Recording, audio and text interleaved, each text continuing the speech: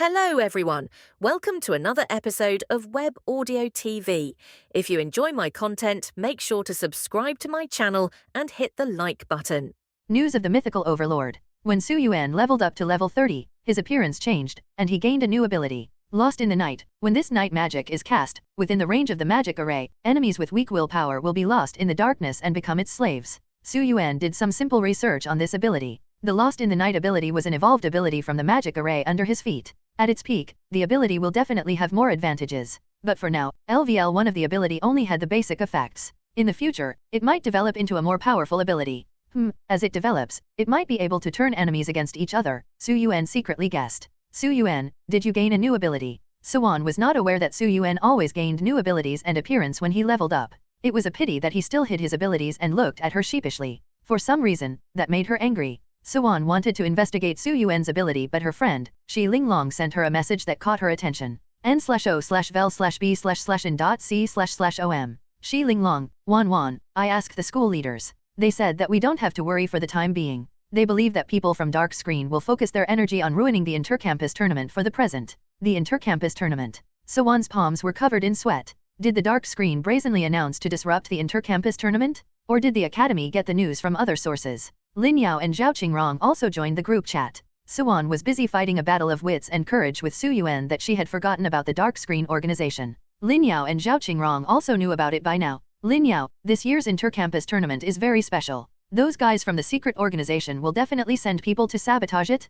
The secret organization has been preparing to sabotage the intercampus tournament for many years. Suan was very confused. How was the intercampus tournament related to the Dark Screen organization? Suan, but why target the intercampus tournament? Is it because the strongest and most talented lords will be participating in it, and if they succeed in eliminating them, it will strike a fatal blow to the lords in general? Suan felt that this was the only possibility. If not, why would the Dark Screen be interested in the tournament? Shi Linglong, yes, that might be the reason. The teachers didn't really say anything about that, but Wan's guess might be right. Shi Linglong and Zhao Qingrong both agreed with Suan. The members of the Dark Screen hated the lords. Assassinating ordinary overlords would not make a huge difference in the blue planet. After all, many people die every minute in the world. However, the intercampus tournament would have elites from many academies. Some of these overlords would even go on to become sages in charge of the blue planet. This was the best time and place for the Dark Screen organization to strike a blow against the lords of the blue planet and weaken them. Lin Yao didn't agree with the theory. Lin Yao, no, I think the main reason they want to sabotage the tournament is because there is a high chance that a young mythical overlord will be born in the competition.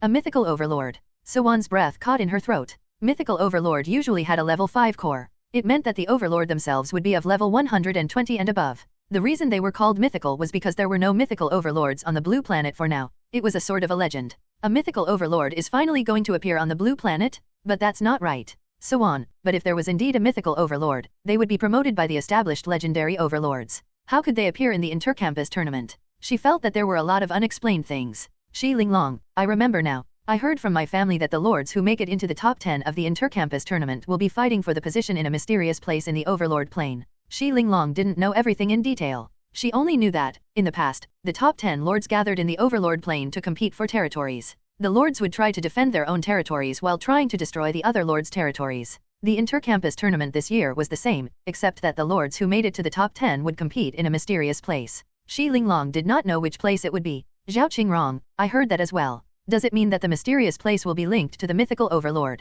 Lin Yao, I think so. That mysterious place is the secret to becoming a mythical overlord. Suan was still doubtful. She was going to ask once again. Lin Yao must have guessed because she explained a bit more without Suan asking for the answer. Lin Yao, the secret seems to be useful only for the lords with high potential. The legendary lords are close to becoming a mythical lord, but they have already exhausted their potential. Lin Yao's words finally clarified Suan's doubts. She now understood why the students competing in the intercampus tournament were allowed to participate in the mysterious competition. The older generation of lords had exhausted their potential. They could not step into the realm of the mythical even if they wanted to. Lin Yao, once a mythical overlord is born, the Dark Screen is bound to be eradicated. They understood why the secret organization wanted to sabotage the intercampus tournament. It is said that a mythical overlord hasn't been born in almost 1,000 years, recalled Suan. The last one existed 1,000 years ago. Suan sighed and ended her chat with her friends. She looked at Su Yuan. I need your assistance in the intercampus tournament, she said. After learning that Su Yuan might be an SSS class hero, her ambition and her resolve got stronger. She wanted to try to make it to the top 10 to take a shot at becoming a mythical overlord. Suan was talking to Su Yuan in a very serious tone, but he was immersed in his own thoughts. This was because Su Yuan was now facing an important problem. Which skill should I upgrade, thought Su Yuan. The unprecedented beast tide Nov, L, B / JNN. For every 10 levels, Su Yuan received a skill enhancement point. This time, Su Yuan was considering which skill to enhance. As Su Yuan hesitated, Yuan called out to him to help her in the tournament. He knew which skill he needed to enhance. He heard Yuan's voice. Su Yuan. Bad news. There seems to be a large beast tide in the Overlord plane. It will affect us as well.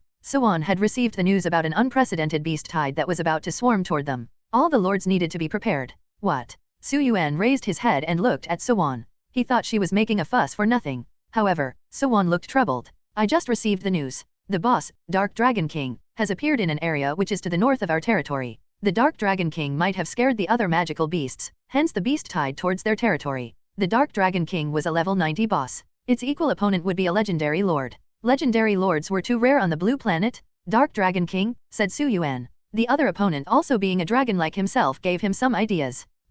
Yuan looked at him and shook her head. Su Yuan, this is not the time to be impressed. The Dark Dragon King is something that we can't deal with.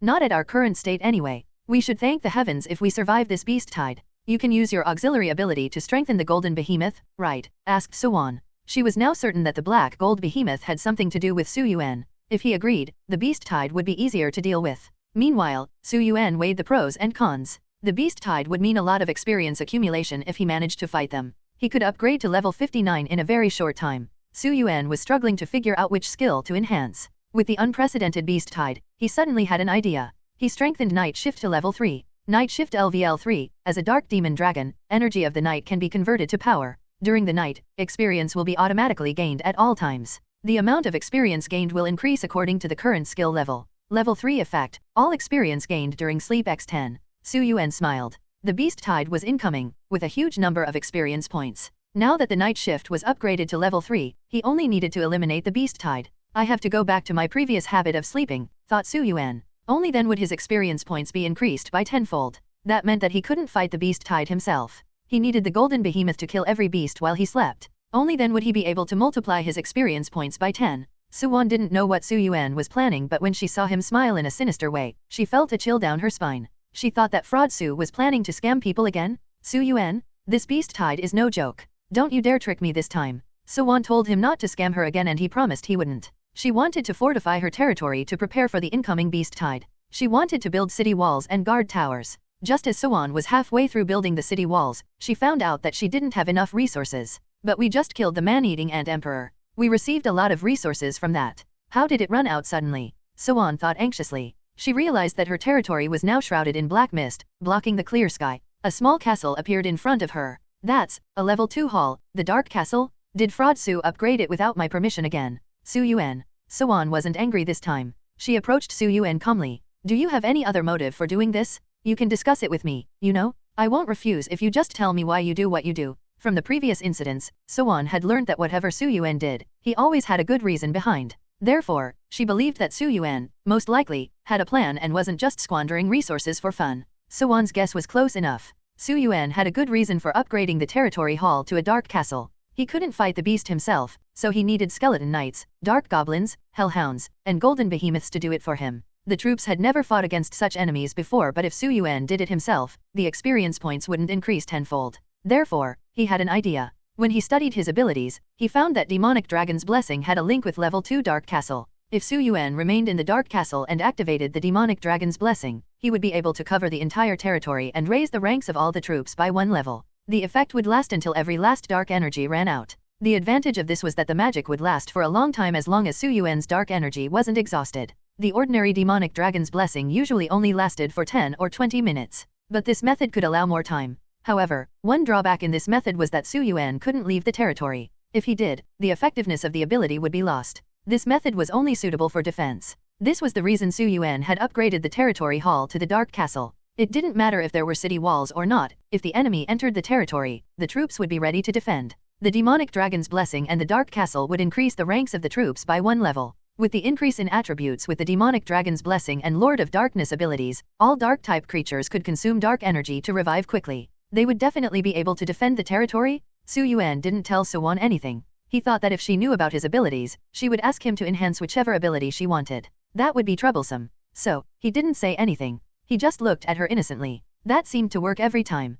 Yuan and Su Yuan didn't have time to prepare for long. They heard a tremor in the distance. The beast tide was coming? Su Yuan, it's time to get up. Outside the territory, dust flew as the earth shook. It was as though the end of the world was near. This wasn't the first time Yuan had experienced the beast tide. The situation is terrible. Yuan panicked. The beast tide was like a wave and her territory only looked like a small boat adrift in the ocean. It could be overturned by the tidal waves anytime now. n/o/vel/b/in.c//om. There were no city walls in the northwest. It was a crucial place that needed defending. Skeleton knights and skeleton soldiers? Focus on the defense. Yuan commanded. Her decision was logical. The northwest was the place from where the beasts entered. It was also the part of the territory which had no city walls. Golden behemoths? Guard the cave entrance? This is our last hope. We will not let the tide reach here. Yuan was secretly relieved that her territory was a cave, so the beast tide didn't have a devastating impact. Most beasts would just loiter around the perimeter of the cave and wouldn't bother to enter. However, her territory had also expanded. The perimeter of the cave was still her territory. Yuan did her best to guard the territory outside the cave. If they couldn't hold them back, the cave would be their last hope. Therefore, Yuan instructed the golden behemoth, who was the strongest, to guard the entrance of the cave. After that, Yuan looked for Su Yuan. She wanted to ask him to use his auxiliary ability. Where is Su Yuan?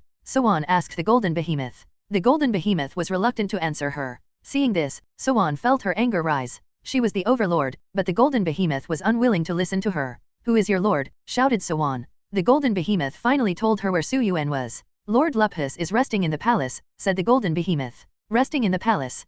Yuan was puzzled. Yuan looked at the direction where the golden behemoth pointed. Isn't that the dark castle? He is sleeping at such a critical time. In the past, Yuan didn't care what he did. But this was important. This was the largest beast tide she had encountered in Overlord Plain. Moreover, the beast tide outbreak meant that the boss, Dark Dragon King, was nearby. The beast tide and Dark Dragon King were both terrifying and could destroy her territory. I have to wake that lazy bum, said Yuan and hurried to the dark castle. She observed the dark castle inside the cave. It was majestic. The dark and narrow cave had even widened to make space for it. A grand dark palace stood in front of her. It looked very elegant and imposing. It was also at this time that Yuan felt that her territory looked like a real territory. I have only been a lord for less than a month. The other new lords must be struggling with resources. And I already have a castle. When Yuan thought about it, her face turned solemn. The DAR castle was very majestic, but it had taken all of her resources to build something like that. It was because of Su Yuan. He had used all the resources to build the dark castle and now she didn't have any resources to create more troops. The more she looked at the castle, the more she felt dejected. Her heart sank. She didn't want to look at it anymore. She hurriedly entered the castle to find Su Yuan. The dark goblins, hellhounds, golden behemoths, skeleton knights, and other troops were guarding the main hall. Although there weren't many types of troops guarding it, they still looked very intimidating. Those who didn't know her would think Su Yuan was the lord. She felt dissatisfied with the thought. Su Yuan was sleeping soundly on a soft blanket. Yuan was terrified of the beast tide and exhausted from setting up defenses. As her hero, Su Yuan should have shared some of her burden. But he was sleeping soundly without a care in the world. Yuan felt sad and angry. Su Yuan, it's time to get up. She tried to wake him up. Su Yuan did not respond, but he spread his wings and covered himself. She stomped her feet in anger, but Su Yuan ignored her and continued sleeping. Yuan felt so bitter that she vented out her grievances in the group chat with her friends. Yuan, I am so angry. The beast tide is coming but my hero only wants to sleep. He won't get up at all. Yuan sent a picture of sleeping Su Yuan in the group chat. Shi Linglong, Wan, where's your hero? Don't tell me that black thing in the photo is your hero. Shi Linglong had seen Su Yuan many times. Yuan was puzzled by her question. Doesn't she recognize him? In the pictures, Shi Linglong only saw a black blob. Yuan, that B** starred. He despises me for disturbing his sleep, so he wrapped himself up in his wings to isolate himself from the world. Shi Linglong sent out a long string of exclamation marks. Lin Yao, Wan, your hero has a very strong personality. Lin Yao didn't know what to say to make Yuan feel better, so she just sent a few words praising him. After Zhao Qingrong finished posting the cool photos of her hero, she also sent a message. Zhao Qingrong, Wan, if you had a handsome hero like mine at this time, you wouldn't be so frustrated. Even when he is sleeping, he looks so handsome. His face can calm people. They can't get angry even if they want to. Everyone chimed in to discuss the situation with Yuan. They felt sorry for her. They were glad that she had started to build the city walls. But that progress was on halt because her hero had used up all her resources to build a useless castle. Everyone knew Yuan well. She was not the kind of person to complain about petty stuff. They realized that she must really be having a very difficult time. If Yuan was finally complaining, it meant that this wasn't the first time something like this had happened. Shi Linglong, Wan, don't give up yet.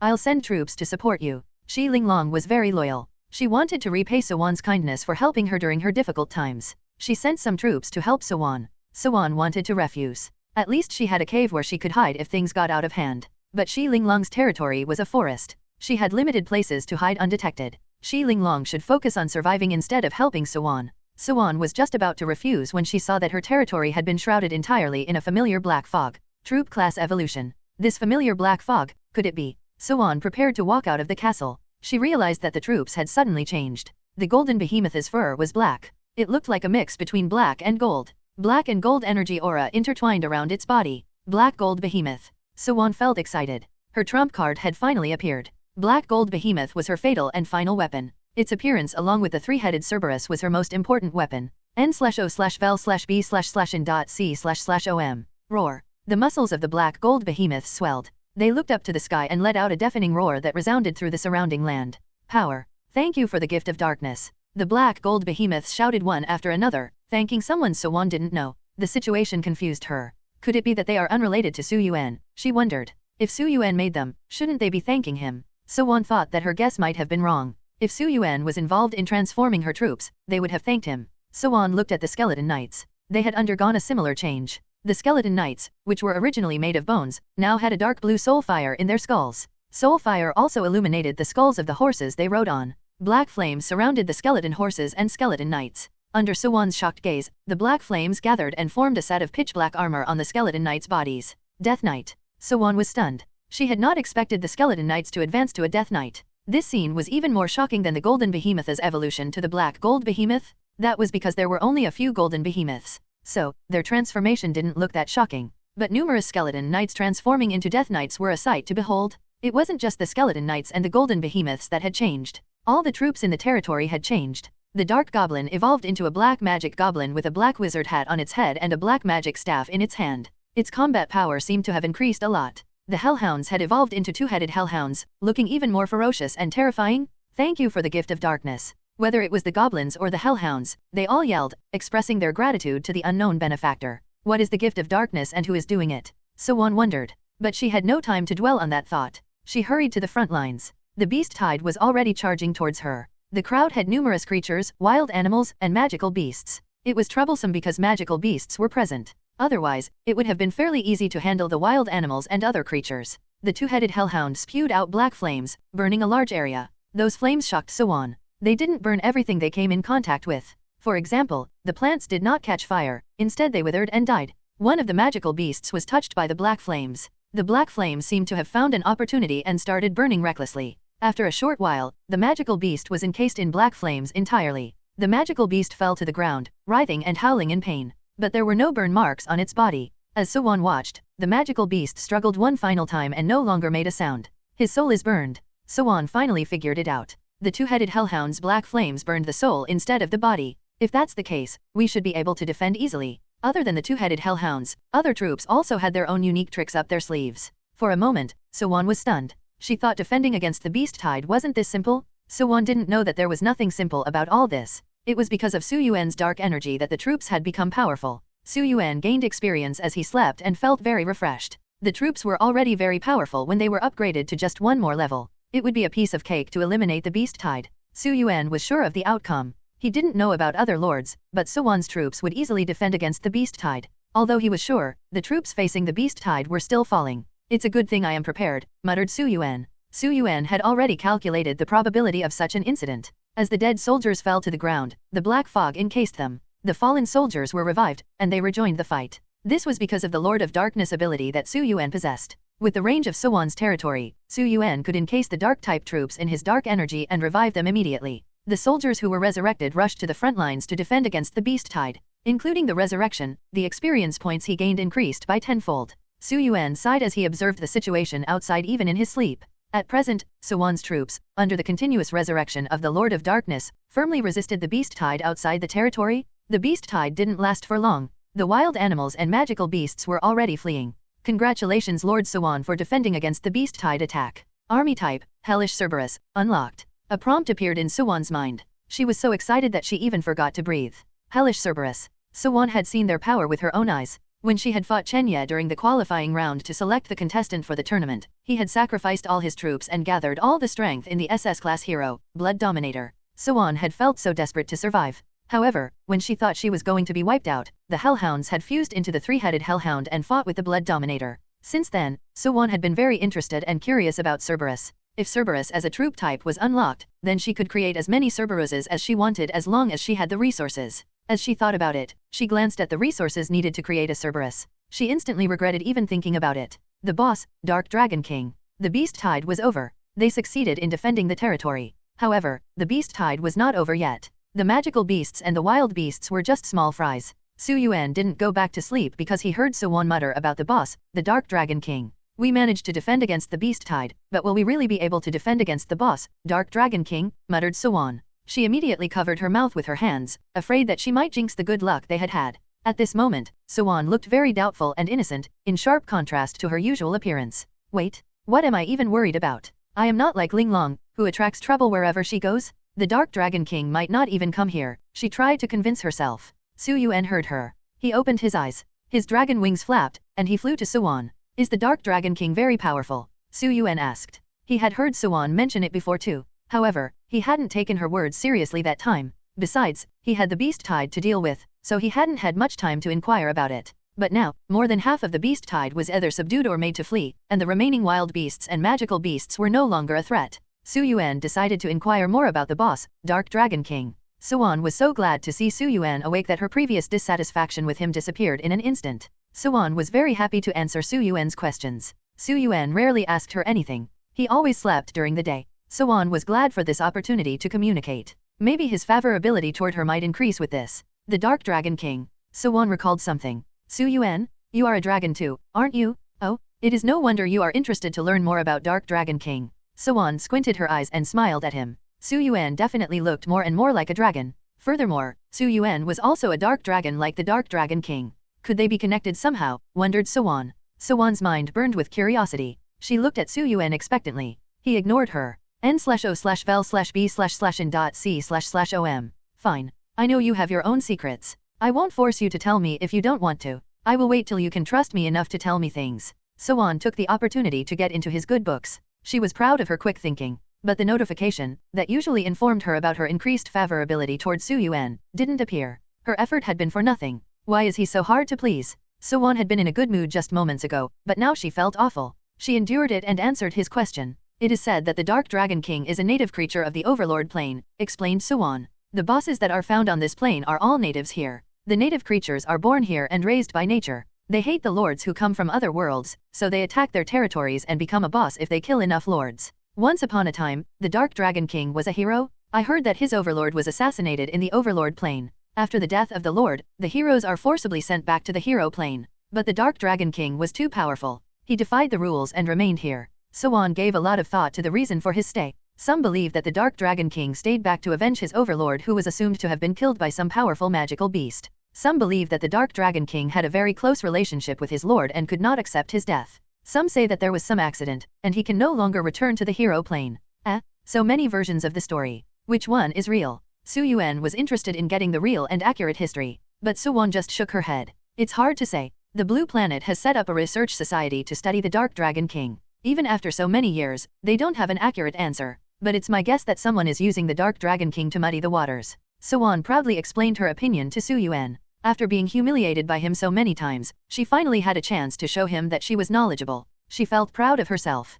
Yuan didn't even bother to show off in front of her teachers because their raises meant nothing to her. But suddenly she was answering Yuan. She didn't need any praise from him as long as she could clear his doubts. She felt an inexplicable sense of satisfaction as she relayed the information to him. It meant that she was knowledgeable in some aspects that Yuan lacked. Think about it. What major event is about to happen? Yuan didn't give Yuan a chance to answer. She was afraid that Yuan would just ignore her. She didn't want to feel humiliated again. Maybe you already guessed it. It's the intercampus tournament. The boss, Dark Dragon King, rarely appears. The last time it appeared was too many years ago. Now that the Dark Dragon King has appeared again, can the intercampus tournament be held smoothly? Yuan thought that the Dark Dragon King's appearance wasn't because of a simple reason. Just as she was thinking about the conspiracy behind the creature's appearance, Yuan interrupted her. Why don't we go look for the Dark Dragon King? Yuan was appalled. Do you have a death wish? That is the Dark Dragon King? His strength is equivalent to a legendary lord's. Everyone, let's fight the boss. A legendary lord. Yuan didn't know how to make Yuan understand that the boss, Dark Dragon King, was comparable to a legendary overlord. Yuan, herself, was only a middle-level lord. She had only been promoted from low-level recently. This time, no matter what kind of death wish Su Yuan had, she would not agree. She would never allow Su Yuan to do something so dangerous. Su Yuan, we can discuss anything else. But we can't get involved with that creature. Yuan, who was usually docile in front of Su Yuan, stood her ground. She radiated the conviction and aura of a lord at that moment. Su Yuan had an idea. But before he could even mention it, Yuan's face changed. She stomped her feet in anger. Damn it! Shi Linglong is really a troublemaker. She causes trouble everywhere she goes. Shi Linglong had discovered that the Dark Dragon King was nearby in their area. Yuan, on one hand, was worried that the Dark Dragon King would pass by her territory and destroy it. On the other hand, she was really worried for her friend. She was afraid Shi Linglong might be killed by the Dark Dragon King. Everyone knew that the Dark Dragon King was not like any of the creatures they had encountered so far. The boss, Dark Dragon King, was definitely not worth it. Su Yuan watched Yuan talking to herself in agitation. He understood what was wrong. The nickname Yuan gave Shi Linglong was rather accurate. Shi Linglong was indeed a troublemaker. Shi Linglong had accidentally disturbed the sleeping Dark Dragon King while she was exploring the land with her own troops. She had stepped on his tail. Dark Dragon King was enraged, and he attacked everything he saw. As for Shi Linglong herself, she was killed but she resurrected instantly back in her territory. After discovering the traces of the Dark Dragon King, Shi Linglong posted about the matter on the school's forum. In an instant, the information spread throughout the school and the entire blue planet. Su Yuan, said Yuan. The circumstances have changed. Maybe we can fish in troubled waters and reap some benefits. Yuan's mind raced with ideas, and she finally made a decision after much deliberation. Before this, Yuan never got involved in anything. It was difficult to imagine getting involved with the Dark Dragon King. However, the situation is different now. The lords of the blue planet had been aware of the Dark Dragon King's whereabouts since Shi Linglong posted his location on the forum. Other than the lords of the Star Academy, lords from other academies also had some thoughts and ideas about the Dark Dragon King. In a one-on-one fight, none of them were a match for the Dark Dragon King. However, the lords had never ever thought of fighting it alone. A lord could pay a certain price to be revived as long as the territory core remained intact. This was the reason why some lords dared to form alliances with others to fight various bosses in the Overlord plane. Yuan thought about it for a while. When the other overlords arrived and the scene became chaotic, she would sneak around with Su Yuan. Maybe she could reap some benefits if they managed to kill the Dark Dragon King. Su Yuan was speechless. Why does this situation feel like I'm playing an online game? It felt like the Overlord was the player and the Overlord plane was a virtual game world. When Yuan began to have thoughts about the boss, the Dark Dragon King, the major forums on the Blue Star exploded. Heavens! This boss is comparable to a legendary lord? How did Shi Linglong find out? If we can take down this boss, the rewards will be unimaginable. Even if I die countless times and consume countless resources, I'll still earn a fortune by taking down the boss. The territories of the other overlords were far away from the location where the Dark Dragon King had appeared, so they did not have to fear for their territory getting destroyed. They were willing to risk a large margin of error for a small bit of hope. If they failed, they would have to spend a lot of resources to revive. However, if they succeeded, they would obtain unimaginable benefits. The school leaders, as well as the dean of students in the conference room, had called all the teachers for an emergency meeting. This boss was discovered by student Shi Linglong of Star Academy.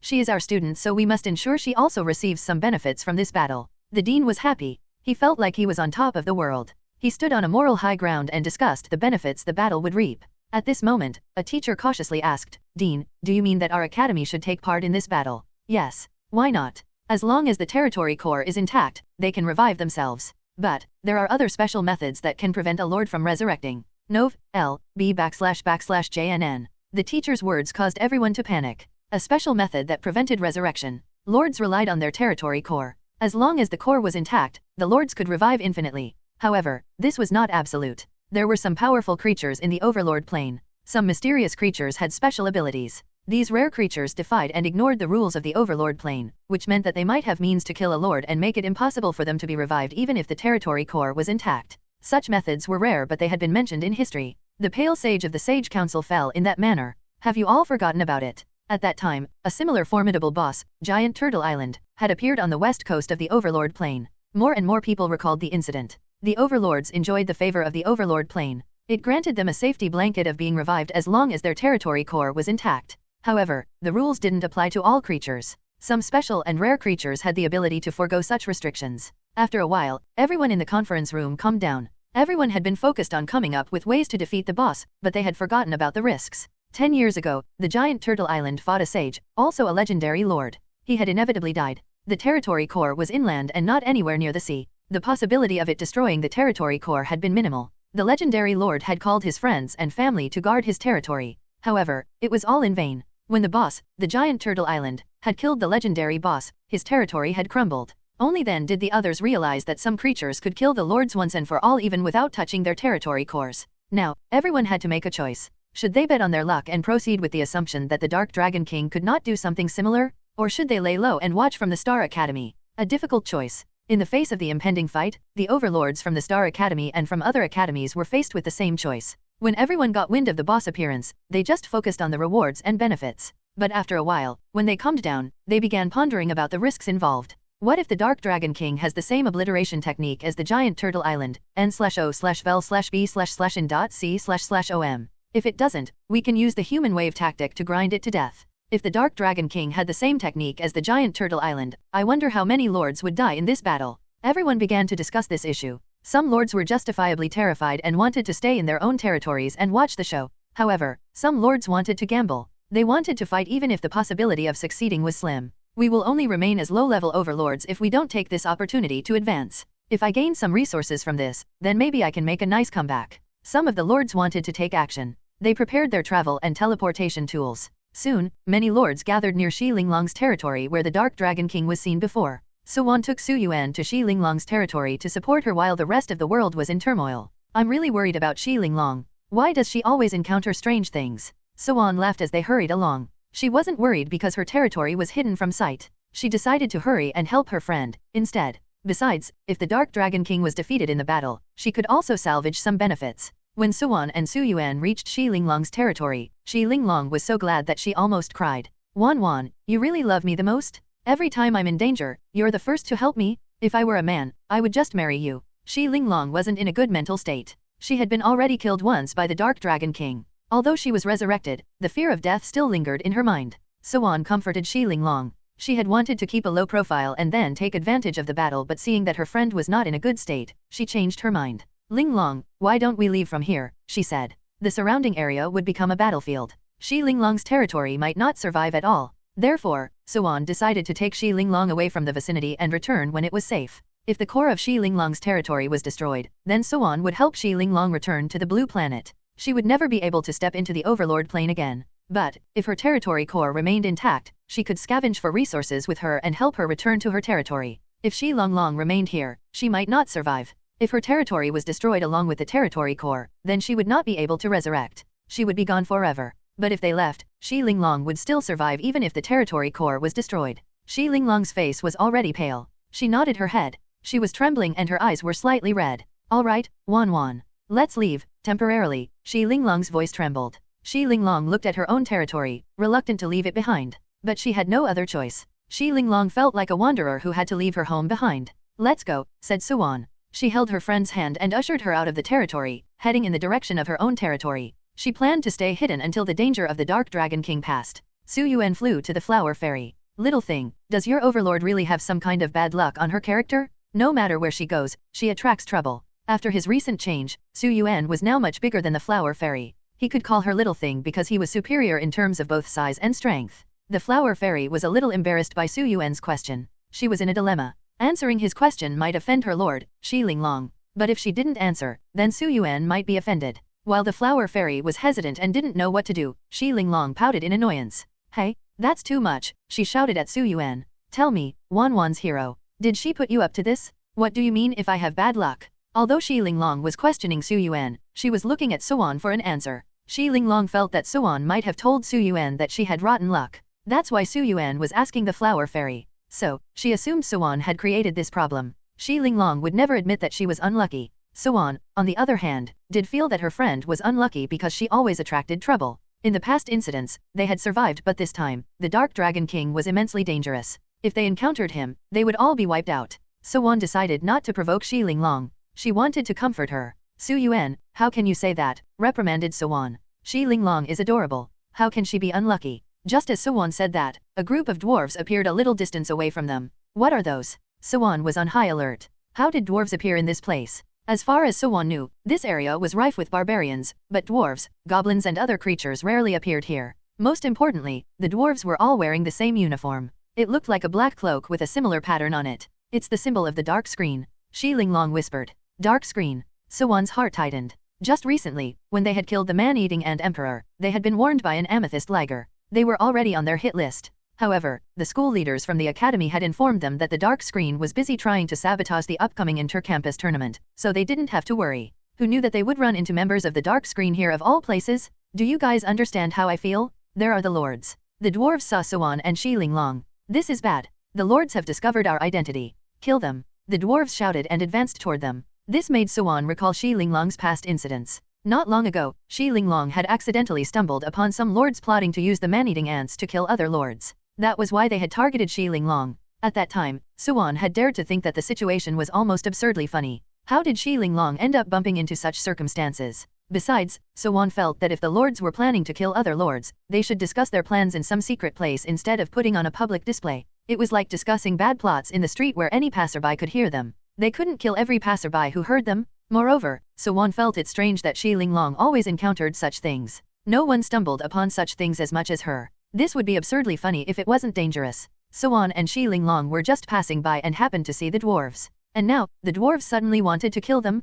Yuan wanted to complain, but she didn't know if she should do it aloud. She realized that Linglong was already struggling. She felt that there was no need to provoke her further. But even if Yuan held her tongue, Yuan couldn't. You really are unlucky, aren't you? He asked Linglong. We always encounter the strangest things when we are with you. He wasn't trying to be mean. He was genuinely curious. When Yuan had accused her of being a troublemaker, Yuan hadn't taken her words seriously. But now, he realized that Yuan was right. It might be a matter of luck, after all. When Linglong heard Yuan, she was so angry that she almost jumped up like a cat. I am not unlucky. Linglong momentarily forgot about the dwarves. She tried hard to explain to them that she wasn't a troublemaker. But no matter how much she tried to explain, she noticed that Yuan and Yuan had already labeled her. The heartbroken Linglong looked at her hero, the flower fairy, for some sort of trust and support. She realized that the flower fairy had the same opinion as Yuan and Yuan. Meanwhile, the dwarves were furious. D*MNU, overlords. You are ignoring us at this critical time.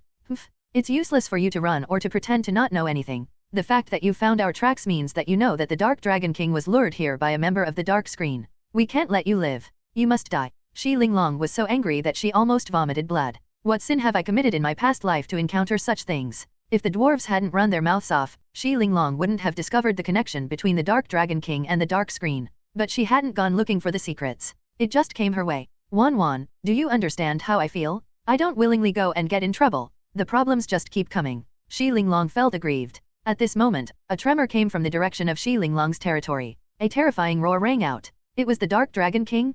Yuan and Linglong both looked behind them. At this time, something flew past. The pitch-black dragon wings seemed to cover half the sky. It was as if a huge mountain was hanging in the sky. When Yuan saw this, she realized that she had gravely underestimated the Dark Dragon King. She had thought that even if there was a battle, her territory would remain unaffected. But now, it seemed that if they really went all out, all the surrounding area would become a battlefield, and her territory was no exception. Ha ha ha, it's the Dark Dragon King, said the dwarves. Back then, it was sealed in Sunset Valley and was transported here by the teleportation gate we created. The dwarves were showing off. The Dark Dragon King has gone mad. He will kill everything in sight. A few dwarves in black cloaks danced around. You'd *MN overlords. Just wait for the Dark Dragon King to punish and crush you all. The dwarves cheered as they took out their weapons to kill Yuan and Linglong. The flower fairy didn't intend to just stand and watch. Veins erupted from the ground and wrapped the dwarves. D*Ned heroes. You are only the Lord's lackeys. You will all be dead now. The dwarves cursed. Behind them, the earth trembled, and shouts rang out.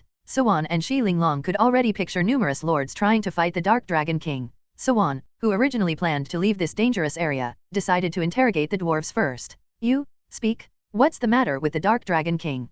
Yuan glanced at Yuan, signaling to him to threaten a few dwarves so that they spilled the truth. But she found Yuan lying down listlessly on a tree branch and yawning, indicating that Yuan should go up and threaten a few dwarves to make them speak the truth. Yuan gritted her teeth. Yuan, that B*****, always being useless at critical moments.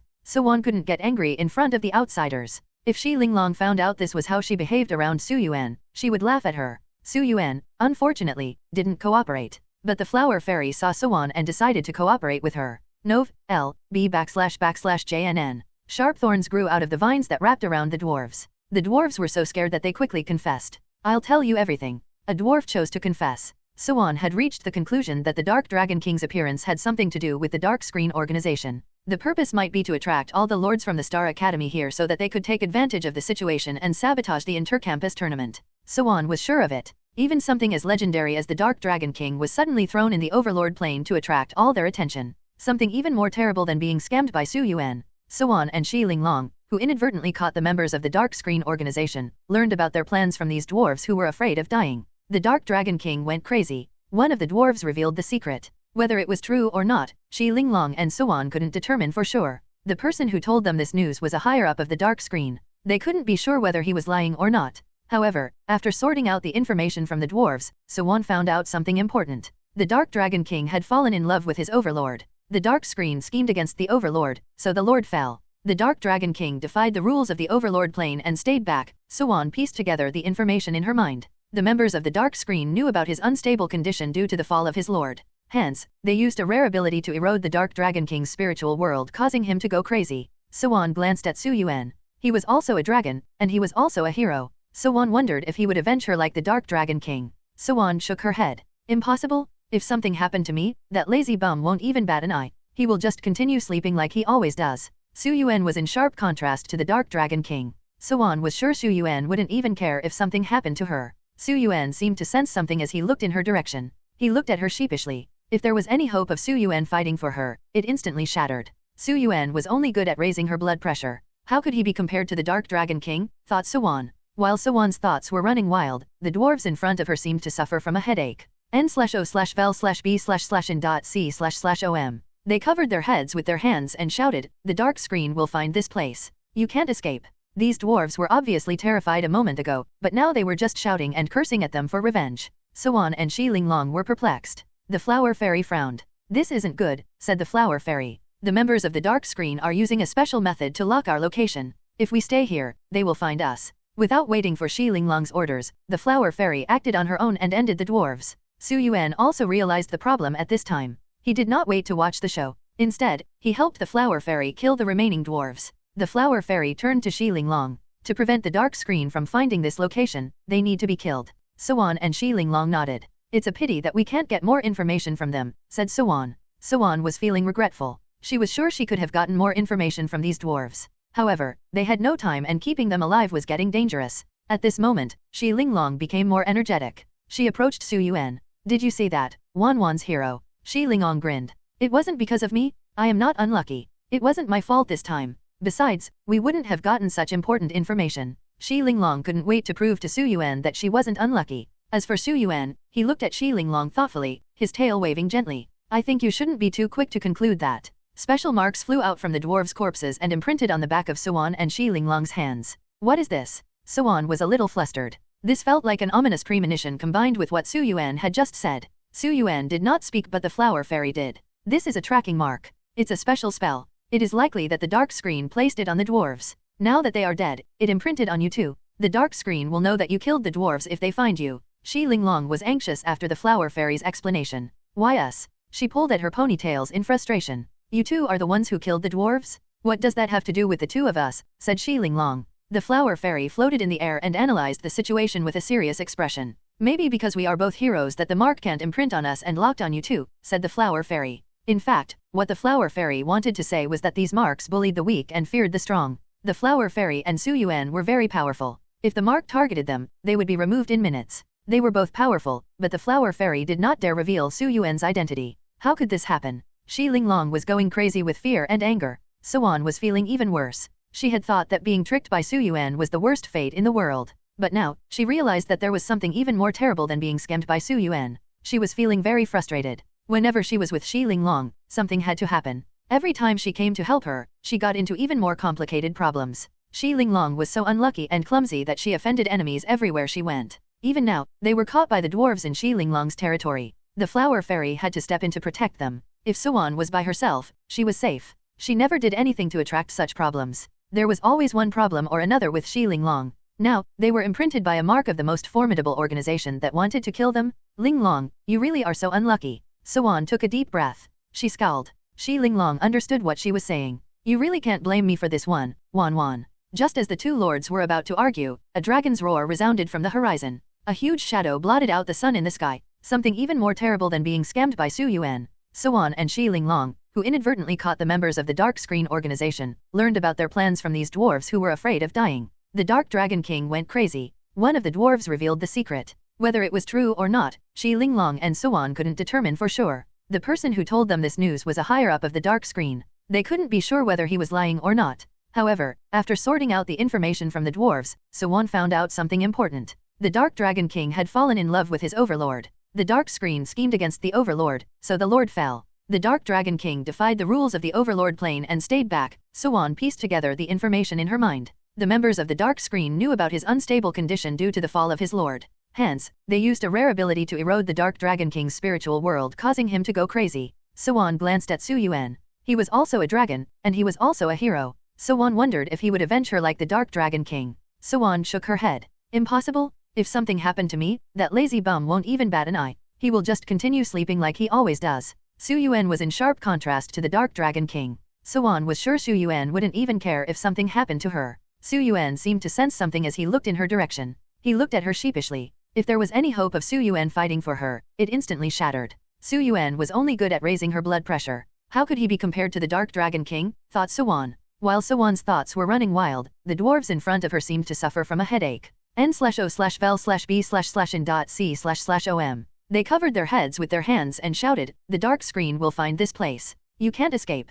These dwarves were obviously terrified a moment ago, but now they were just shouting and cursing at them for revenge. Suan and Xi Linglong were perplexed. The flower fairy frowned. "This isn't good," said the flower fairy. "The members of the dark screen are using a special method to lock our location. If we stay here, they will find us." Without waiting for Xi Linglong's orders, the flower fairy acted on her own and ended the dwarves. Su Yuan also realized the problem at this time. He did not wait to watch the show. Instead, he helped the flower fairy kill the remaining dwarves. The flower fairy turned to Xi Linglong. To prevent the dark screen from finding this location, they need to be killed. Suan and Xi Linglong nodded. "It's a pity that we can't get more information from them," said Suan. Suan was feeling regretful. She was sure she could have gotten more information from these dwarves. However, they had no time and keeping them alive was getting dangerous. At this moment, Xi Linglong became more energetic. She approached Su Yuan. "Did you see that? Wan's hero." Xi Linglong grinned. "It wasn't because of me. I am not unlucky. It wasn't my fault this time. Besides, we wouldn't have gotten such important information."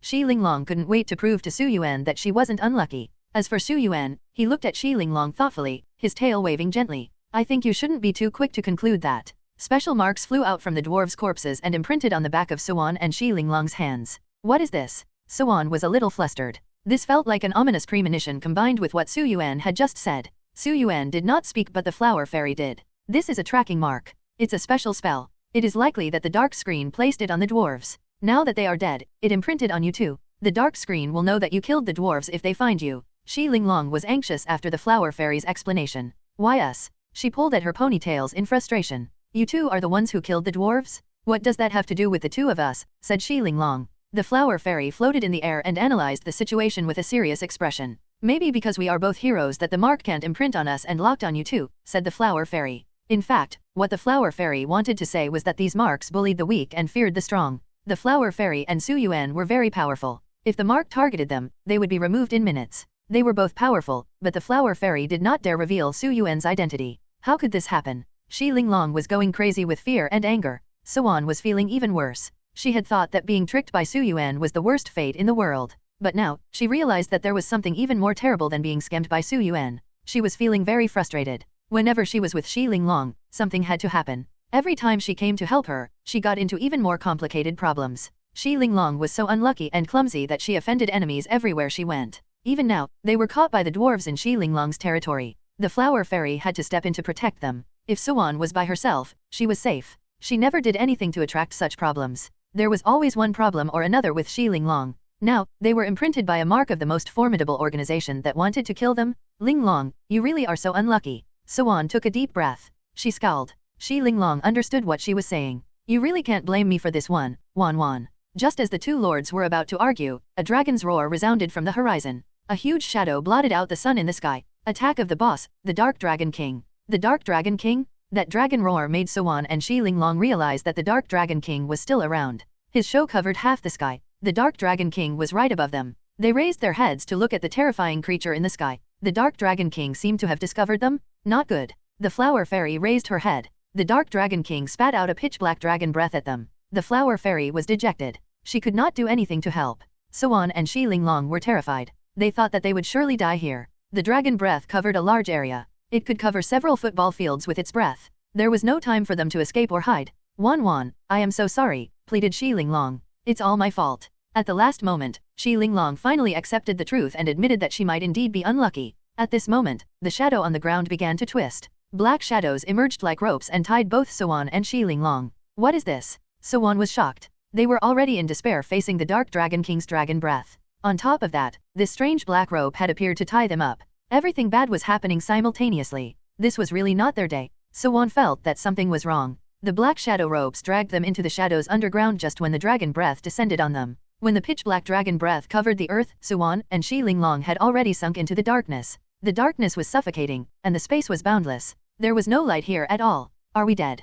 Yuan looked around in the darkness. She was certain that they had died. Maybe this was what the afterlife looked like. Endless darkness stretching to infinity. In the pitch-black place, Yuan's mind gradually lost the concept of time and space. She could no longer tell which way was up and which way was down. She didn't even know how much time had passed. Nov, L, B / JNN. Finally, Yuan saw a ray of light shining down from above. There was light overhead. Through this wisp of a light, Yuan saw the trees outside. I can't stay here. I have to leave, she thought. She tried to float toward the light and soon emerged out of the shadows. Just when she had finally found her way out, she saw Shi Linglong and the flower fairy beside her. There was Yuan too. He looked at her with an NAVE face. Wan, you're out too, Shi Linglong said happily. After coming out of the darkness, Shi Linglong explained some things to Yuan. Yuan realized that they had been dragged into the shadows when the dragon breath descended from above. The Dark Abyss was a unique alternate reality. Only beings with extremely high attainments in the darkness domain could open the portal to this location. Shi Linglong and the flower fairy were together when she was first dragged into the Dark Abyss. Shi Linglong emerged from the Dark Abyss quickly, thanks to the flower fairy's explanations and guidance. The area outside was far from the dragon breath's coverage. Did my hero fail to guide me out of the Dark Abyss, thought Yuan. Yuan looked at the flower fairy, and then at Yuan. After hearing the story of the Dark Dragon King and his overlord, Yuan had some hopes for things to improve between her and Yuan. However, he didn't care at all. Her fantasies were shattered. Yuan was still as annoying as ever. If he had been by her side and guided her out of the Dark Abyss, she would have come out earlier. Yuan still looked at her sheepishly as if to say that everything that happened had nothing to do with him. They were all heroes, but why did other people's heroes care for them while hers was always indifferent? Yuan was hurt and angry, but her reaction changed. She had seen him disappear and appear again between shades under the trees. Wasn't the Dark Abyss Yuan's ability? Did Yuan save us? Yuan looked at Yuan in wonder. She didn't have much time to think about it. A roar sounded from the horizon once again and a huge shadow covered the sky. Why is the Dark Demon Dragon after us? Shouted Shi Linglong. She was sure that it was because of her rotten luck. However, the flower fairy looked at Yuan thoughtfully. The Dark Dragon King and Lord Lupus were both dark-type dragons. The flower fairy was sure that the Dark Dragon King was after Yuan. In the sky, the huge dragon wings flapped, forming a storm that tore everything into pieces. They were pulled into the Dark Abyss once again. This time, Yuan knew what to do and floated out soon. She appeared a few kilometers away from the previous place. It was still very far. However, she heard the roar of the dragon again. They were not safe yet. While Yuan was thinking about what to do next, Shi Linglong seemed to have made up her mind. She left the flower fairy in Yuan's hands. Wan, take a few Nai and Yuan and leave from this place quickly, said Shi Linglong. It's because of my luck that the Dark Dragon King follows us everywhere. I will lead it away. Shi Linglong had thought long and hard about it before making this decision. Although she put on a brave front, Yuan could see that her hands were trembling. She was terrified. No, Yuan flatly denied it. Shi Linglong was the youngest among their group of friends. She was always lively and energetic, and everyone treated her like their younger sister. Yuan couldn't let Shi Linglong take all the risk. Besides, Shi Linglong's luck had nothing to do with it. Yuan had said that in the heat of the moment. They didn't even know if such a thing happened in reality. Yuan, said Yuan and glanced at Yuan. Please do something. She only had him to rely on at this time. If they wanted to escape the Dark Dragon King, they could only rely on him. Yuan changed before their eyes. He no longer hid his characteristics. 61 Serious Yuan. Yuan had always known that there was more to Yuan than he let on. She had once seen an eye appear on his chest. She had seen the 12 dark energy balls floating behind him. She had even seen the magic array appear under his feet. However, Yuan had quickly hidden everything away. He always appeared like an ordinary little black dragon. n/o/vel/b/in.c//om. However, in this situation, Yuan didn't hide himself anymore. 12 dark energy balls appeared behind him, and a mysterious magic array appeared under his feet. The demon eye on his chest glowed with a strange color, and countless particles appeared in his eyes. Yuan, be careful. You do know the type of danger the Dark Dragon King brings, right?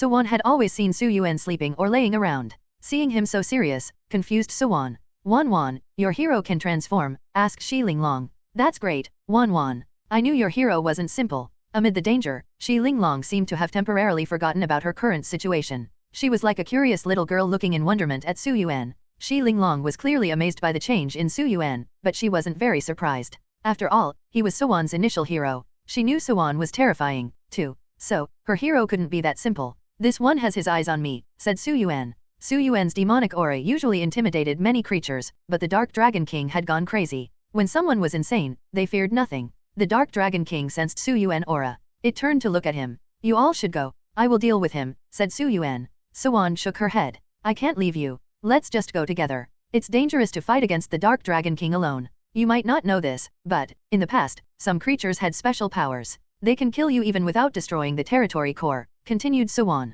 You can't even revive. Suwon remembered another boss, the giant turtle island, from 10 years ago. She told Su Yuan about it. If the Dark Dragon King had such an ability, there would be no way to revive Su Yuan. Oh right, there is indeed such a special ability, said Shi Linglong. Su Yuan, you can't fight the Dark Dragon King. Let's escape together. Shi Linglong suggested they escape.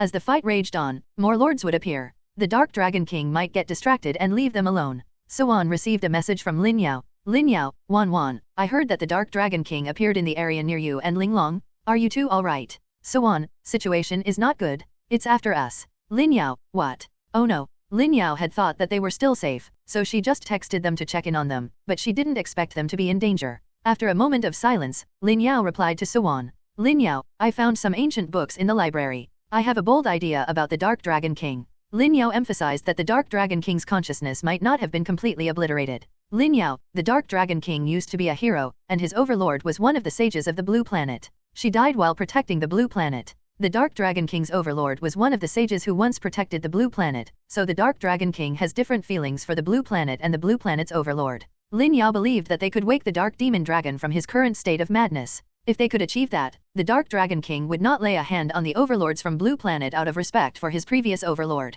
If things worked out like Lin Yao suggested, the problem would be solved at the root. Suwon, but how do we wake the Dark Dragon King? Suwon thought that this might be equivalent to an SSS level of difficulty. If she wanted to awaken the Dark Dragon King, she would have to get close to him. However, the deranged Dark Dragon King did not recognize anyone. It was close to impossible to get close. However, to Suwon's surprise, Lin Yao had a way for that too. Lin Yao, I got a special item here. It can enter the dreams of other creatures. The current Dark Dragon King's soul might have fallen into a deep sleep, and his subconscious is controlling his body. That's why he's crazy. Lin Yao sent the special oil lamp through a remote transaction. Suwon told Shi Linglong about the idea. However, the terrified Shi Linglong felt that it was safest to escape back to the Blue Planet instead. She didn't want to stay in this chaotic overlord plane for now. Suwon thought her fears were justifiable. Even if Lin Yao's plan had the tiniest probability of working, the risk was still too great. It wasn't a simple problem. If it was a simple problem, they could still risk it in the hopes that they will be revived in their territory. However, this was dangerous. Fighting a boss of this level could mean they would die. Let's go. Suwon and Shi Linglong made up their minds to return to the Blue Planet. But, at the critical moment, they found that they could not go back. The surrounding area had been sealed. The flower fairy looked deathly pale. She explained to them that the Dark Dragon King had sealed off the surrounding space. They were unable to return to the Blue Planet. Su Yuan was waiting and accumulating experience. If he wanted to fight the Dark Dragon King, he needed to upgrade his level. It would be a tough fight, otherwise. Just as he thought about how to trick the Dark Dragon King, Suwon also made up her mind. Since I can't escape, I might as well fight, she muttered. Suwon took out the special oil lamp that Lin Yao had remotely traded with her. Currently, we can only use this item to wake up the Dark Dragon King. Only then will we have a chance of survival. Suwon's face was full of determination. She wanted to tell Su Yuan that there was no need to fight the Dark Dragon King. They could still escape through the abyss of darkness. However, Suwon realized that that would only treat the symptoms, not the root of the problem. The Dark Dragon King would continue to pursue them. Suwon told Shi Linglong and Su Yuan about the new plan to awaken the Dark Dragon King.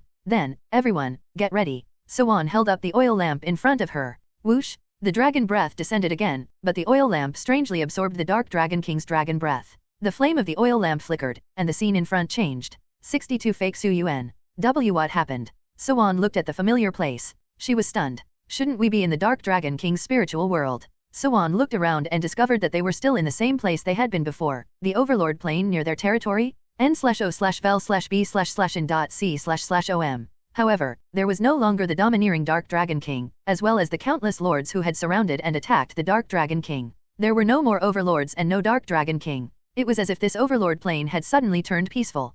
Yuan was terrified because it was so quiet. Ling Long, where are you? Su Yuan? Can you hear me? There was no longer the lively and mischievous Shi Ling Long in Yuan's vicinity. Su Yuan was also no longer around. It was as if the entire world was empty. Su Yuan. Yuan shouted again. Maybe Shi Ling Long could not hear her, but Su Yuan was her hero. She had a special connection with him. If Su Yuan was around, he would have heard her. Yuan, on the other hand, shouted for a long time and received no response from Su Yuan. That lazy bum, could he have found a place to continue sleeping?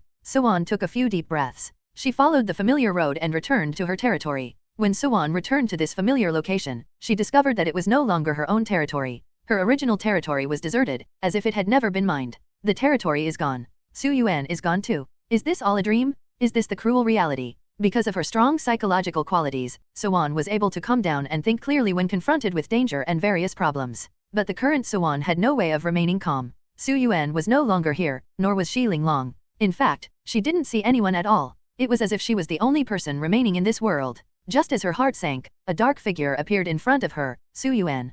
Yuan looked around. That familiar figure was Su Yuan, but he was in a terrible state at the time. He was covered in bruises and was limping. He raised his head and looked at her. My lord? I finally found you. It was as if his greatest wish in life had been to see Yuan before he died.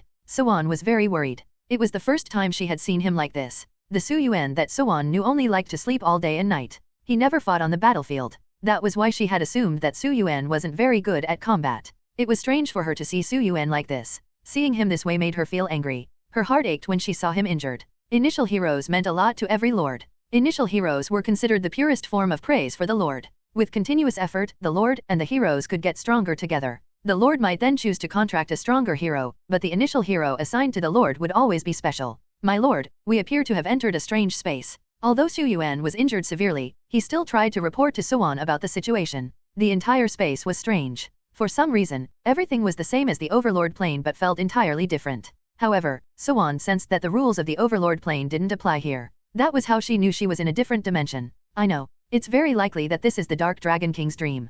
Yuan explained in a gentle voice. This was the first time she had spoken this softly. When she mentioned the Dark Dragon King, Su Yuan's face suddenly froze.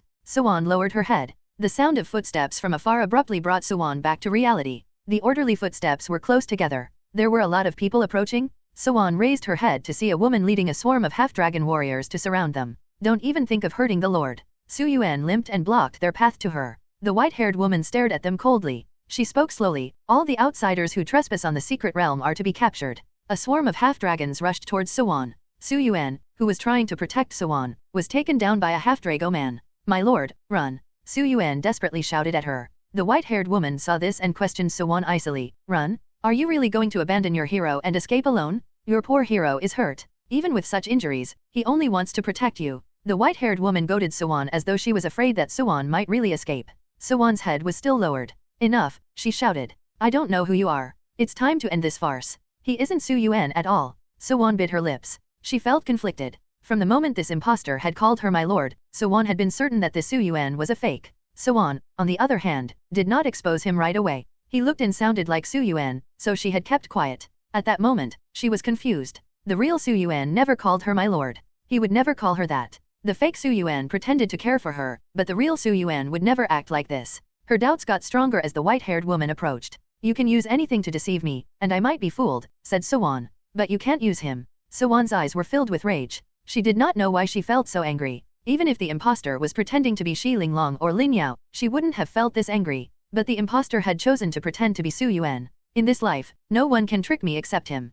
Yuan was above level 20. She was powerful. She realized that the white-haired woman and the fake Su Yuan were in league with each other. His purpose was to pretend to be Su Yuan and make her give in. What is this place? Asked Yuan icily. And who are you? 63 The Lord of the Dark Dragon King.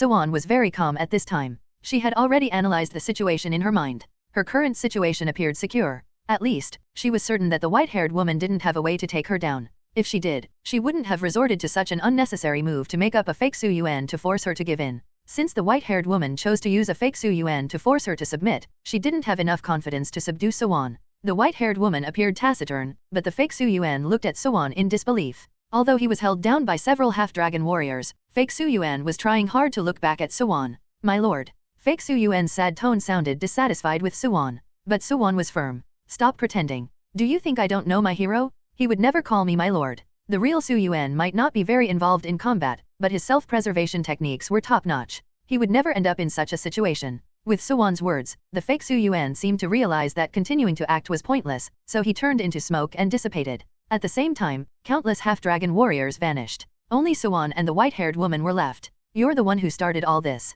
Suwon spoke with absolute certainty. Whether it was those half-dragon warriors or the fake Su Yuan, it was all an illusion created by the white-haired woman. In fact, this strange space might even be related to her. The white-haired woman stopped pretending. She drew a circle in the air with her slender finger. The circles acted like mirrors where images appeared. Isn't this your friend? Don't you care about her safety? The white-haired woman pointed at the mirror. The person reflected there was Shi Linglong. At this moment, Shi Linglong and the flower fairy were traversing through a swamp with great difficulty. Terrifying, thorny tentacles would occasionally emerge from the swamp to attack. There were also various poisonous creatures staring at them with envy. After the fake Su Yuan incident, Suwon was skeptical of Shi Linglong's image. The enemy had most likely created this to force her to submit. Suwon was concerned about Shi Linglong's safety but not to the point of panic. This was due to the possibility that the person in the mirror may not be Shi Linglong at all. What do you want? Asked Suwon. Does she just want to kill me? Or does she have other motives? She continued to draw a circle with her finger in the air. A familiar creature appeared within the circle. Su Yuan.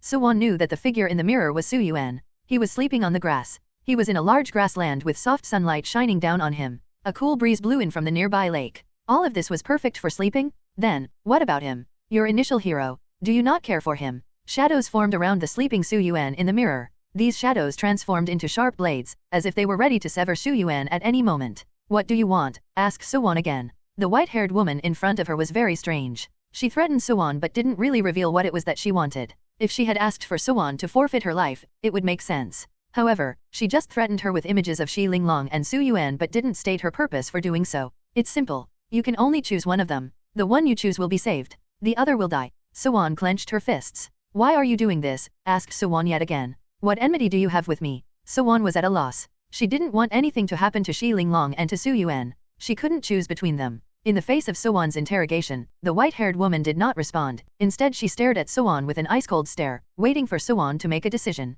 You don't have much time left, she said as more and more monsters gathered around Shi Linglong in the mirror. Even with the flower fairy's protection, it was only a matter of time before Shi Linglong was destroyed. At the same time, the sleeping Su Yuan looked like a pig for slaughter. Shadows surged around him, and sharp blades hung above his head, constantly moving closer. But Su Yuan didn't notice and continued to sleep. The blades kept getting closer. A shadow transformed into a razor-sharp blade as it approached Su Yuan's neck. N/O/vel/B/jn.C//OM. Suwon knew that she had to make a choice fast. However, just as Suwon was about to make a decision, both mirrors shattered. The white-haired woman softened her previously icy demeanor and smiled at Suwon. You don't have to say it. I already know your choice. It doesn't matter if you're right or wrong. You only need to know that you've made a decision that I approve of. A dragon's roar erupted from the horizon, and the sky was shrouded in the shadow. Dark Dragon King. Suwon almost suffocated looking up at the sky. Suwon also noticed a woman with white hair sitting on the back of the Dark Dragon King. You are the Dark Dragon King's overlord.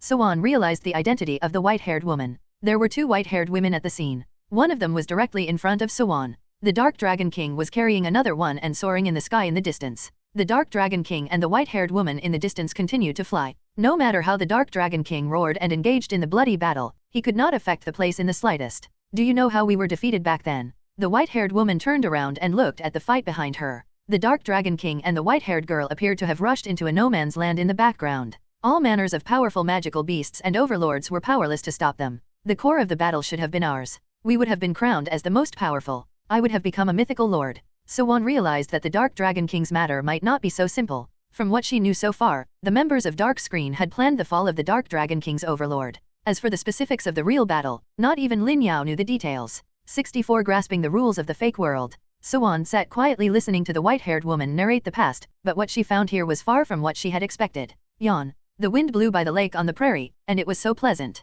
Su Yuan stretched his back. He had developed a habit of sleeping because that was how he usually gained experience points. Whenever he saw a nice place to sleep in, his eyes became drowsy. At this moment, he sensed a shadow approaching. What is that? A powerful dark force. He had reached the pinnacle in the control of dark energy. It was enough to show that the origin of the shadows was not simple. You want to ambush me? But I can't feel any killing intent. N/O/vel/B/C//N.C//OM. The shadows felt like children playing around trying to create mischief without any ill intentions. But, the problem was that, He was sleeping soundly, so he shouldn't have been scared under normal circumstances. It seems like there's something peeping at us. Su Yuan sensed that something was spying on this area. Really? I can't sleep well even if I want to. When he got up, the feeling of someone watching disappeared abruptly. But Su Yan was still on alert. Whoosh! He spat out a dragon breath, and the shadow was instantly shattered. Forget it, I'm not playing anymore. Su Yuan flew away. He could feel the presence of familiar auras not far away. They belonged to Xi Linglong and the Flower Fairy. Suwan's aura was imperceptible to him at the moment.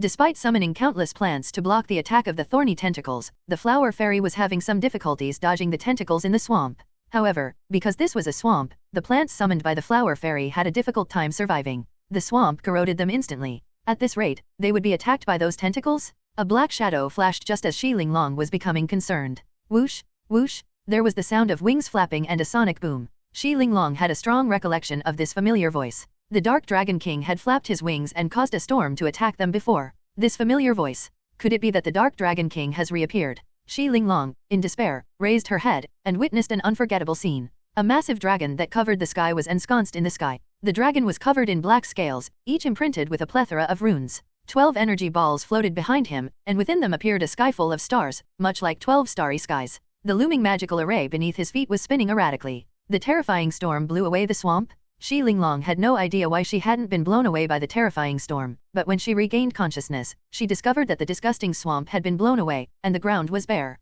Lord Luphus. The Flower Fairy cheered. Luphus. Xi Linglong was stunned for a moment. She remembered that the Flower Fairy had referred to Suwan's hero as Luphus once before. Are you telling me he's Wan's hero? The terrifying eyes of the huge dragon stared directly at Xi Linglong. His voice rang out across the firmament. A Funai, sense it properly. This is just an illusionary realm. An illusory realm. While Xi Linglong was still in a daze, the Flower Fairy had an epiphany. I understand, Lord Luphus. This is a fake world, an illusion, similar to a spiritual world. It's similar to how humans can do whatever they want in their dreams as long as they know they're dreaming. The Flower Fairy was ecstatic, and her back wings trembled slightly. Similarly, if we understand the rules of this illusory world, we can transform the impossible into a miracle. The Flower Fairy, who came from the hero plane, was aware that Su Yuan was very powerful.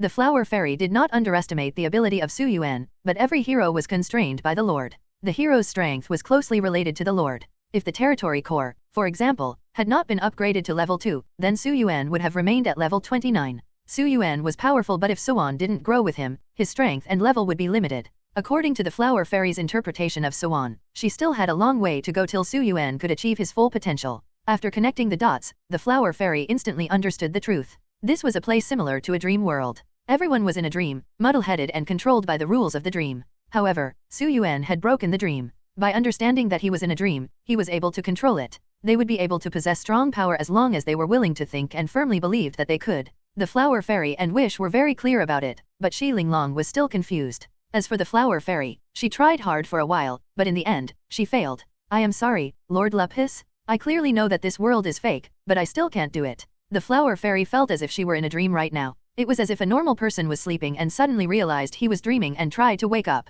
He awoke several times but discovered that he was always in a dream and had not fully awakened. The Flower Fairy realized that this was a fabricated world in which she could possess any kind of powerful strength. However, she was unable to pass the final level and reach the point where she could master the rules of the false world. Xi Linglong couldn't understand it and couldn't care much right now. There was another urgent matter they needed to deal with. Wan's hero. Since you can control the dream, find Wan. Only Suwan was missing. Xi Linglong was very worried about Suwan's safety. The Flower Fairy also nodded in agreement. Su Yuan sighed helplessly. She is unable to escape for now. Xi Linglong knew what he meant because she saw dark clouds gathering in the horizon, followed by a distant roar of thunder. A huge dragon appeared in the dark clouds. Dark Dragon King. The Dark Dragon King, with blood-red eyes, let out a beast-like roar instead of a dragon's roar. Su Yuan didn't feel pressured. Instead, he was looking forward to the encounter. Although this is your home ground, I have mastered the rules. In theory, I should be able to unleash my full power here. I will pin you down in your own home. While Su Yuan was looking forward to crushing the Dark Dragon King in this fake world, Suwan had learnt the truth about the white-haired woman and the Dark Dragon King's failure from the woman's own mouth.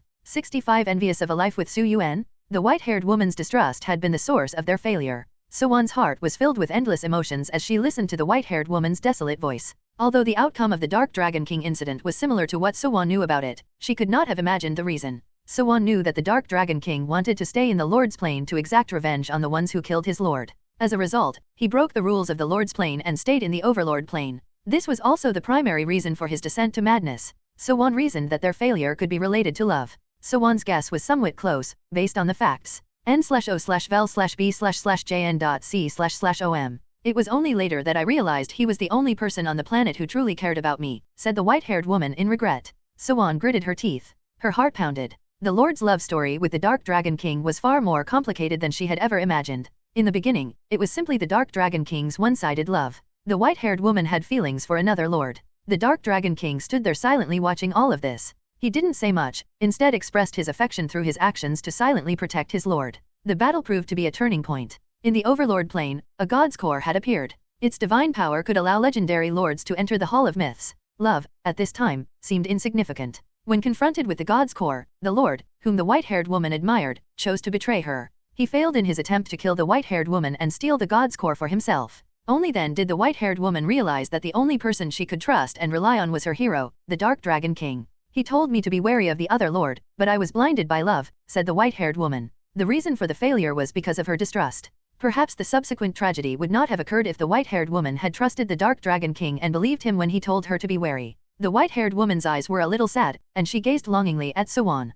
You two are similar to us. A lord who is a woman and a black dragon hero. I hope you have a happy life with your hero. The white-haired woman expressed her longing for Yuan and Yuan to get along. Yuan was stunned for a moment. What was there for her to look forward to when she was with Yuan? Yuan recalled everything that had happened since she had met Yuan. He either made her angry or continued to do things which eventually did make her angry. Yuan was always half dead from rage. Did this kind of interaction really make the white-haired woman long for something like that? He's always very serious and never smiles. Even if he turned into a human, he was always a cold man. If he had at least smiled at me more, maybe I wouldn't have looked at other lords. As she spoke, the white-haired woman's eyes became sadder, as if they had lost all light. Yuan understood that this had brought along painful memories. It was also at this time that Yuan understood what the white-haired woman was looking forward to and what she yearned for the most. The interaction between a lord and her hero. The Dark Dragon King was a cold and aloof dragon. He did not smile easily, which created the distance between him and the lord, causing the lord to like another lord. And what about him? Yuan recalled and found that Yuan usually seemed to be as cold as the Dark Dragon King. He rarely communicated with her. Are all the dark dragons so cold?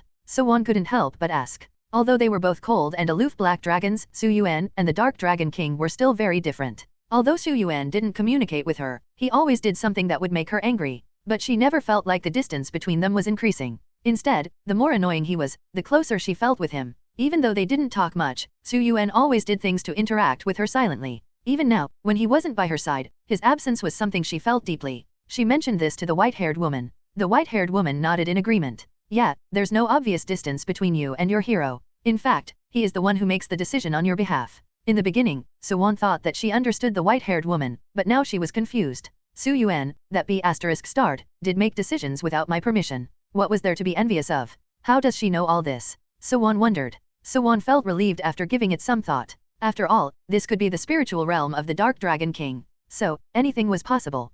Yuan's spirit may have also entered here. As a result, the white-haired woman, who remained in the spiritual world of the Dark Dragon King, could easily read some fragments of her daily life. As someone who has been through this, I just want to tell you something important. None of the men are reliable. Only your own hero is trustworthy enough to entrust your life. When the white-haired woman warned Yuan, she gritted her teeth. It was clear that her grievances still remained. The story of the white-haired woman and the Dark Dragon King was a good example. Yuan was also very clear that if she obtained the god's core, others might betray her and try to snatch it away. But Yuan would never betray her. This was because, as the hero's strength increased, so did the lord's. It was a mutual thing. So, whether it was a lord or a hero, if one side obtained the god's core, it would benefit both of them. But if she let the other overlords get the god's core, then the improvement of the other overlord's strength wouldn't benefit her or her hero. But it remains to be seen if the other lords will try to deceive me. Yuan considered the issue carefully. Yuan had already guessed that the white-haired woman in front of her knew where the god's core was hidden, even though she hadn't said so. She might even reveal the location of god's core to her. Otherwise, the white-haired woman wouldn't repeatedly warn her to trust only her hero and not to take the same path as her. 66 Lovers Contract. Yuan was now thinking hard, trying to make sense of the information this white-haired woman had given her. Yuan was a smart girl. She did not believe everything the other person said. It was better to be safe now than sorry later. What if the white-haired woman in front of her was a trap rather than the Lord of the Past? Even if the white-haired woman was the remnant of the Lord of the Past, she might have ill intentions now. All these variables had to be considered. The white-haired woman spoke again after countless pieces of information emerged in Yuan's mind. God's core, said the white-haired woman. We will leave our unfulfilled wish with you. Yuan was right. The white-haired woman indeed wanted to reveal the information about God's core to her. As someone who has been through this, I don't want you to follow our path. I only hope you can live happily with our last wish. The location the white-haired woman gave her was the same as her guess. God's core was in the Forgotten Island? It was in the Overlord Plane on a very mysterious island. The place was usually inaccessible. It only opened at a certain time. The island was also the place where the top 10 schools from the intercampus tournament would be competing. So Yuan felt that the white-haired woman wasn't lying to her. After all, she had heard that the final contest of the intercampus tournament was related to the mythical overlord. The secret to becoming a mythical overlord was hidden in that place. The white-haired woman had answered one important question. The secret of becoming a mythical overlord was the God's core. After the white-haired woman relayed this information, her figure blurred as though she were an NPC who had completed her mission and was about to disappear. At the last moment, the woman spoke again. You don't have a contract with your hero yet, right? Why is that? A contract? Yuan recalled that no matter how she had tried to coax him, he had refused to form a contract with her. Yuan was embarrassed to accept the truth. Yuan understood that, at the least, the white-haired woman didn't seem to be able to see through her memories. Otherwise, she wouldn't have asked. She would already know the answer. After thinking about it for a while, Yuan said, I respect my hero very much. I don't know of any other contract that is suitable. I don't want to sign the existing ones with him. An equal contract was the best contract. Yuan had offered the equal contract to show that she did not intend to deceive him. The white-haired woman smiled. Your feelings for your hero are admirable, she said. You are always thinking of your hero's benefit. You are different from me. You trust and care for your hero a lot. If there's a chance, I really want to be you. The last line made Yuan feel uneasy. She didn't want to argue. Let me see, said the white-haired woman. Is this the contract you want to sign with your hero? The white-haired woman pointed her finger and a message poured into Yuan's mind. She had used a special method to send her a message. The information that appeared in Yuan's mind about a special type of contract. This contract was different from the 3 types of contract Yuan had learned about in school. N/O/vel/B/in.C//OM. Lover's contract, muttered Yuan. The Lord and the hero swear an oath as lovers. Yuan's face turned red. There is such a contract in this world.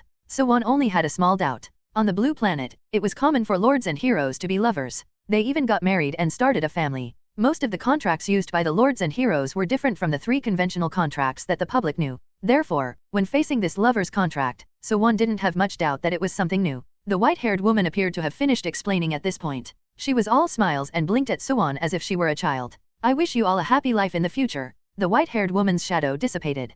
Yuan uneasily tugged at the corner of her clothes. In her mind, the words of the white-haired woman kept echoing. If there was no such thing as a lover's contract, Yuan would have been so conflicted at the white-haired woman's words. Suddenly, a terrifying roar reverberated from the horizon, and 2 enormous dragons appeared in the sky. The Dark Dragon King. Yuan was scared back to her senses. She looked at the sky with wide eyes. She was sure one was the Dark Dragon King, but who was the other one fighting the Dark Dragon King? She saw the 12 balls of dark energy floating behind one of the dragons. Lazy Sue. Yuan looked at the giant dragon in the sky. He was fighting the Dark Dragon King. Her heart was racing. This bastard was hiding his strength. Yuan considered this and began to examine everything she had encountered since meeting Su Yuan. Could it be that he had always hid his strength to trick her?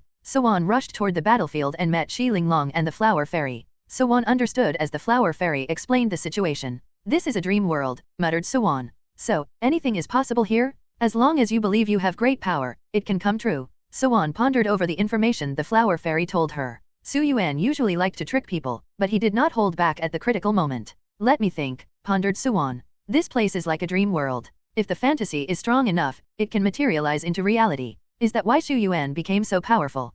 Yuan seemed to have understood everything. She still felt that Su Yuan was just a small support system and wasn't suitable for combat. But in this dream world, Su Yuan imagined himself to be powerful and became a giant dragon. I'll try too, muttered Yuan. Xi Linglong and the Flower Fairy, who were standing at the side, shook their heads. Try. It wasn't like they hadn't tried before, but knowing it was one thing, and being able to do it was another. It was like a person in a dream within a dream had already realized that he was dreaming and was trying hard to wake himself up. But when she woke up, she was still in her dream, and she was in despair. 67 If you're not family, you can't enter the same house. Yuan concentrated. She did not notice Xi Linglong and the Flower Fairy shaking their heads. Usually, only Su Yuan could create the enhanced skeleton soldiers. Yuan concentrated hard, and skeleton soldiers appeared before her. They were surrounded by black mist. Even their bones were pitch black. They looked immensely powerful. Yuan was so happy that she almost jumped in joy, but she saw Xi Linglong and the Flower Fairy there and restrained herself. On the other side, the Flower Fairy and Xi Linglong, a hero and a lord, were dumbfounded. It worked? Why can't we do it? Said Xi Linglong. Her little face puffed up in anger and her fists clenched. She turned back to look at her hero, the flower fairy, and then at the giant dragon in the sky. She then looked at the skeleton soldiers and then at the flower fairy. "Afunai, we seem to have been outdone this time," said Shi Linglong to the flower fairy. She was dejected. The flower fairy shook her head helplessly. On the other hand, Suwon's experiment had not ended yet. "Let's try the black gold behemoth," she muttered. Whether it was black gold behemoth or the skeleton soldiers, Suwon didn't have any evidence to prove that Su Yuan was the one who usually added the enhancement buff. All this was just her guess. But seeing how the black gold behemoths were always respectful to Su Yuan, she was almost certain that he was behind the enhancements. N/O/vel/b/jn.c//om. After the skeleton soldiers, many black gold behemoths appeared. The black gold behemoths roared, and the earth shook. It was as though the entire world had collapsed. Wow! At this moment, even Suwon couldn't suppress her excitement. Her mouth slightly opened, and her eyes widened. She had imagined just one or two black gold behemoths. In the real world, she could not create many black gold behemoths due to a lack of resources.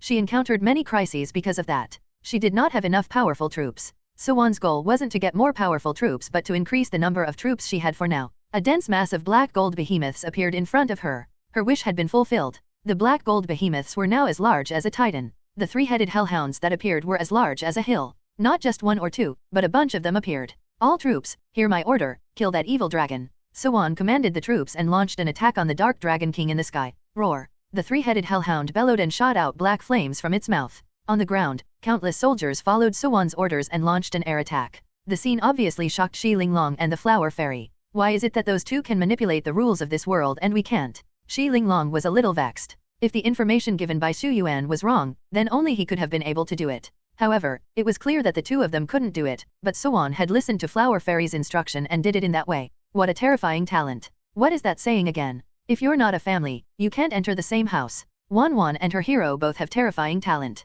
Shi Linglong was a little envious. But soon, Shi Linglong no longer felt envious. Following Suwon's command, countless troops launched an attack towards the sky. The Dark Dragon King was unfazed. But their attack did attract his attention. The Dark Dragon King looked at the ground. Numerous troops were focusing their fire on him. He was angry. The Dark Dragon King let out a roar, and a pitch-black dragon breath shot towards the ground below. In an instant, numerous troops fell. How is that possible? Suwon couldn't believe it. Here in the dream world, the combined combat power of all these troops should be close to a legendary lord's. How can they be instantly killed like this? Shi Linglong realized something. She turned to Suwon. Wan, wake up. These troops are all just illusions. But the Dark Dragon King is real. The imaginary power of a legendary lord cannot compare with the real legendary power. Suwon was speechless. She realized this to be true, too. But how is it that imaginary Su Yuan is that fierce? Suwon raised her head again. At this time, the Dark Dragon King was directly hammered down from the sky and smashed onto the distant earth, causing the earth to crack and form a rift. Maybe your hero is a glitch, joked Shi Linglong.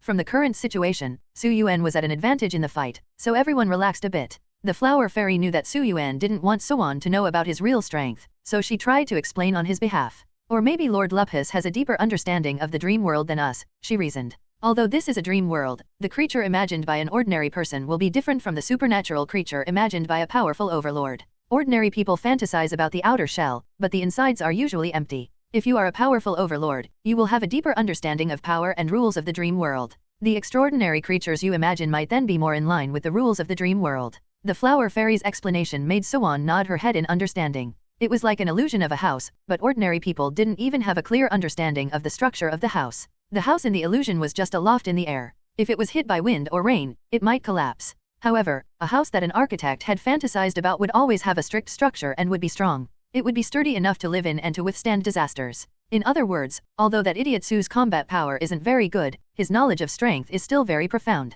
Suwon muttered. Shi Linglong gradually recalled the events that had passed. She wondered why Suwon always thought her hero was lacking in strength. Although Su Yuan had taken advantage of the dream world to reach his current level, his combat power in reality wasn't strong. But if he weren't as strong, could he reach this level in the dream world? Shi Linglong carefully looked at the Flower Fairy. She noticed that her hero always referred to Su Yuan as Lord Lupus. Shi Linglong realized that Su Yuan must be immensely powerful. The Flower Fairy noticed Shi Linglong's gaze on her. She shook her head. Although the Flower Fairy did not say anything, Shi Linglong understood. Suwon was not willing to admit the strength of her hero, so no matter how many times she explained, Suwon would always find reasons and excuses to not believe her. The Flower Fairy and Shi Linglong looked at each other. One lord and one hero shook their heads in tacit understanding. They reached the same conclusion. They couldn't tell Suwon anything. Suwon had to discover the truth herself. At this moment, the entire illusory world distorted, and the dark clouds in the sky gradually dispersed. Did that mean that the Dark Dragon King was subdued, and he had woken up from his madness?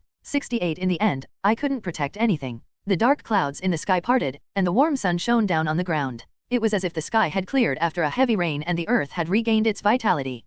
Yuan and Shi Linglong approached Su Yuan. Su Yuan had already returned to his mini dragon form when they reached him. The Dark Dragon King remained in his gigantic form. He fell to the ground, creating a massive pit. Scammer Su, said Suan. How is the Dark Dragon King? She was worried. Su Yuan was too lazy to answer. He pointed at the Dark Dragon King with his claw, letting Suan see it for herself. The incomparably huge Dark Dragon King behind Su Yuan finally opened his eyes. Even the size of his eye was as large as a house. His huge pupil stared down at everyone. There was no red in his eye this time. Suan realized that the Dark Dragon King had regained his consciousness. He wasn't aggressive and domineering like before. He did not roar recklessly. He gazed at Suan and Su Yuan calmly. The atmosphere was too quiet. Nobody spoke a word, and the Dark Dragon King kept staring at everyone in a daze. After a while, Shi Linglong couldn't take the silence anymore and decided to say something. Senior Dark Dragon King, are you feeling a little more awake now? The Dark Dragon swayed. Thank you for your help. I do feel like I have recovered from my madness temporarily. Temporarily. Suan and Shi Linglong exchanged glances. They realized that the current situation wasn't the end of everything. The Dark Dragon King would go crazy again. Is there anything we can do to help? Asked Shi Linglong. She thought she was about to receive another mission. She felt like a gamer in an online game who was about to get a hidden quest to unlock something significant. The Dark Dragon King smiled bitterly. What can you do for me? I only want happiness. He turned to Suan. She is no longer here, is she? Shi Linglong looked confused. She didn't know who he was referring to, but Suan knew who he meant. The Dark Dragon King was concerned about his overlord, the white-haired young woman. Did he already know that the white-haired woman had not completely disappeared from this dimension? Wondered Suan. She had a lot of doubts in her heart, but she didn't express them yet. She answered his question first. Senior, are you talking about your overlord? She explained some things to me and then disappeared. The Dark Dragon King let out a long sigh and lowered his head. I ended up in this situation willingly to protect the last trace of her soul. In the end, I couldn't protect anything. Everything that had happened in the past resurfaced. After the white-haired woman was betrayed by the lord she loved, she was injured fatally. The Dark Dragon King risked his life to save her. However, the white-haired lord was attacked by the dark screen, which eventually led to her death. The Dark Dragon King had used a secret technique of the Dark Dragon clan to seal the last trace of his lord's soul in his mind. He had used his own soul and sanity to nourish her soul, hoping that she would wake one day. However, doing so had turned out to be too much of a burden on his mind. He had spent almost all his energy nurturing his lord's remnant soul. This was partly the reason for his madness. The major cause for his insanity was because of the Dark Screen's methods. When the Dark Screen had discovered the Dark Dragon King's problem, they had targeted his soul. The Dark Dragon King's soul was injured during the battle, which was why he went completely mad. He is truly in love, muttered Suan in a low voice. She glanced at Su Yuan. She wondered if he would have done the same for her. Just as Suan's mind was filled with all these thoughts, Su Yuan did something that made her blood boil in frustration again. He seemed indifferent to anything happening around him. He yawned and found a place where he could snuggle and continue to sleep. This lazy worm? Sleeping at a time like this? Will he die if he doesn't sleep for just a moment in a day? Suan was miffed. She calmed herself down. He must be exhausted because of the fight with the Dark Dragon King. It's understandable that he wants to take a nap. Suan didn't know how she had felt before this about Su Yuan, but, at this point, she cared about him. She even came up with explanations to justify his behavior. The Dark Dragon King looked sorrowful. She's completely gone, he said softly. The meaning of my life is lost now. Suan and Shi Linglong felt that something was going to go terribly wrong. Si Linglong was the first to speak. Senior Dark Dragon King, don't take things too hard. Shi Linglong and Suan thought that the Dark Dragon King couldn't take the fact that his lord's soul was completely gone now, so he wanted to leave this world and follow his lord. However, the Dark Dragon King laughed heartily. Don't worry. I won't die before I am done with my revenge. The meaning of the Dark Dragon King's life was revenge? I don't know how long I can stay awake, he said. But I have only one purpose now, and that is to kill all the members of the Dark Screen. The Dark Dragon King was determined to end them all. He took advantage of his sane state now to prepare for his funeral. He looked at Suan. n/o/vel/b/jn.c//om. I don't know what she must have told you, but if she chose you, it must mean that she trusts you. Before we part ways, I hope you take this small gift. The sky suddenly turned blood red. A red force poured into Suan and Shi Linglong. Congratulations to Lord Suan for receiving the Dark Dragon King's gift. All attributes have increased by 20%. Unlocked troop types, Dragon Blood Warriors, Dragon Knights. Congratulations to Lord Shi Linglong for receiving the Dark Dragon King's gift. All attributes have increased by 10%. Unlocked troop types, Dragon Blood Warriors. 69 When can you turn into human form? After they received the Dark Dragon King's gift, the world in front of them changed. Suan and Shi Linglong found themselves back in the Overlord Plane. In the distance, the Dark Dragon King's figure loomed, covering both the sky and the sun. Nov. L. B / JNN. We are no longer trapped in the spiritual world, said Suan, looking around. Countless lords launched attacks on the Dark Dragon King in the distance, hoping to surround and destroy him. Suan was now certain that this was really the Overlord Plane. Wan, I received a gift because of you, said Shi Linglong in excitement. Suan nodded with a smile. She had also received a similar gift from the Dark Dragon King. Wait, said Shi Linglong. We both received the gift at the same time, but how is it that you unlocked more troop types than me? Even the increase in your attributes is greater than mine. She read the notification carefully. How dateable? Although our gifts are similar, they're not the same. Shi Linglong pouted. The Dark Dragon King flew towards the horizon, and countless lords pursued him. The sound of battle faded away gradually. The area around Suan and Shi Linglong's area returned to peace and quiet. I feel lonely after such a great battle. Shi Linglong complained about the change in their environment. Shi Linglong and Suan bid farewell to each other and returned to their respective territories. Suan felt happy and spirited as she walked to her territory. Su Yuan, I know we didn't really communicate with each other properly until now. I promise you that we will, henceforth, continue to strengthen our communication.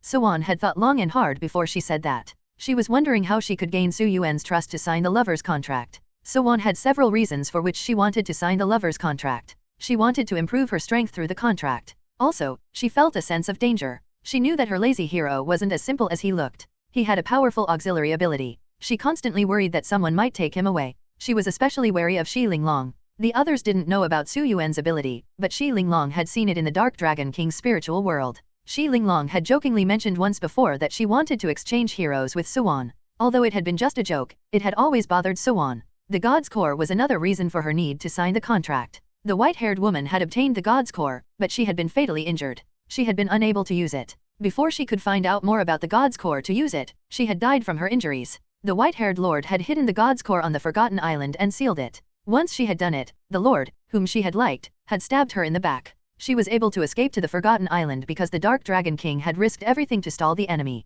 From that point on, the white-haired lord had realized that only her hero was trustworthy. Her feelings had turned to love for him. She couldn't use the God's Core, but she had sealed it so that it couldn't fall in the hands of someone with ill intentions. She had placed the seal in such a manner that only someone who had signed the lover's contract could break it to obtain the God's Core. Only when the Overlord and the hero swore an oath of love to each other would they be able to obtain the God's Core. This was why Suan was trying her best to improve her communication and her relationship with Su Yuan. But no matter how much she tried, she couldn't utter the words. She felt awkward. Su Yuan noticed that Suan wanted to say something to him, but she was hesitating. He flew and perched on her hand and knocked on her head with his claw. Is there a problem? He asked. Suan was stunned for a while. Then, she reacted. Ouch, she cried out. It hurts. She waved her fist and tried to hit him. Su Yuan didn't fly away, but he remained just out of her reach. Stop, she shouted. You disrespectful bastard. Suan ran toward him and tripped on a branch. She fell hard. Ouch. Suan tried to get up, but the pain made her tear up. Su Yuan grabbed Suan.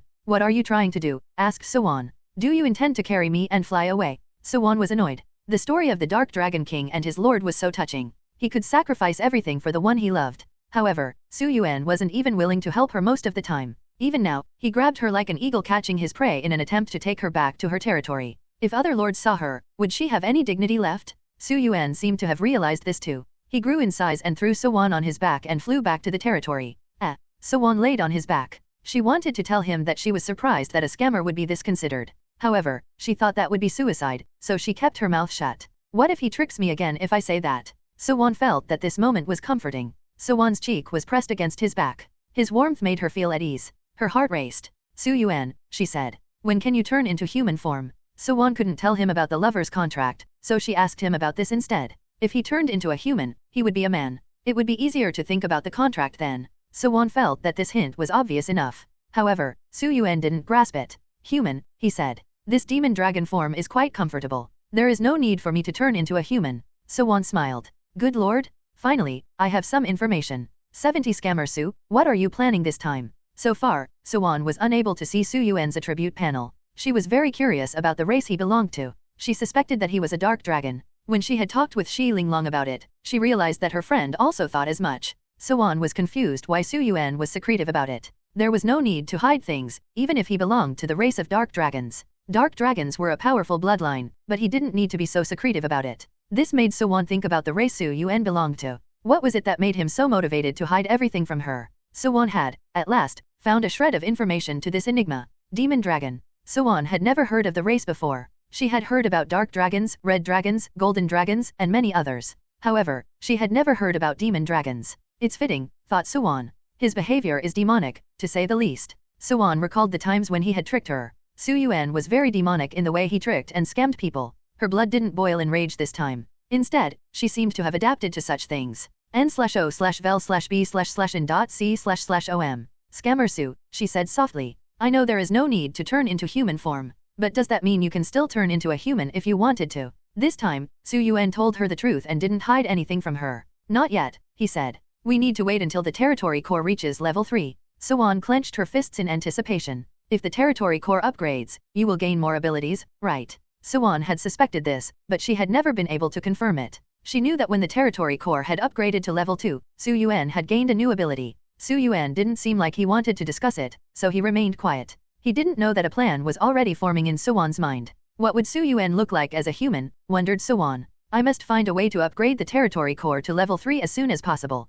Yuan hadn't much cared about upgrading the territory core before. She knew that the biggest beneficiary of upgrading it would be Yuan, and he wasn't willing to show her his abilities anyway. So, Yuan always slacked off. However, she had a new purpose now. After a long while, Yuan realized that Yuan had gone very quiet on his back. Did she fall asleep? He wondered. He landed in the territory and found out that she had really fallen asleep on his back. Sleeping so soundly, isn't she worried that she might fall off at such a height, wondered Yuan. Is it because she trusts me enough to be able to sleep so peacefully? He placed the sleeping Yuan on the blanket he usually napped on. The territory was still in the developmental stage.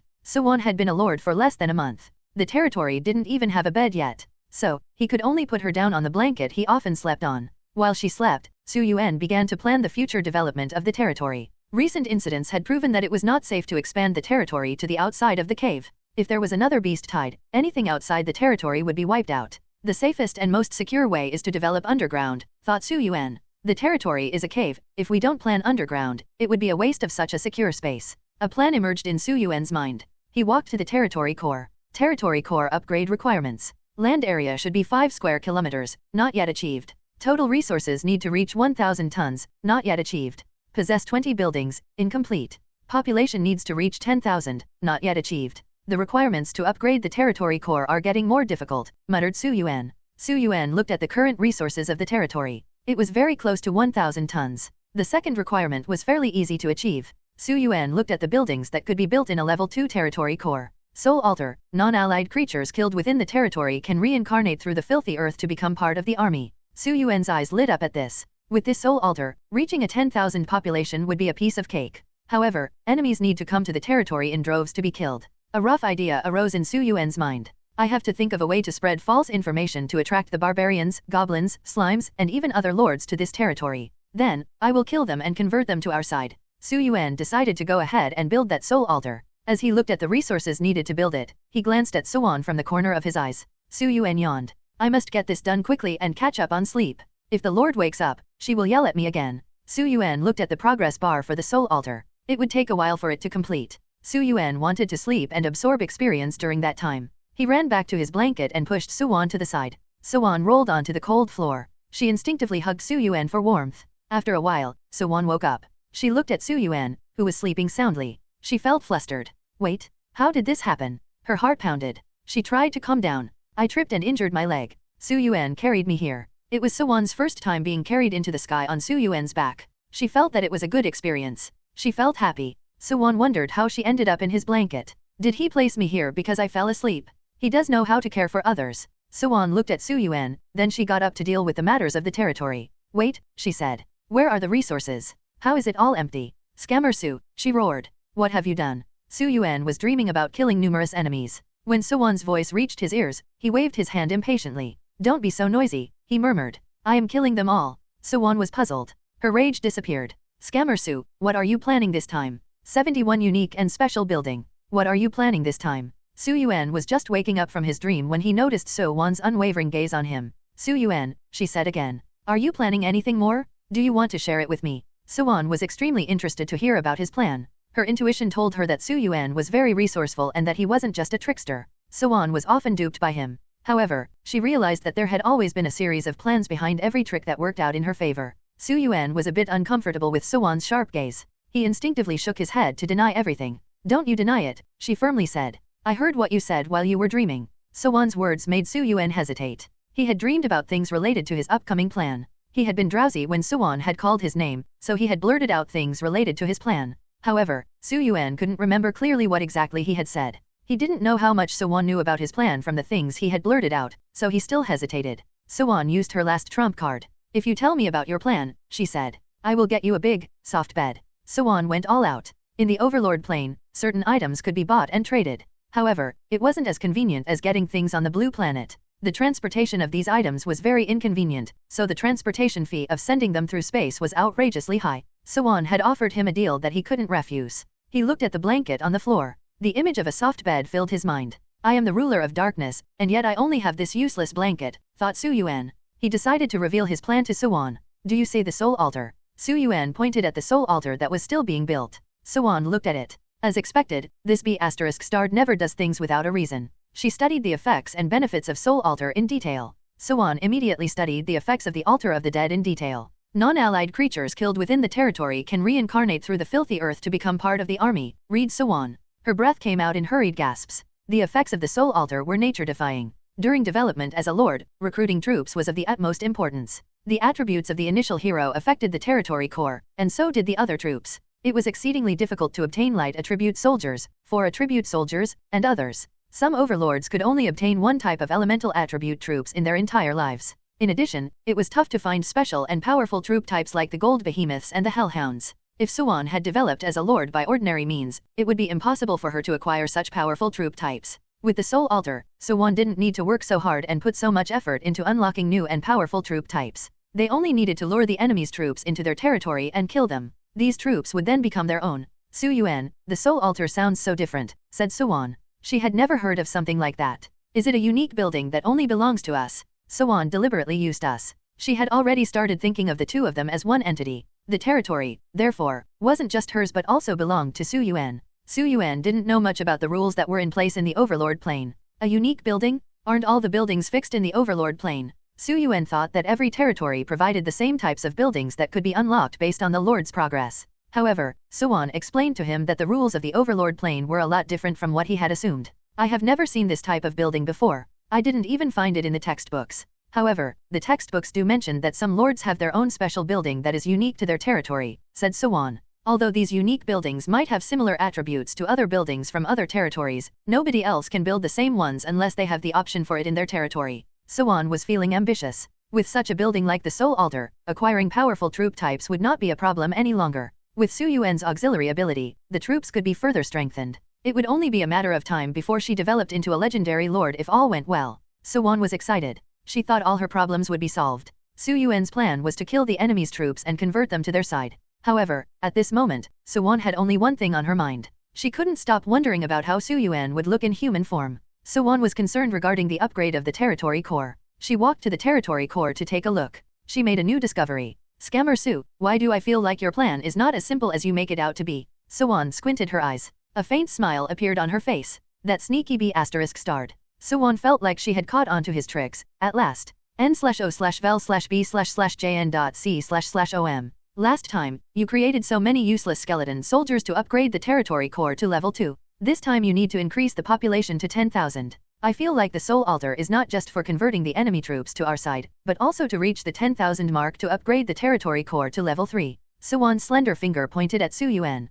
She looked proud to have unveiled his trick. She looked very confident, but Su Yuan looked unfazed. Su Yuan tilted his head and yawned. He wasn't interested in her speculations. He didn't even bother confirming her guesses. So-won had confidently analyzed the situation. She had thought that Su Yuan would, at the least, look a little surprised, but that didn't happen. He didn't seem to care. So-won felt hopeless. So-won felt a little embarrassed. She decided to study Su Yuan's actions on a deeper level to understand him. She didn't believe that he was indifferent to everything. 72 Inviting Shi Linglong to our territory as a guest. Su Yuan, I know that you want to upgrade the territory core to level 3. Can I ask what benefits you will receive if that happens? Asked So-won. Su Yuan finally reacted. He seemed interested in her question. He was also curious to know how So-won had guessed his motives. After, finally, seeing some changes in Su Yuan, So-won heaved a sigh of relief. She didn't feel embarrassed any longer. If he had remained indifferent and ignored her, she would have felt very embarrassed. So-won cleared her throat and stared at Su Yuan. All sorts of thoughts appeared in her mind.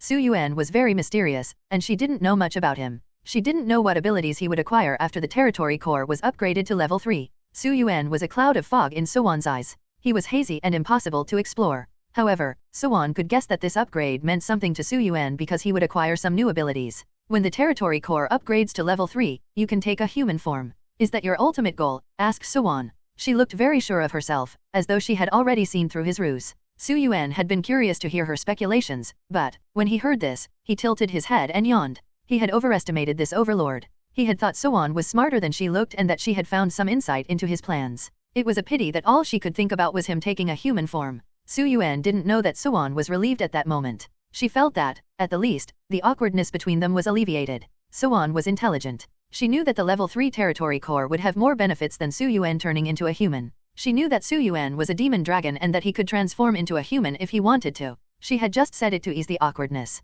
She knew too little about Su Yuan. From the information that she had so far, she was only certain of the fact that he would gain the ability to transform into a human if the territory core reached level 3. She needed to find out more. For the moment, Suwon just wanted to ease the tension, so she could discuss the problems in Su Yuan's current plan. It was, however, certain that both the Lord and the hero had only one goal, to upgrade the territory core to level 3. Suwon also wanted to make sure that Su Yuan couldn't guess her thoughts. But Suwon had to pay attention and not let Su Yuan see her thoughts. Su Yuan, our territory is now bigger and stronger. The population is more than 1,000, said Suwon. As a lord, I want to say that I am very pleased. Suwon actually wanted to say that it was a pity that the only population they had was composed entirely of skeletons. In the past, Suwon would have been miffed with only skeletons as her subjects. However, she had changed. Now, she just let it be. We can continue to grow bigger and stronger together. Together, we can become legendary in the Overlord plane. Suwon blurted out. She had, finally, found a reasonable explanation for her goal. She could just say that she was invested in this to become stronger. However, she didn't know that Su Yuan was casting a suspicious glance at her. Su Yuan was, justifiably, suspicious of Suwon. Before this, whenever he tried to upgrade the territory core, she had been dissatisfied and set some conditions for negotiation. She had made him reveal his abilities. But now, she was willing, even motivated, to upgrade the territory core. Something is wrong, thought Su Yuan. Su Yuan doubted Suwon was doing this without anything in exchange. He knew she wanted something, but he couldn't guess what it was. The Lord is definitely hiding something. What does she want? Wondered Su Yuan. Suwon and Su Yuan both had ulterior motives, but they set everything aside to focus on the main issue for now. How can we lure the enemy over? Also, I think it's better if we screen the troop types before killing them. We shouldn't bother with weak troop types like the slimes, said Suwon. Suwon felt that she needed to intervene. Su Yuan wanted to choose the fastest reproducing creatures to fill in the population gap. Slimes reproduced exponentially, so Su Yuan had been intending to wipe out all nearby slime nests. But Suwon rejected some parts of his plan. N/O/vel/b/jn.c//om. Although the main purpose was to increase the population, it was best to avoid weak and useless troops. When Suwon suggested this, Su Yuan yawned in answer. Then I will leave the rest to you, he said. He wanted to see how she would get so many creatures to increase the population in the territory. Suwon frowned. She realized the problem. If they did things according to Su Yuan's plans, it wouldn't be difficult to find small and weak creatures like slimes and caterpillars. However, if they rejected these creatures, it would be difficult to find other creatures to fill the population gap. Wait, said Suwon. I don't think we need to think about how to attract the enemies to our territory. A strange smile appeared on her face. Su Yuan raised his head a little. He was willing to hear about her plan. Under his expectant gaze, Suwon said, we still have the troublemaker Linglong with us. If we invite her to our territory for a while, she will definitely attract some trouble again. In that way, we won't have to go out of our way to get the enemies to come to our territory. Suwon's eyes lit up. That's a good idea, Su Yuan exclaimed. This was the first time Su Yuan had so enthusiastically agreed with Suwon's plan.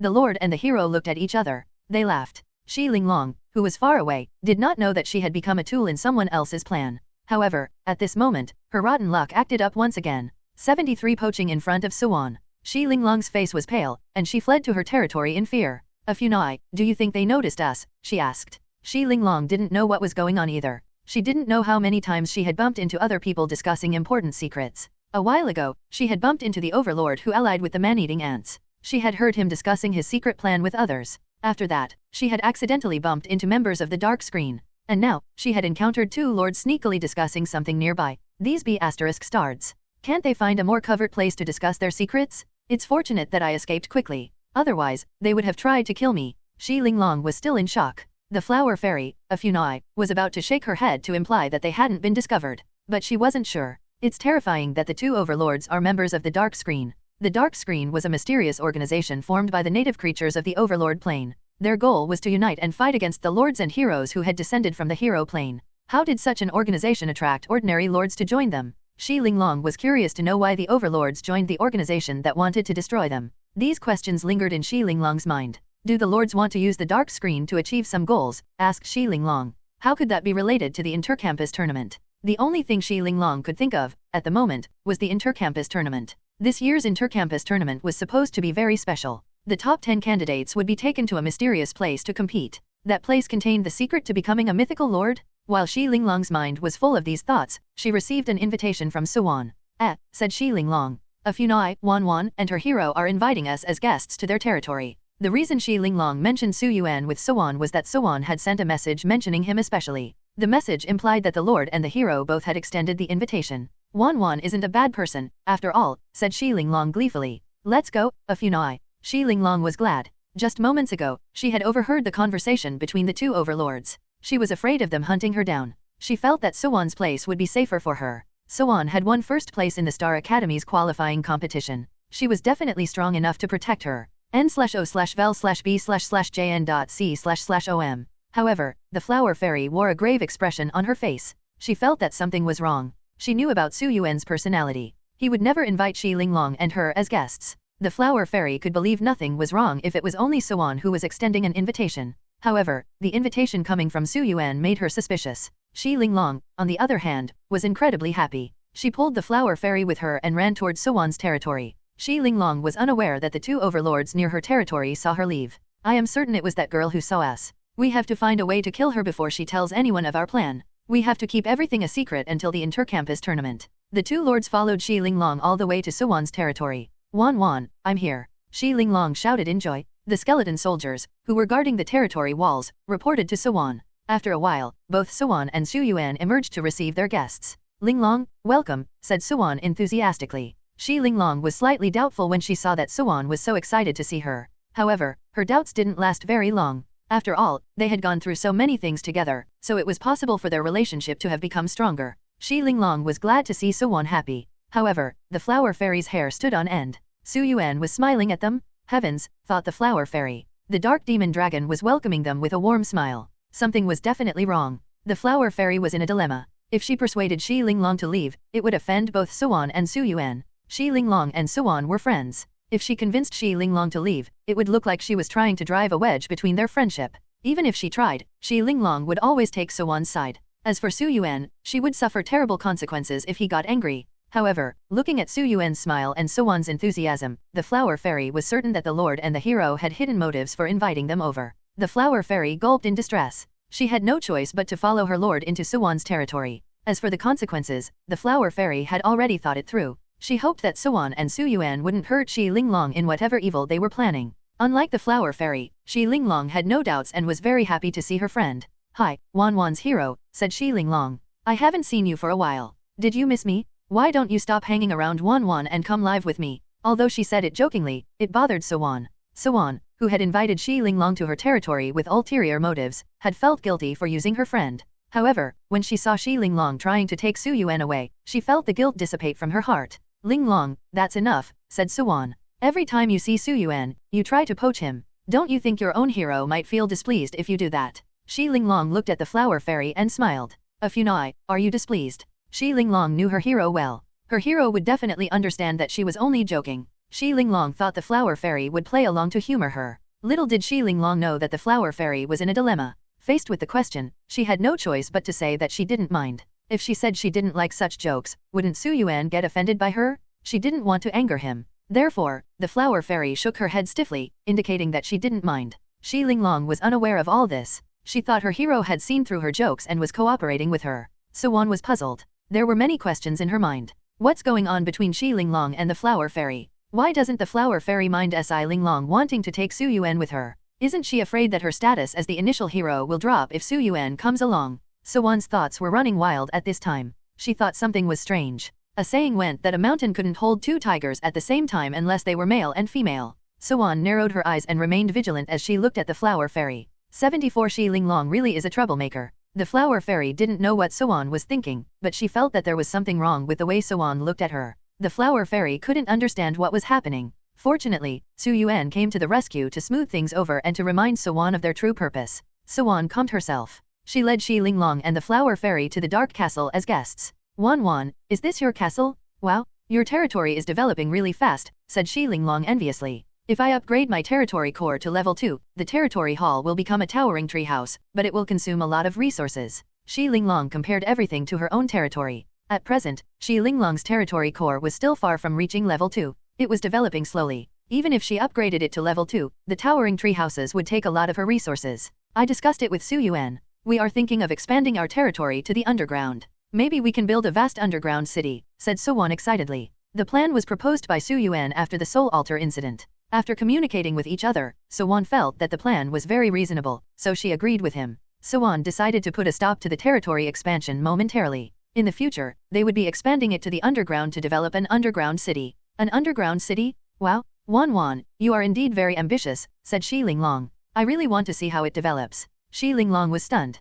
Yuan's course of planning would require a lot of workforce and resources. The number of resources and the number of populations needed to achieve something like that made Xi Linglong feel overwhelmed. On the contrary, Yuan wasn't worried. In terms of workforce, thousands of skeleton soldiers were idle. They could be directed into building the underground city. For the resources, Yuan encountered powerful enemies occasionally. She could obtain various resources as rewards. So, she was fine on that front. When Yuan revealed future territory planning to Xi Linglong and showed her around, Yuan quietly reminded Yuan about the developments outside. There is a situation at hand, said Yuan. A group of enemies is sneaking around the territory.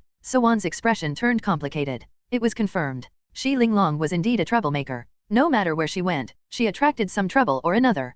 Yuan had already made plans to convince Xi Linglong to stay in her territory for a few days so that her troublemaking abilities would attract enemies. However, she had not expected it to work so fast. Xi Linglong had only recently arrived in her territory as a guest, and she had already drawn the enemy's attention.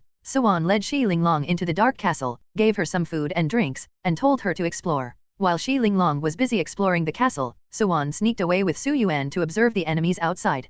Yuan, are you sure it was Xi Linglong who attracted the enemies here? Asked Yuan. She wasn't sure about it. Yuan shook his head. I don't know, he said. But we can find out. We only have to catch a few troops and interrogate them. Very quickly, Yuan led Yuan to a small hill. From this vantage point, they could see a group of creatures hiding behind the dense pack of trees and peering at Yuan's territory. Torrens? How did we even offend them? Asked Yuan. These aren't natives. These are another lord's troops. Yuan discovered that these Torrens were wearing similar armor. The overlords who governed the Torrens were powerful. They had even generated blacksmiths to create weapons and armor for their Torren troops. Yuan frowned. She knew that the enemy could not be underestimated. Our territory has only just begun developing. We don't have decent weapons and armor. Yuan and Yuan exchanged a glance. He then flapped his wings and disappeared into the shadows. In the distance, a Torren, who was monitoring the city walls from a distance, suddenly fell into the shadows and disappeared. The shadows near Yuan surged and the Torren fell out of it. Who are you? Asked Yuan. Why are you here? The bull-headed Torren wanted to appear tough, but he was cowering in fear because of Yuan's intimidating aura. Yuan took advantage of this. What is your purpose here? Why are you monitoring my territory? She asked. It was only then that the bull-headed Torren realized that Yuan was the lord of this territory. They had been discovered. The Torren appeared conflicted. He couldn't decide his next course of action. Yuan appeared at this moment. The blue flame on his tail flickered and surged, burning the flowers under his feet. Have you heard of soul obliteration? Asked Yuan. Once you are burned by my flames, your soul will be annihilated. Your lord won't be able to resurrect you. The Torren bowed his head and trembled in fear. I will tell you everything. There was an advantage to being a lord's troop. No matter how many times they died, they could be resurrected. They would never really remain dead. The lord could always use resources to resurrect them. This was the reason the troops were loyal and unyielding even when they were defeated in a fight. However, facing Yuan was dangerous. He had the ability to completely obliterate them. The Torrens felt helpless. We are only following our lord's orders, said the Torren. We followed a girl and reached here. The bull-headed Torren confirmed their suspicion. The enemy had followed Xi Linglong to Yuan's territory. Xi Linglong really is a troublemaker, isn't she? Said Yuan. Yuan was quiet for a long time after that. She didn't know what else to say. Yuan was also gazing in the direction of the dark castle with some interest. Coincidences only stretched so far. If something kept occurring repeatedly, it wasn't a coincidence but a fact. Xi Linglong must have some kind of special ability because of which things always happened around her. Tell me your lord's plan, said Yuan firmly. N/O/vel/b/jn.c//om. The Torren nodded and told her everything he knew. It turned out that troops like Torrens weren't given much information. He only knew that the troop was ordered to follow and kill Shi Linglong because 2 overlords wanted her dead. However, he revealed critical information. 75 your troops have become mine. Currently, the 2 overlords are teleporting to the nearby area through a dimensional portal. The dimensional portal. Yuan and Yuan could understand from the information that the 2 overlords were extremely far away. They had to open a dimensional portal to even get here. If that was the case, Yuan expected a lengthy battle this time. The opening and maintaining of a dimensional portal required numerous resources every second. If Yuan could keep them occupied, their resources would get exhausted. As a result, they would no longer be able to launch an expedition again. What's the current situation? What troops do you have? Asked Yuan. The bull-headed Tauren trembled in front of Yuan. There's the Tauren army, Dwarven army, and half-elf archers. Dwarven army. Yuan was now curious. As far as she knew, dwarves weren't very strong in a fight. However, they were very efficient in building things. Why yes, said the Tauren. The dwarves aren't very strong in combat, but the lords sent them here to build a stronghold here. Yuan looked at Yuan questioningly. She was asking him what to do with the Tauren. In the next moment, a shadow appeared under the Tauren's feet, and he was dragged into the shadow. In an instant, countless shadows turned into sharp blades and pierced through the Tauren's body. The Tauren looked at them in disbelief. He hadn't expected to be killed the moment he was no longer of use. Yuan looked at the dead Tauren. Can we really turn them to our side? She asked. Yuan nodded. Under Yuan's expectant and curious gaze, the dead Tauren was surrounded by black mist and then resurrected. It succeeded. Yuan looked at the population section in her panel. It had increased by 1. At the same time, the Tauren troop type appeared in the column with other troop types. However, the Tauren troop type was grayed out. It meant that they couldn't be created. Unlocked troop types could be created by consuming resources. However, since this Tauren hadn't been unlocked through ordinary means, it was added to the population but couldn't be created because technically the troop type hadn't been unlocked yet. Great Lord, Tauren warrior Meal pays his respects to you, said the Tauren warrior, appearing near Yuan. Yuan nodded. Yuan, the ability of the soul altar is pretty good. Yuan thought so too. Let's take the dwarves, said both Yuan and Yuan at the same time. This was the first time the Lord and the hero had the same thought. As expected, my hero has the same thoughts as me, said Yuan. She was very happy. Yuan didn't say anything. He just wagged his tail and stared into the distance. Both had their eyes on the dwarves. Dwarves were very efficient in creating weapons and armor. After all, if they could get their hands on the dwarven army, the strength of their troops would be on another level. It just so happens that we have a spy here. We can trick the dwarven army, said Yuan. With Yuan's help, the Taurens responsible for monitoring the city walls were all dragged into the territory's shadows and killed. They were resurrected as Yuan's troop. Dwarves love wine, said Yuan. If the Taurens tell them that the territory has lots of wine, they can be tricked into entering our territory. However, Yuan shook his head. We will need evidence to convince them. We need something real as bait. Yuan hesitated. She, painstakingly, decided to spend a huge amount of money to buy a bottle of wine remotely. With that, the matter of buying Yuan a bed had to be postponed. After receiving the bottle of wine, Yuan sent it with a Tauren spy. The rest of the Tauren pretended to monitor the city walls, and one of them quietly went to the place where the dwarves had set up camp. Yuan and Yuan weren't disappointed. The dwarves' love for wine was unquestionable. Moments after the Tauren had been gone, several dwarves sneaked into the territory for more wine. They wanted to launch a surprise attack. The Tauren spy returned to Yuan to report on his findings. My lord, after the dwarves learned that there was good wine in the territory, they broke the rules and sneaked in. They planned to steal the wine. The leader of the dwarves had ordered the troop to set up camp for logistic work. However, the bottle of wine had broken the dwarves' resolve. They had even broken the bottle of wine, after drinking everything, to lick the remnants. The dwarves couldn't resist their love for wine and disobeyed their leader's order to sneak into enemy territory. They didn't intend to launch an attack. Doing so would alert their leader and their lord, and they would be punished. The dwarves only wanted to quietly sneak into Yuan's territory and steal more wine. They would then return to their camp and pretend that nothing had happened. This way, their leader wouldn't be aware of their deception. On top of that, they would get to enjoy more wine. What a well-thought plan, exclaimed Yuan, as she listened to the Tauren's explanation. She chuckled. These dwarves were too idealistic. Even if she hadn't planned for all this to happen, she had sentries posted at every corner of her territory. They would report to her if they found anyone lurking nearby. Since they're here, don't let them go back, she ordered. Nov. L.B//JNN.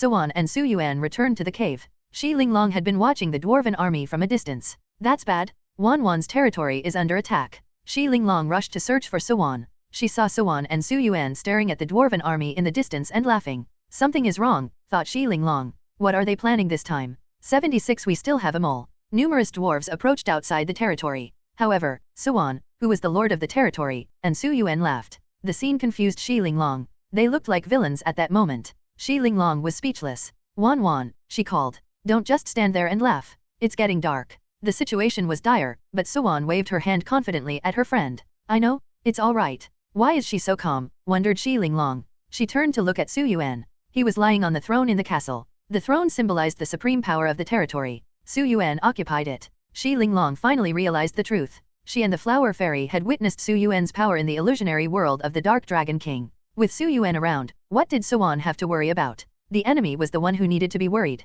Suan thought differently. She still thought that Su Yuan's power in the Dark Dragon King's spiritual realm had been an illusion. She did feel that Su Yuan wasn't as simple as he looked, but he thought she could have become powerful too if she had known the laws of that world. Suan still held on to the thought that everything had been an illusion. She still believed that Su Yuan wasn't very strong in direct combat. The reason Suan was feeling confident right now was because of the new buildings in the territory. Those dwarves seem smart. They haven't climbed over the city walls yet, said Suan, looking out of the window of the castle. The dwarven army seemed to be hesitating. However, they looked like they were discussing something. They did not rush in mindlessly. Detestable? To lure them in, I spent a lot of money on wine. Suan gritted her teeth in dissatisfaction. One bottle of wine was enough to attract some dwarves, but it would take a lot more to lure all of them in. It was difficult to entice the dwarven army into the territory. Suan had used a huge amount of money to buy more wine. Su Yuan yawned and continued sleeping on the throne. In the past, Suan would have said something to him for his actions. After all, the throne symbolized the supreme power of the territory. Only the Lord could sit on it.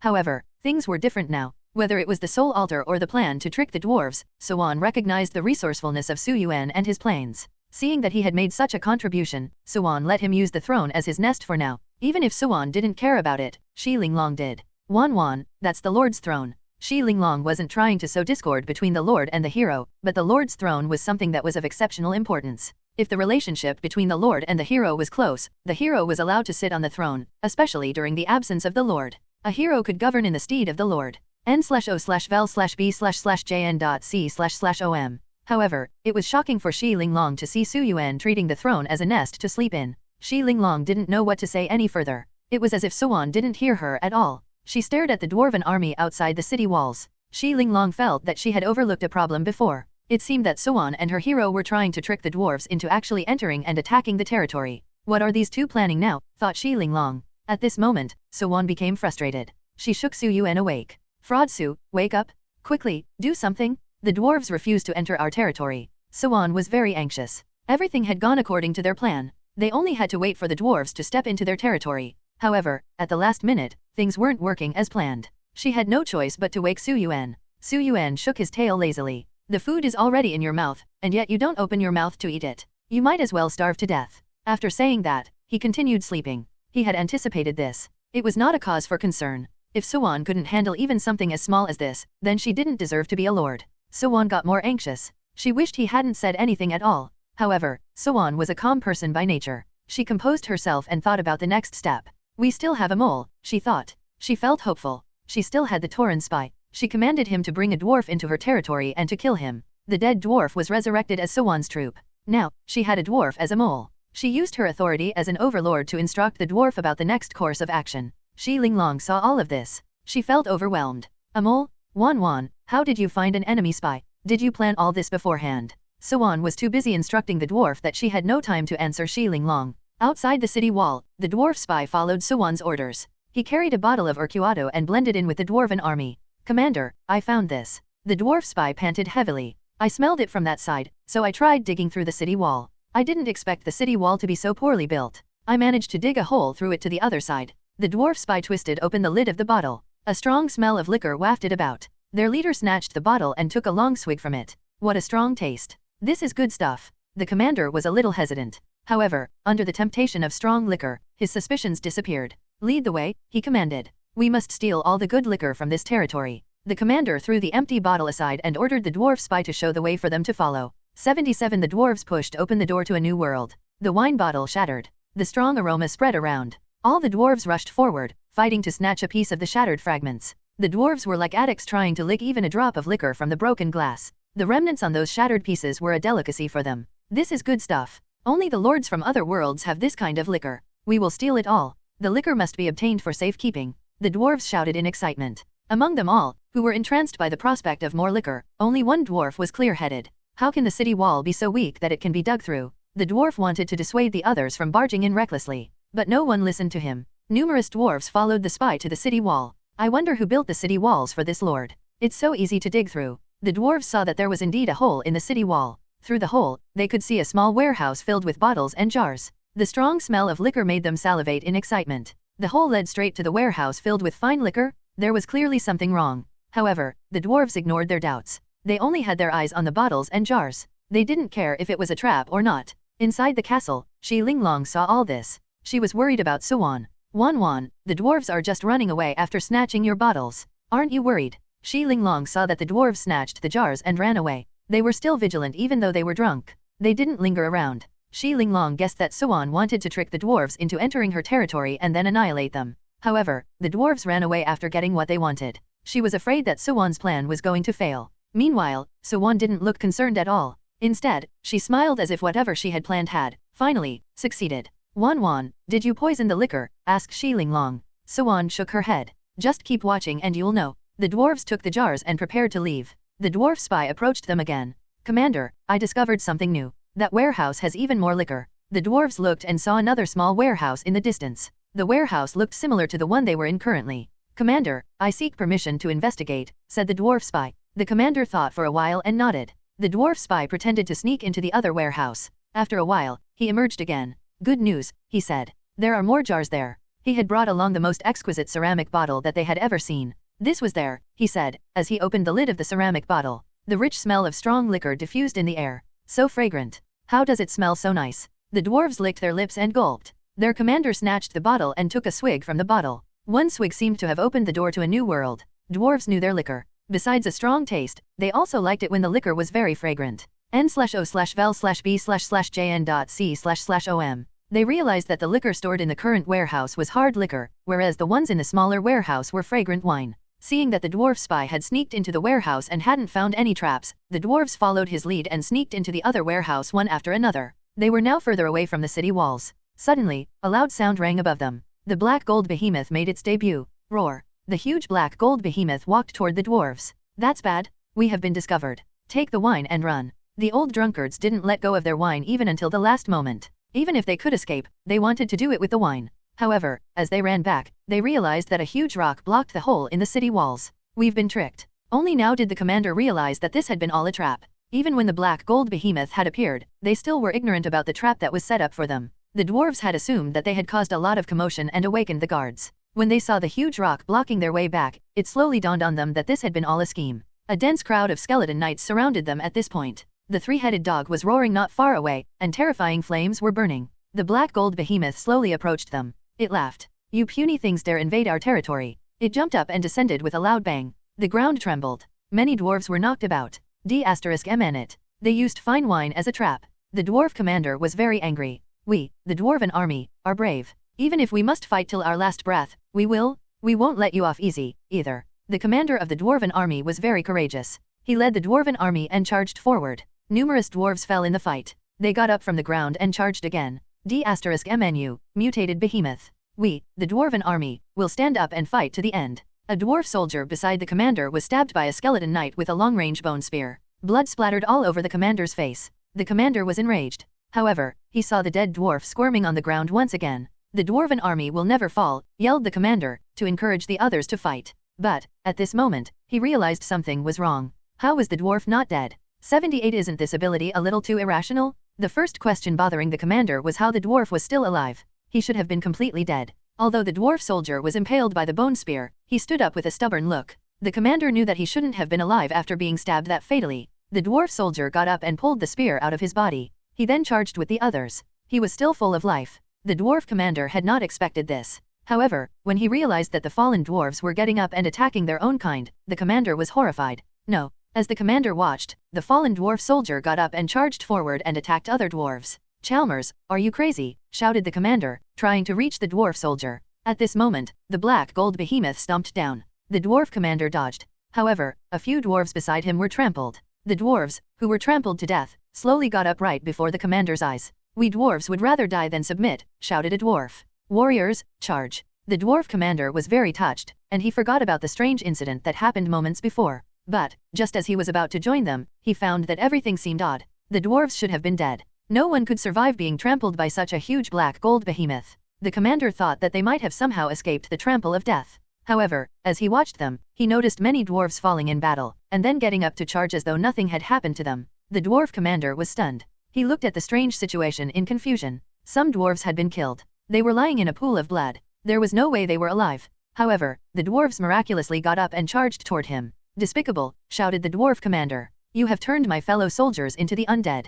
The dwarf commander, finally, realized that something was terribly wrong. He was sure that his soldiers were turned into undead by the enemy. Only the undead could be resurrected in this manner. In the end, only a few former dwarf soldiers remained. "You guys, wake up," roared the dwarf commander. "You can't forget the glory of the dwarves. You can't allow yourselves to turn into the undead to be controlled by the enemy in this way." His shouting did no good. His soldiers had turned into mindless undead. A few dwarf guards surrounded the dwarf commander with big machetes in their hands. They laughed. The glory of the dwarves. What even is glory when compared to good wine? A dwarf soldier smacked his lips. "If you join the new lord, you'll get all the good wine." The dwarf commander was stunned. He had thought his soldiers had turned into mindless undead, but it turned out that they still retained their consciousness and their sense of self. The commander wondered why they had attacked their own kind if they could still think clearly. He soon found his answer. The dwarf spy was ordering the other dwarves around. "The new lord wants us to end this battle quickly. There will be unlimited wine later." The dwarves couldn't sit still anymore. They charged at each other. "Yay! If you follow the new lord, you'll get wine." "The new lord," thought the dwarf commander. The dwarves, who were still fighting against the revived dwarves and the skeleton knights, were shaken. Among them, another dwarf, who had been resurrected and turned into a spy, was following Yuan's instructions. He pretended to be on the original dwarves' side and fought with the resurrected dwarves and the skeleton knights. When he heard the other dwarf promise them wine, he stood aside. "You traitor, are you seriously lying to us?" he said. "The new lord will give us wine, you say?" The previous dwarf spy played along/yes. "Look at all this wine. We won't ever lack liquor if we follow the new lord." This was an undeniable fact for the dwarves. They all had been attracted to the territory because of the smell of wine. The dwarves hesitated. They were tempted by the prospect of unlimited wine. They weren't known to be very strong-willed, after all. The other dwarf spy then asked about how to join the new lord. "It's simple," shouted a black gold behemoth. With a single finger, he killed the dwarf near him. When the dwarf fell into a pool of blood, he got up slowly again. When he was resurrected, a notification appeared in his mind. He understood that he had become the new overlord's troop now. His life and loyalty were with the new lord. "Death is the best form of submission," said the black gold behemoth. A chill ran down the dwarf's spine. Death. They needed to die to become the new overlord's subjects. Nov. L.B//JNN. "Are you sure there is a lot of wine?" asked a dwarf in a trembling voice. "If there really is so much wine, I am willing to die for it." The dwarf chose death. A skeleton knight stabbed him. He was instantly resurrected because of the effect of the soul altar. When the other dwarves saw this, they understood that their death here didn't mean an end to their lives. They chose to end themselves, too. They all thought that they would have a lot of wine to drink if they joined the new overlord. In the end, only the dwarf commander was left. Dwarves surrounded him. Every dwarf had now joined the enemy willingly. He was the only person who remained as he was. "Kill me," said the dwarf commander. His body fell into a pool of blood. This was the end of the dwarven army which had wanted to attack. Shi Linglong watched everything in a state of shock. Wan, what kind of sorcery is this? She had never expected the enemy to be killed and then be converted to Yuan's side. Isn't this ability a little too irrational? 79. The role of the dwarven army. The population in Yuan's territory had increased a lot. The arrival of dwarves had done a lot to add to the already existing population. Before the dwarves, the skeleton soldiers had the highest population. However, the skeleton soldiers also had low intelligence and did not speak. The entire territory had been pretty lifeless because of this reason. Cheers to the new lord. The dwarves started a bonfire. They drank, cheered, and celebrated. They had started a barbecue with wine. This was heaven for them. Meanwhile, in the dark castle, Yuan's face was bitter. D***MN these guys? They are exhausting all the food of the territory. Most of the population before were the skeleton soldiers. They didn't need food. Yuan hadn't had to spend anything on food and drinks for her subjects till now. Therefore, there was never the pressure of running out of food resources until now. The food resources were running out drastically. Yuan finally realized Su Yuan's wisdom in wanting to create skeleton soldiers instead of human warriors. Su Yuan yawned and woke up. He seemed to have had enough sleep by now. "Now you know the stress of maintaining food resources," he stretched. "We need to farm. At the very least, we need to be self-sufficient." Yuan's face turned red. "Scammer Su, do you want to make the dwarves farm for food?" "Yes," said Su Yuan. "We can start developing fields." "I thought you were pretty smart when you came up with the idea to trick the dwarves." She sneered. "Why are you being stupid now? You expect the dwarves to farm. It was impossible for dwarves to farm. They weren't cut out for that." "You are right," said Su Yuan. "Dwarves can't farm. Farming requires troops that already know how to do it." Yuan brightened a little. Hers and Su Yuan's eyes met. It finally dawned on her. "I get you," she said. "You want us to use the same trick to lure other soldiers who are good at farming. Then, we can kill them in our territory and make them ours. It would take a long time to develop a troop suitable for farming. This was faster, but it also depended on luck. Su Yuan wagged his tail in approval and nodded. Their thoughts finally matched. When Shi Linglong walked into the throne room, she saw Suan and Su Yuan smiling at each other sinisterly once again. Her intuition told her that they must be planning something against her. Wan, my troops have found someone sneaky loitering around my territory, said Shi Linglong. One of Shi Linglong's troops was a forest demon that could communicate with the plants in the forest. Through the forest sprites, Shi Linglong found out that there were some sneaky people wandering around the area. When Suan heard this, she glanced at Su Yuan. They exchanged a glance. Then, they nodded in tacit understanding. At this point, increasing the population was their only concern to upgrade the territory core. Same plan, they said together. However, let's make arrangements for the dwarves first, said Su Yuan.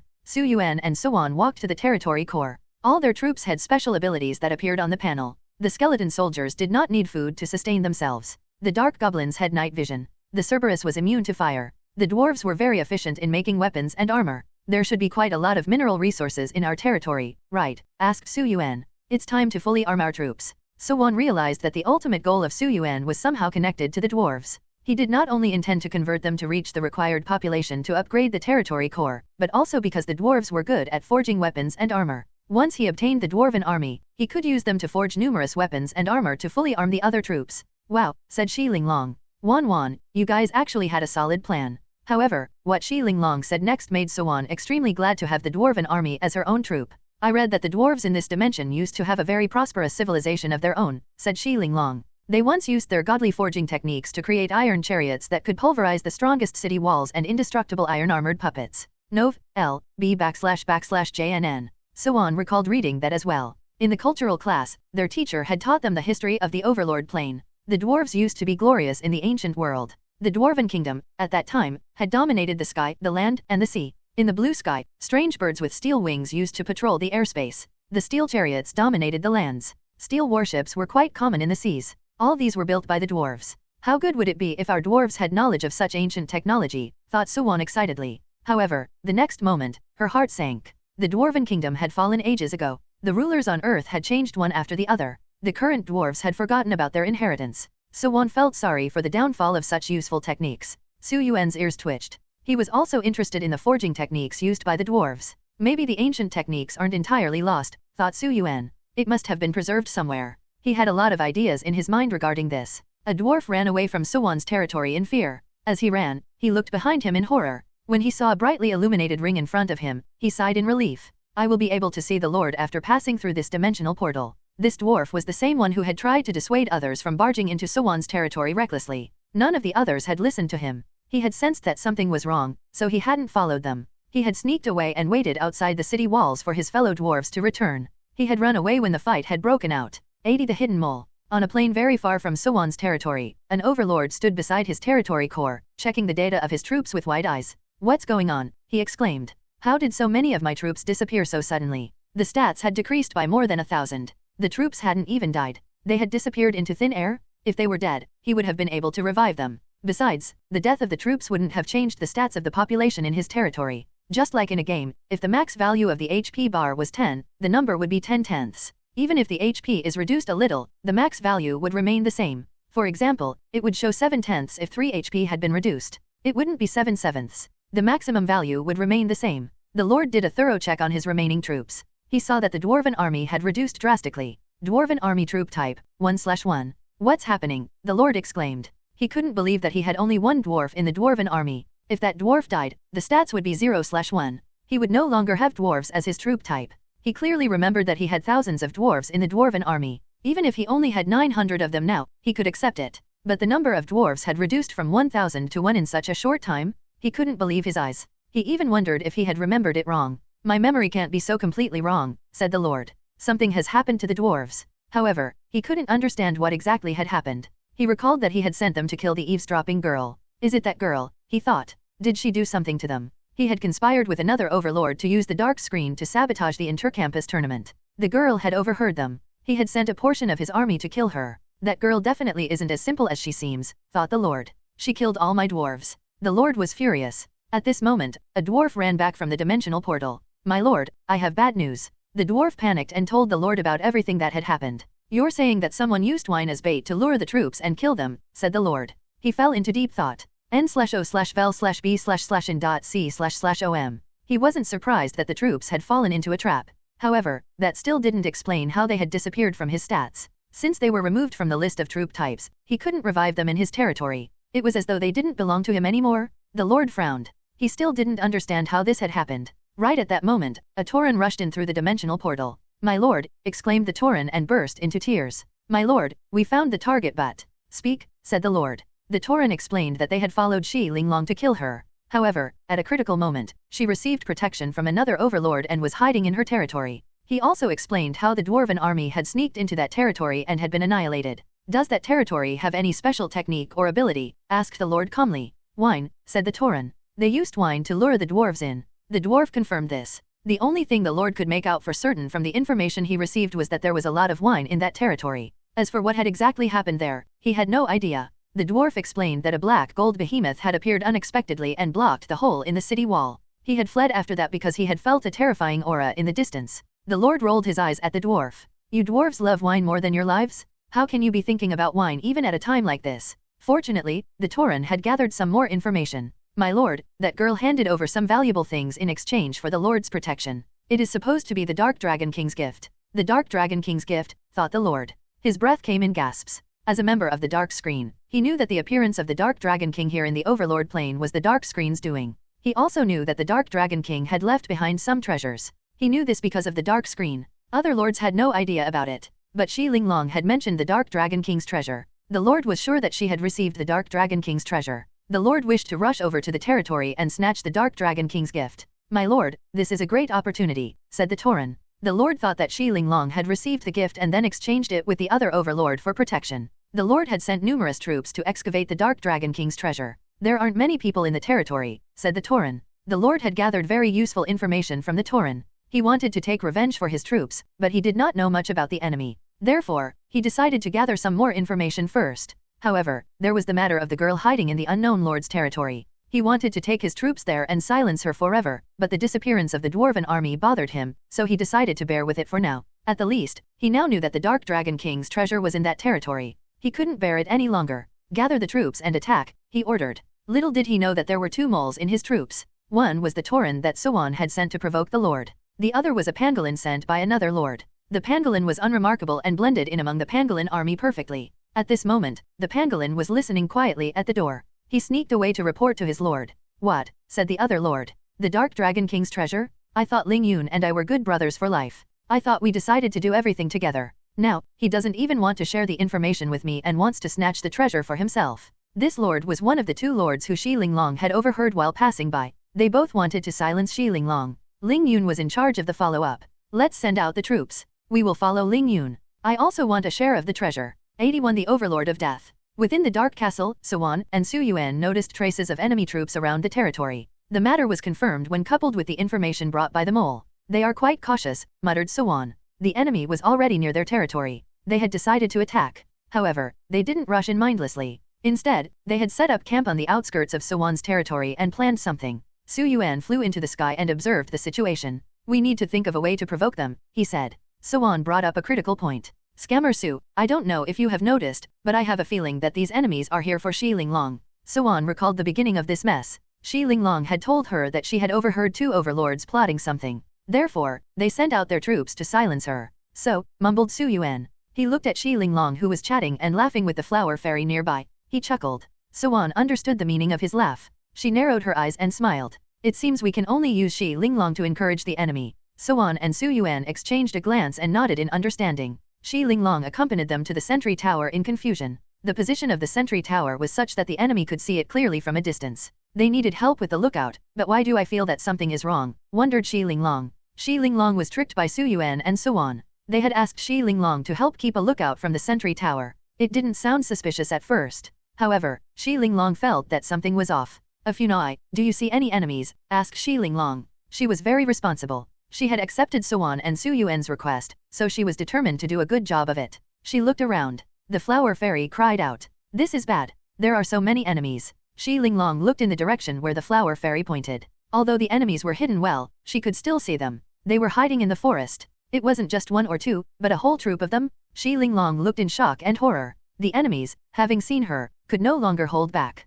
Lord Lingyun ran forward from behind a tree and pointed in her direction. It's that girl? We must kill her. Lin Yun had been calm until that moment. He had been quietly observing and planning his next move, but the moment he saw Xi Linglong, he could no longer keep his cool. Attack! The Tauren army charged forward with their battle axes. We fight for the Lord. The human spearmen charged forward at the same time. N/O/vel/B/jn.C//OM. Lord Lingyun's army had all gathered as if they were going to fight a huge battle. At the sentry tower, Xi Linglong discovered the enemies readying themselves at a distance. She finally realized that the one attacking was the Lord who wanted to hunt her down because she had heard him plotting something with another Lord. I seem to have brought trouble for Wan once again, she said. She was certain that these enemies were after her. If she hadn't run to Suwan's territory, these troops wouldn't be here in the first place. If it wasn't for her, Suwan wouldn't have had to face this crisis. I am so sorry, Wan, mumbled Xi Linglong. She turned around and ran away. You want to run? Lord Lingyun saw Xi Linglong running and became excited for the chase.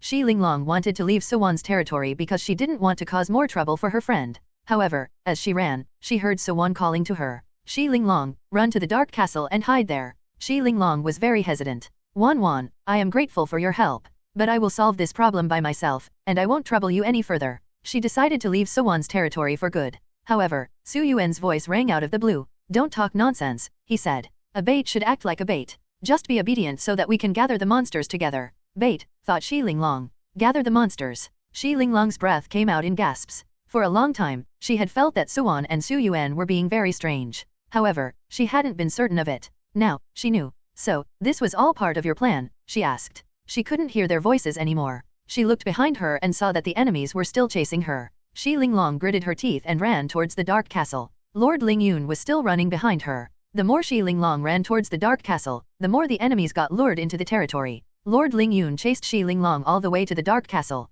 Numerous voices rang out in the air. Kill. Attack. For the Lord. For the sake of wine. Lingyun was still running behind Xi Linglong when a group of dwarves charged toward him. He recognized the dwarves. They used to be his troops. Lingyun ordered the dwarves instinctively. Right on time? Take down that girl. However, Lingyun soon realized that his orders were ignored. The dwarves didn't surround Xi Linglong. They held their weapons and glared at him in disgust. What is this? Is this a mutiny? He asked. I just heard you shout that you will fight for your lord. They had indeed shouted for the lord and charged. Lingyun had assumed that they were referring to him. Although he didn't know why the dwarves had been removed from his list of troops, he still believed they belonged to him. However, when he saw the hostile look on their faces, Lingyun realized that things might have changed more than he had expected. For the Lord, of course, shouted the dwarf commander. For the sake of the Overlord of Death. Lingyun was stunned. Even Xi Linglong and Suwan were surprised. Overlord of Death. Suwan arrived at the scene. The dwarves surrounded her and shouted, Overlord of Death. 82 screwed by a pig teammate. Suwan was confused.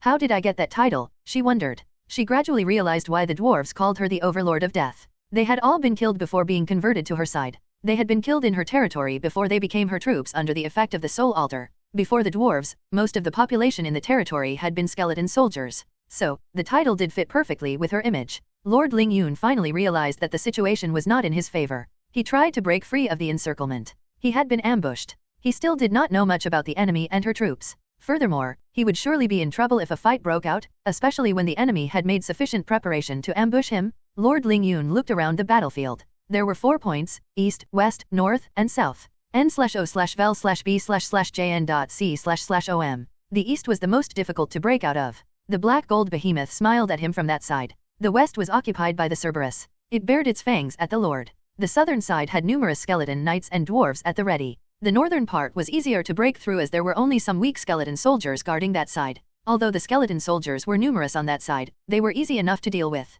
Break out of the encirclement from the north. Lord Lingyun shouted. The troops under his command obeyed and charged. The countless skeleton soldiers faced the oncoming troops. Lingyun was right. The skeleton soldiers were pushed aside. They fell easily. Weak, shouted Lingyun. The black gold behemoths, the Cerberus, dwarves, and skeleton knights didn't seem to be able to react to the sudden charge. Kill them, shouted Lingyun. Even if he was going to end up dead here, he would cut his way through. His troops fought with him. His soldiers fell one after the other. He realized that no matter how much he slashed and hacked, the skeleton soldiers didn't seem to diminish in numbers. One of the Tauren swung his double axes at Lingyun. Only then did Lingyun realize that his soldiers were rebelling against him. Something's wrong, he yelled. He finally understood what was happening. The moment his soldiers were killed, they were resurrected. However, because of that resurrection, they were converted to the enemy's side and attacked him instead. It was also at this moment that he realized the reason for the disappearance of the dwarves from his list of troops. What a terrifying ability. Ling Yuan was a lord with many years of experience. He knew that such a powerful ability would have its limitations. If not, all his troops would be converted to the enemy's side. That would make the enemy invincible? Ling Yuan tried hard to think about any drawback to the ability that he saw before his eyes. Territory. Ling Yuan recalled that the dwarves had been lured into the enemy territory with wine and killed. His troops were in the enemy's territory currently. If the enemy could use this ability everywhere, she wouldn't have elaborately planned to lure and trap them in her territory? He was sure of it. Otherwise, the enemy lord would have roamed around as she pleased, killing creatures to turn them to her side. She had prepared this trap solely because the ability worked only in her own territory? Run, roared Ling Yuan. Escape from here at all costs. His subjects decreased in number gradually. They fell dead on the ground and got up again and attacked their own. It was hard for Ling Yuan to put what he saw into words. However, he found comfort in the fact that he might be able to escape this territory yet. As long as he saw the green hills, there was still hope. Just as he was almost away from the territory, he ran into someone familiar. Brother Ling Yuan, nice to see you here. Why are you running? This was the other overlord that Xi Linglong had accidentally overheard while he was plotting something with Ling Yuan.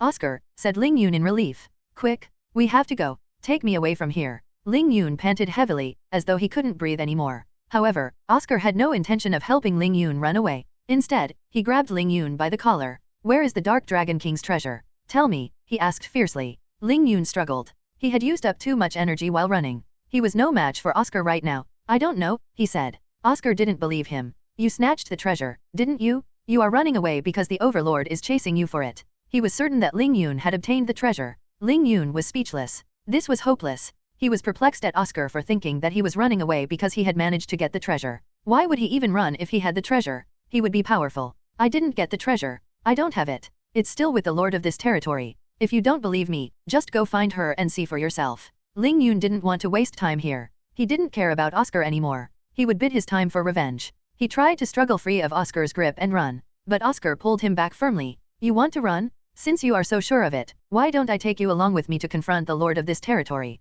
Ling Yuan struggled even harder. No, he had barely escaped with his life, and now this idiot wanted to take him back there? I don't want to go back, he shouted. Let me go, let me go. It was of no use. Oscar led his troops and dragged Ling Yuan along with him. A start? You idiot, yelled Ling Yuan. However, Oscar paid no attention to him as he dragged Ling Yuan back into the territory. Numerous skeleton soldiers appeared. The huge black gold behemoth and a Cerberus approached them slowly. Seeing this, Oscar's confidence waned. The enemy seemed a little tricky. If you want to die, you can go and die, said Ling Yuan. Why do you have to drag me with you? Ling Yuan was unwilling to give up. He tried to convince Oscar to turn back. There is still time, said Ling Yuan. You can still turn back. However, Oscar would hear none of it. Charge, he ordered. Attack everything. Capture the lord. He pointed at Xi Linglong. Xi Linglong was still in shock and was standing at the gate in front of the dark castle.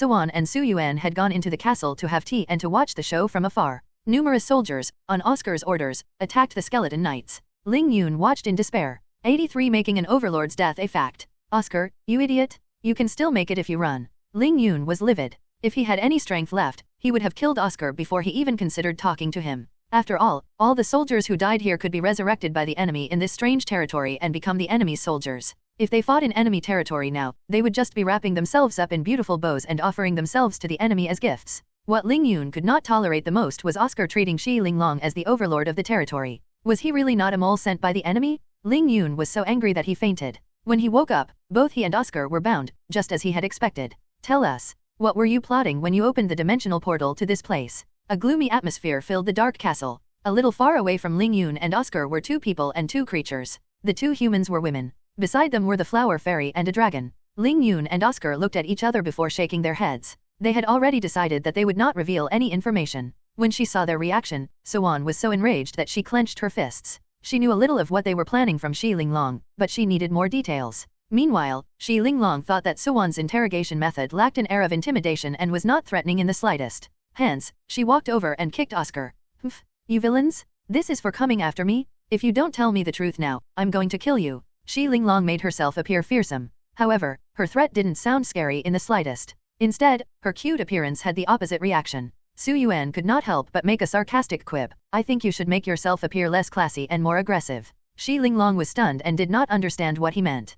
Yuan flew to the two overlords. He looked downward at Ling Yuan and Oscar. Judging by your reactions, it seems you are very certain that if you die here, you will be resurrected through your territory core. Su Yuan knew exactly what they were thinking. That was indeed what they believed. Overlords only faced true death when their territory core was destroyed. So long as their territory cores remained intact, all they needed to do was to spend some resources after they were killed, and they would be resurrected in their own territories. That was why they were so calm in the face of danger. They did not panic even after their capture. It lasted until the dwarves on Su Yuan's side brought a wolf rider over. These were a few from among the enemy's troops that he had not killed in battle. He had kept them alive for this very moment. When the wolf rider was brought before him, Su Yuan swung his tail and flung the black flames. The wolf rider caught fire in an instant. The black flames surged. The wolf rider was in so much pain that it howled in agony. Gradually, the howls became a whimper and the wolf rider fell to the ground, reduced to ashes. The two overlords watched. Oscar couldn't understand what this meant. He simply couldn't understand what Su Yuan wanted to prove. However, Ling Yun's face paled.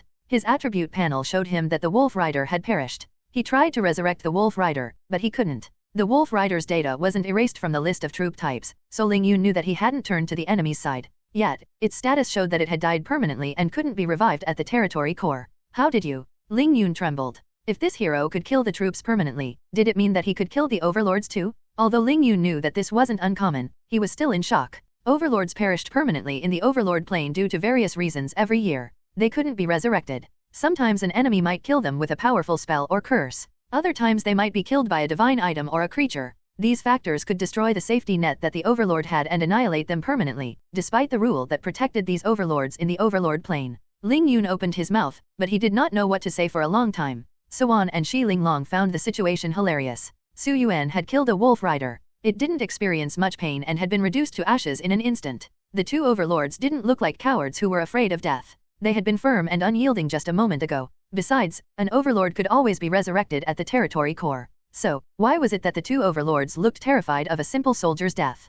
Yuan could not understand it, and neither could Shi Linglong. Oscar was also absolutely baffled. Bah, do you think you can scare me with that party trick? Oscar was stubborn. However, at that moment, Ling Yun spoke to Su Yuan in a trembling voice. No, don't. I'll tell you. His companion had been incredibly headstrong just a few moments ago. However, Ling Yun turned spineless and threw in the towel. What's the meaning of this? You're submitting to them, Ling Yun. Oscar swayed. If it were not for the fact that his hands were bound, he might have slapped Ling Yun. Ling Yun told them all that he knew. We're foreign members of the Dark Screen. Based on what the organization told us, the intercampus tournament is about to start. Su Yuan listened to Ling Yun quietly. The intercampus tournament. Why is the organization so adamant on preventing the intercampus tournament from being launched?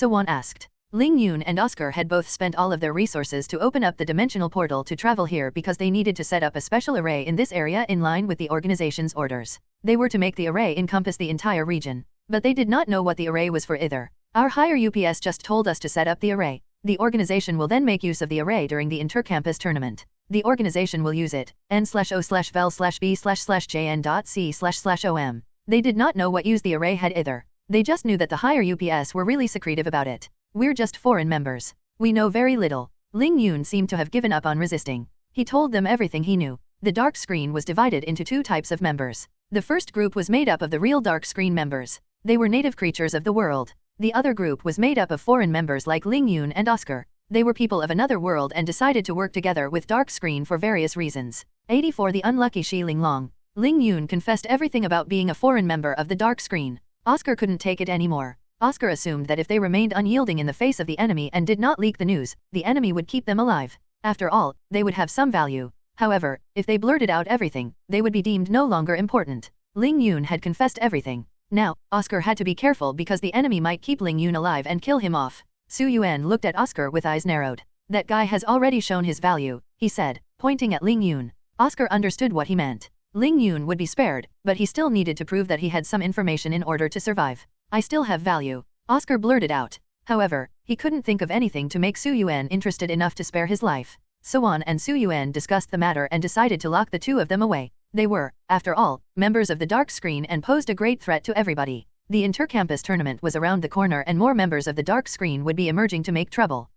What's this? Su Yuan looked at them. Ling Yun and Oscar's wrists glowed faintly. You are trying to send information through this thing? Su Yuan asked. He shattered their bracelets. With a buzz, the two bracelets turned to dust and disappeared. Su Yuan withdrew his claws and returned to the throne to sleep. However, the dust re-emerged and drifted toward Shi Linglong. Wait, what's happening? Exclaimed Shi Linglong. Although she didn't know what exactly was happening, she knew that her luck was rotten. Oscar rushed to explain. This is a special method of the organization, he said. It is used to mark and track people who pose a threat to the organization. Xi Linglong was stunned. How am I a threat? In the dark screen, they use this special method to ensure the safety of their members, said Ling Yun. Every member wears a bracelet like this. When a member dies, the bracelet marks those in proximity to the dead member. This makes it easier for the organization to track people who might have been involved in the death of the member of the dark screen. Master, since you shattered the bracelet, the mechanism registers us as dead, said Ling Yun. He could tell that the Dark Dragon King was extremely powerful. He shattered the bracelet so easily, after all.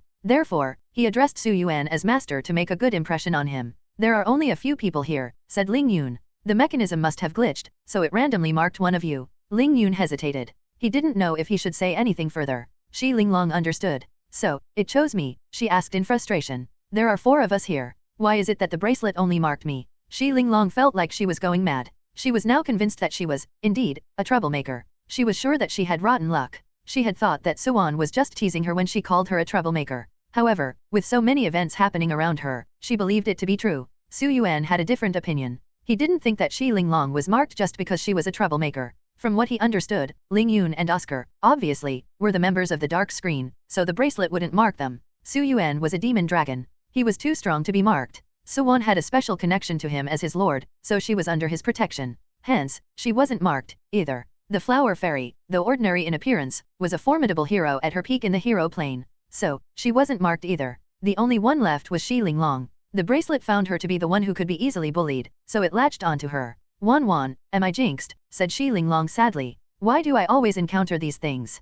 Yuan tried to comfort her friend. Xi Linglong decided to return to her territory. Now that her territory was safe, she could go back in peace. However, Xi Linglong was becoming more certain that she was jinxed. She didn't want to stay and cause trouble for Yuan. Wan, thank you for your help, said Xi Linglong. I will find you again when you're free. Xi Linglong left. On the way to her territory, she realized that she had forgotten to question Yuan about using her as bait. She had brought a lot of trouble to Yuan's territory. However, it seemed that Yuan had anticipated all of it and even used her to lure the enemies. When did they plan everything? Muttered Xi Linglong. The more she thought about it, she got that much more overwhelmed. The Flower Fairy wanted to say something but stopped herself. She wanted to tell Xi Linglong that Yuan and Su Yuan might have started planning the moment she reached Yuan's territory. However, she was afraid of offending Su Yuan. In the end, she pretended not to know anything and watched Xi Linglong struggle with her thoughts.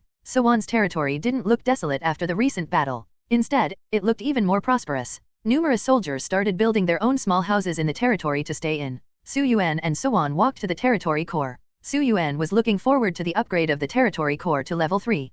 Yuan was also excited. She cast a glance at Su Yuan. She remembered that when the territory core got upgraded to level 3, he could take a human form. Yuan was looking forward to it. The Lord and the hero studied the territory core. Territory core upgrade requirements. Land area should be 5 square kilometers, achieved. Total resources need to reach 1,000 tons, achieved. N/O/vel/b/jn.c//om. Possess 20 buildings, completed. Population needs to reach 10,000, achieved. 85 new ability, human form. Finally, all requirements were met to upgrade the territory core. Do you want to upgrade the territory core to level 3? When the prompt appeared, both Yuan and Su Yuan reached out at the same time to press yes. Su Yuan's claw and Yuan's hand touched. Su Yuan looked at Yuan doubtfully. He recalled that when he had wanted to upgrade the territory core to level 2, she had been unwilling. He even had to reveal one of his many abilities in exchange for her to upgrade it. However, she seemed so eager to upgrade the territory core to level 3 this time. He wondered if this upgrade held some benefit for her as well. Yuan had, instinctively, reached out to press the option. When her hand met Su Yuan's claw, she retracted it immediately. She was flustered. What are you even shy about? He isn't even a human man. He is just a lazy, wormy, dragon. She regained her composure. I know the upgrade is more beneficial to you, she said. You should press it. Yuan pretended as though it didn't matter to her. Su Yuan went ahead and pressed the button. Congratulations, Lord Yuan. Your territory core has been upgraded to level 3. Su Yuan didn't pay attention to other things that had been unlocked with the upgrade. He looked at his attribute panel. He could, finally, get rid of the level 59 limit and upgrade to level 60. When the territory core upgraded to level 3, Su Yuan's level shot up to 60. Name, Su Yuan. Demonic dragon's true name, Lapis Olga. Race, Dark Demon Dragon. Level, 60. Strength, 2960. Spirit, 2958. Agility, 2957. Constitution, 2960. Abilities. Night Shift LVL 3. Dragon God Slumber LVL 1. Lord of Darkness LVL2, Demonic Dragon's Blessing LVL2, Demon Dragon Wings LVL1, Demonic Dragon's Breath LVL1, Dark Fusion LVL1, True Eye of the Demon Dragon, Dark Dual Domain, Chaos Realm N/O/Vel/B/in.C//OM. Lost in the night. Su Yuan stretched lazily. He was in his full form. 12 energy balls floated behind him, and a mysterious magic array rotated under his feet. I am at the high level, thought Su Yuan. Su Yuan recalled the power hierarchy of the Overlord plane. Level 1 to level 29 were the low-level lord. Level 30 to level 59 were the intermediate lord. Level 60 and above were the high-level lord. Although his strength had been comparable to a high-level lord even before, he had not been able to reach the level yet. He had finally caught up. I've really gained a lot of experience points, thought Su Yuan. When his night shift ability reached level 3, the efficiency of gathering experience points had increased tenfold. Coupled with the recent fight, Su Yuan's experience points had increased drastically. Before he knew it, he had reached level 59. Now, with the territory core upgrade, he had broken through to level 60. However, things were different after this. It was much more difficult to level up from this point. The amount of experience points required to level up was too much. The experience points that he usually gathered from fights and killing monsters would be considered too little to level up from this point forward. He had two choices. One was to enhance the night shift ability to continue earning experience points. The other was to kill even more powerful and high-level monsters. Low-level and weak monsters would provide barely any experience points to make a difference. Only high-level monsters could provide significant experience points if he wanted to level up fast. Fortunately, I still have skill enhancement points from before, thought Su Yuan. He was glad he hadn't used it before. He had saved all the skill enhancement points he gained from leveling up from level 39 to 40, from level 49 to 50, and from level 59 to 60. At this time, Suwan's voice interrupted his thoughts. Her delicate face moved closer to Su Yuan. Scammer Su, you said you could take human form, she said. Could you try once? If Suwan hadn't mentioned it, Su Yuan would have forgotten about it. He was familiar with the dragon form and didn't much care to change his form to other things. However, he was a little curious. After all, he used to be human before he transmigrated.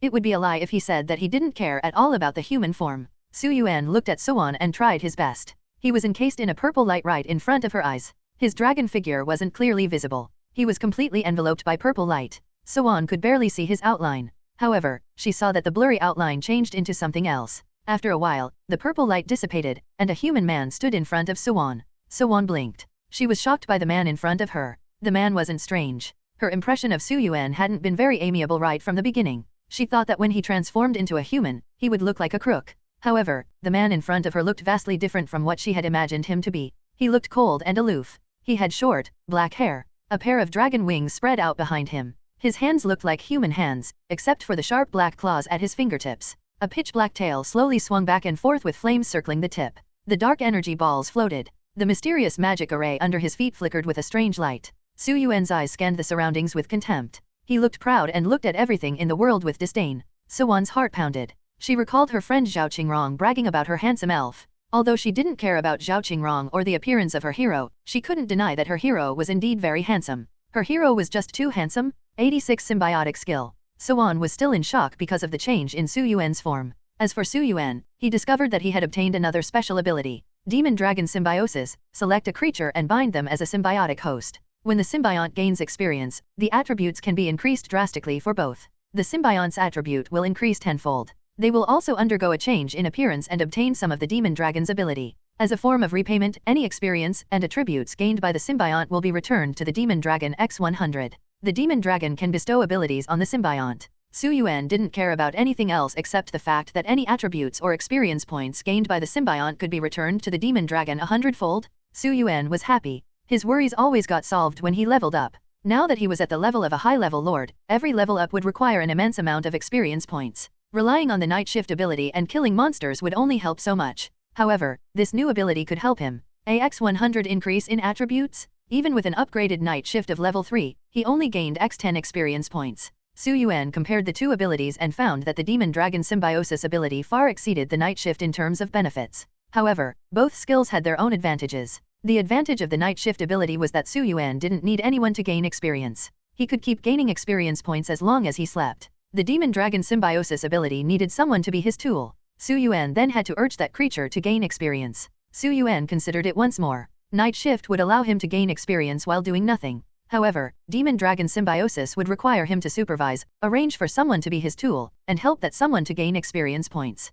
That was a lot of work, but X100 experience points were still a whopping amount. Su Yuan chose the Demon Dragon Symbiosis ability. Although the ability was a little too bothersome, he could not only gain X100 experience points but also 100 times increase in other attributes. Su Yuan looked at Suwon. He felt that she was capable enough to be his symbiont. Suwon didn't know what was going on in his mind. She noticed that he kept staring at her. So, she felt shy. She didn't dare look at him directly. Her heart pounded. She couldn't stay calm. Little did she know that Su Yuan was secretly planning something which involved her. Do you wish to bind a creature as your symbiont? Please note that, with the current skill level, only one symbiont can be bound. Please choose carefully. Bind Suwon, thought Su Yuan, making his decision. He didn't hesitate. Suwon was the only person he knew and understood the most in this overlord plane. Besides, as a lord and hero pair, they both had common interests. Symbiont has been bound.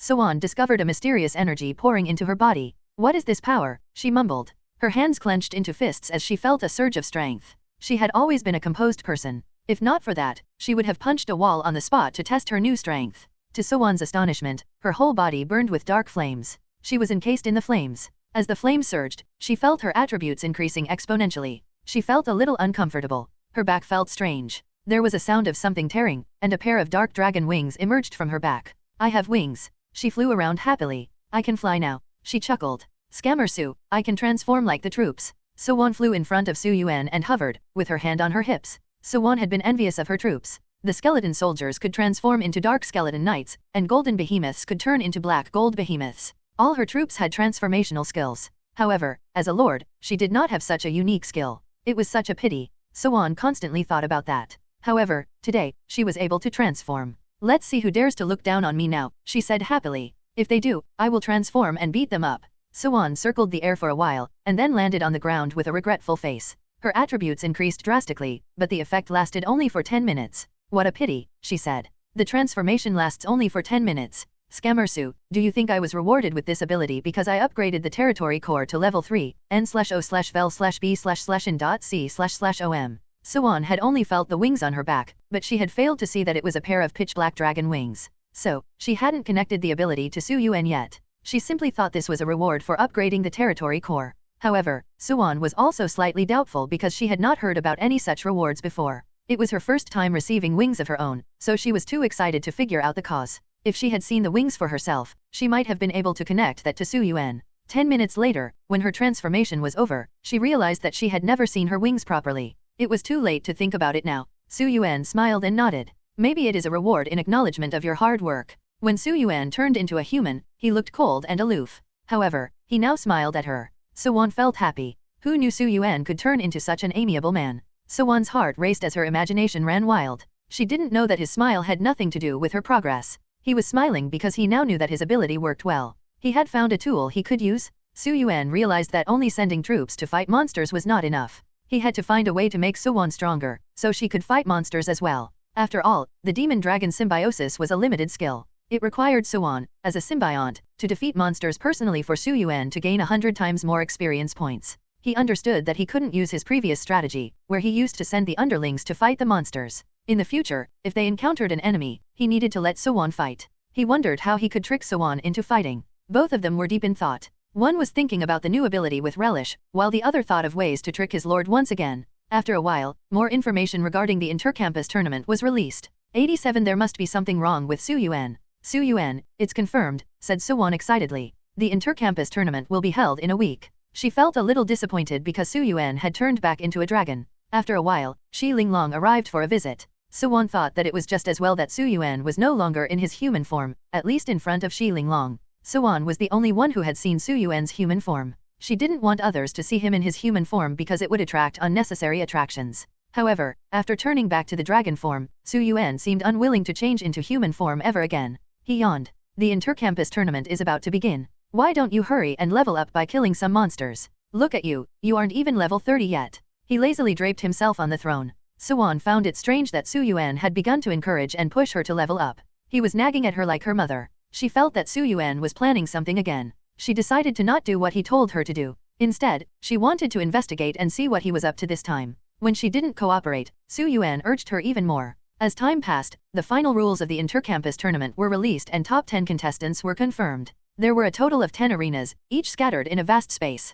In the arenas, 10 schools would compete, and only one would win. Yuan was explaining the rules of the inter-campus tournament to Yuan. However, Yuan was a little absent-minded today. At this moment, his mind was full of thoughts on how to trick Yuan to gain more experience. Scammer Su, don't turn into a human in the arena, said Yuan suddenly. Yuan was confused. She was always eager for him to turn into human form. However, now she was dissuading him from doing so. Anyway, he didn't care much about his human form and had no intention of turning into a human for now. Yuan didn't really want to turn into a human if he could help it. The cause for this was Yuan. When he was in his dragon form, he felt normal. However, when he faced Yuan in his human form, it felt strange. If he turned into a human, a man and a woman would be all alone in the throne room. The presence of a dragon and a lord didn't seem too strange.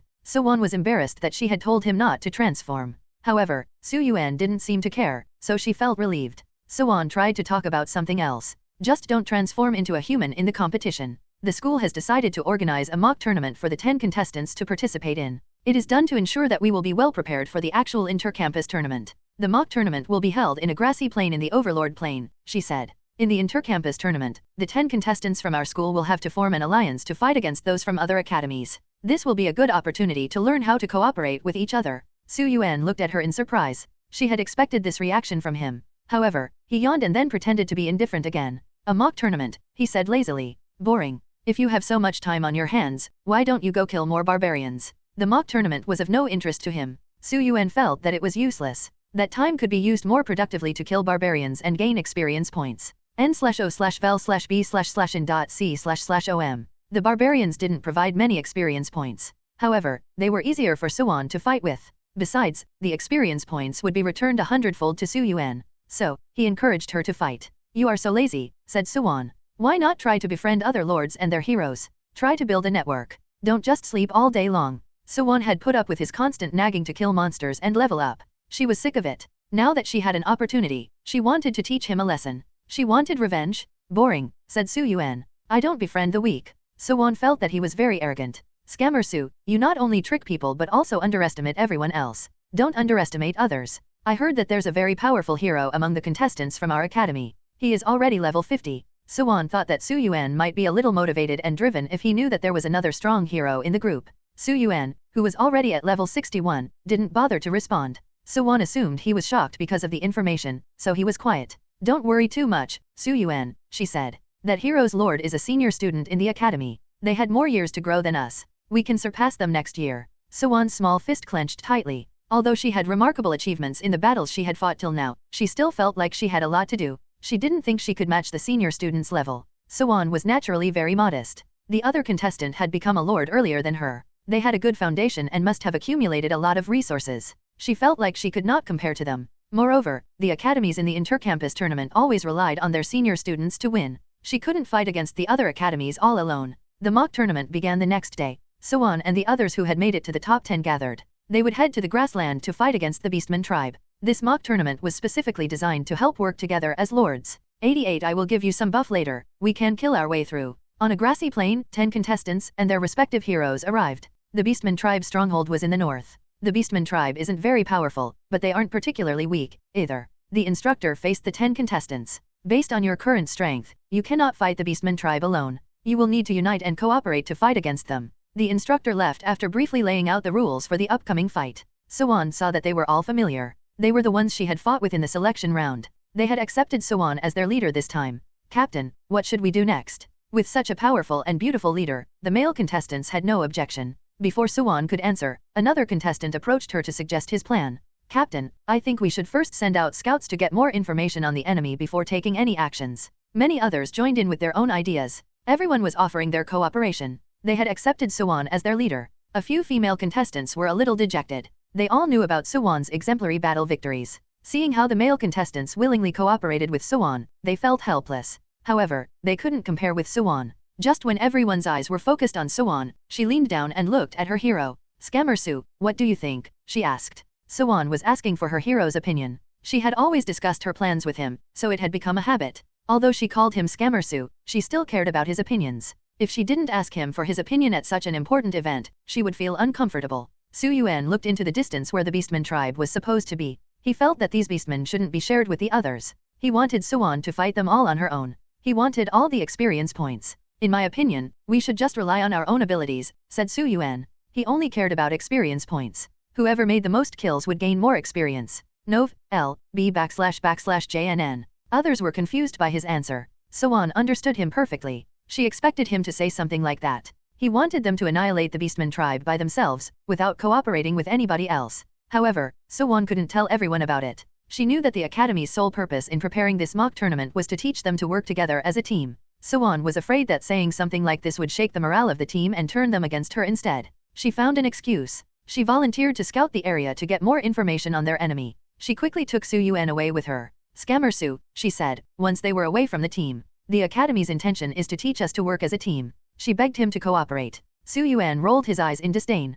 Yuan felt hopeless. Cooperate, said Su Yuan. His mood seemed to shift from disdain to enthusiasm. That's something the weak do. We don't have to do that. He waved his claws dismissively. It's just a Beastman tribe. Believe in yourself. You can destroy them all on your own. He looked at Yuan. I will give you some buff later. We can kill our way through the Beastman tribe and put an end to this boring mock tournament.